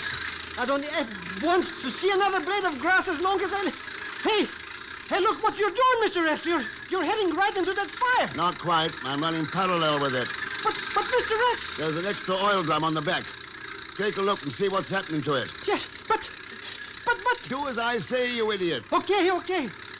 Hey, what do you know? All the oil's running out of onto the grass. Good. It's good, eh? Now let's get out of here. Not until we set a backfire. The backfire? Yeah. Here. Hang on to this piece of cotton waste. That's it. Hey, watch what you're doing. It's on fire. Toss it into the oil we'll spilled out. Go on, toss it. Sure, but... Oh, I don't see why we'll... Mr. Rex, it's on fire all around us. We're burning up. Ooh. All right, now relax, Pagan. The only thing that'll burn around here now is the Khan's grass. As soon as those two fires meet, they're going to call it quits.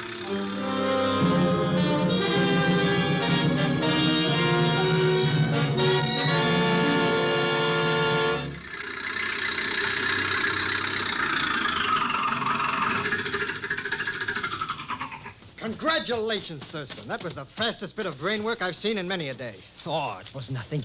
Nothing at all. The fire put out. All that equipment saved. You call that nothing? The backfire worked. Let's leave it at that. Okay. Have it your way. All I can say is that I couldn't have pulled it off. To be perfectly frank, Thurston, I'm still puzzled about it. Or was it just accident that the second tractor was so handy and had the open fuel drum on it? It was no accident, Turbot. There had to be some logical reason for those missing fuel drums. A fire would destroy the equipment and still give Martin a good cover-up. What was that, Thurston? You can forget the act, Martin. It didn't work in Bombay when you tried to throw suspicion on Turbot, and it won't work now. Are you trying to be funny, Thurston? There's nothing funny about the murders of Sholto and Dr. Stanley, or the attempted murder of millions of Indians through starvation. What are you talking about? How'd you know there was sand and sugar in that sealed oil drum in Bombay unless you put it there yourself? And the explosive that wrecked the train, how'd you know it was 3 sticks and a cap? Unless you'd ordered it that way. You seem to have made a little slip yourself, Thurston. You've forgotten to get any proof for all those wild statements. Oh, Lal Turbot can supply plenty of that. Turbot? Yes, Mr. Martin. Last night I spoke with many of my people. Not all of them were deceived by your propaganda. They promised if we could prove that the Khan's grass could be conquered, They would tell us the name of the one who was inciting them to unrest and violence. No, I would not advise you to move, Mr. Martin. Well, guess we cleaned this up okay, hey, Mr. X? We haven't cleaned up anything yet. Huh? We haven't? No, Pagan.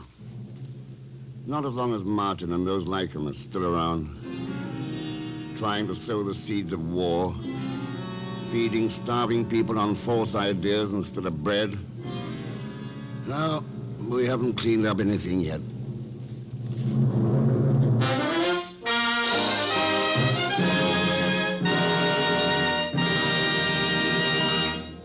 Our star Herbert Marshall will return in just a moment. Here's a word from RCA Victor. A word about money and how to make it go farther with an RCA Victor combination. You'll get the equivalent of 3 consoles, 3 different kinds of fun, and yet you'll pay for just 1 cabinet, 1 sound system. RCA Victor's Rutland, for example, brings you television at its finest. 17 big inches of million-proof television, quality proven in over 2 million homes. Second, you get both AM and FM radio with RCA Victor's new extended tone range. And third, the Rutland gives you 2 automatic record changers that enable you to enjoy records at all 3 speeds. Yes, enjoy all of these fine instruments in 1 fine combination and at 1 money-saving price. Look over the Rutland soon and say, here are 2 new RCA Victor Red Seal releases to add to your collection. September songs sung on a single record by H.C.O. Pinsa, and the album of selections from Gershwin's Porgy and Bess with Risa Stevens and Robert Merrill.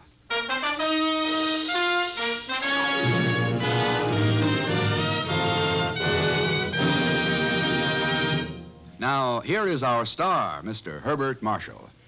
Thanks for being with us. And I think you ought to know that in tonight's cast were Jeanette Nolan, Will Wright, Bob Griffin, Paul Frees, Glenn Vernon, Ben Wright. Next week, Ken runs into a lot of real dynamite and a few other things even far more explosive in a story called Treason at White Sands. As usual, Leon Belasco will be along as Pagon Zellschmidt. So join us, won't you, when next I return as the man called X. Won't you sit down right now while you think of it? Look up the address of your local Red Cross chapter and mail your contribution for 1951. Good night.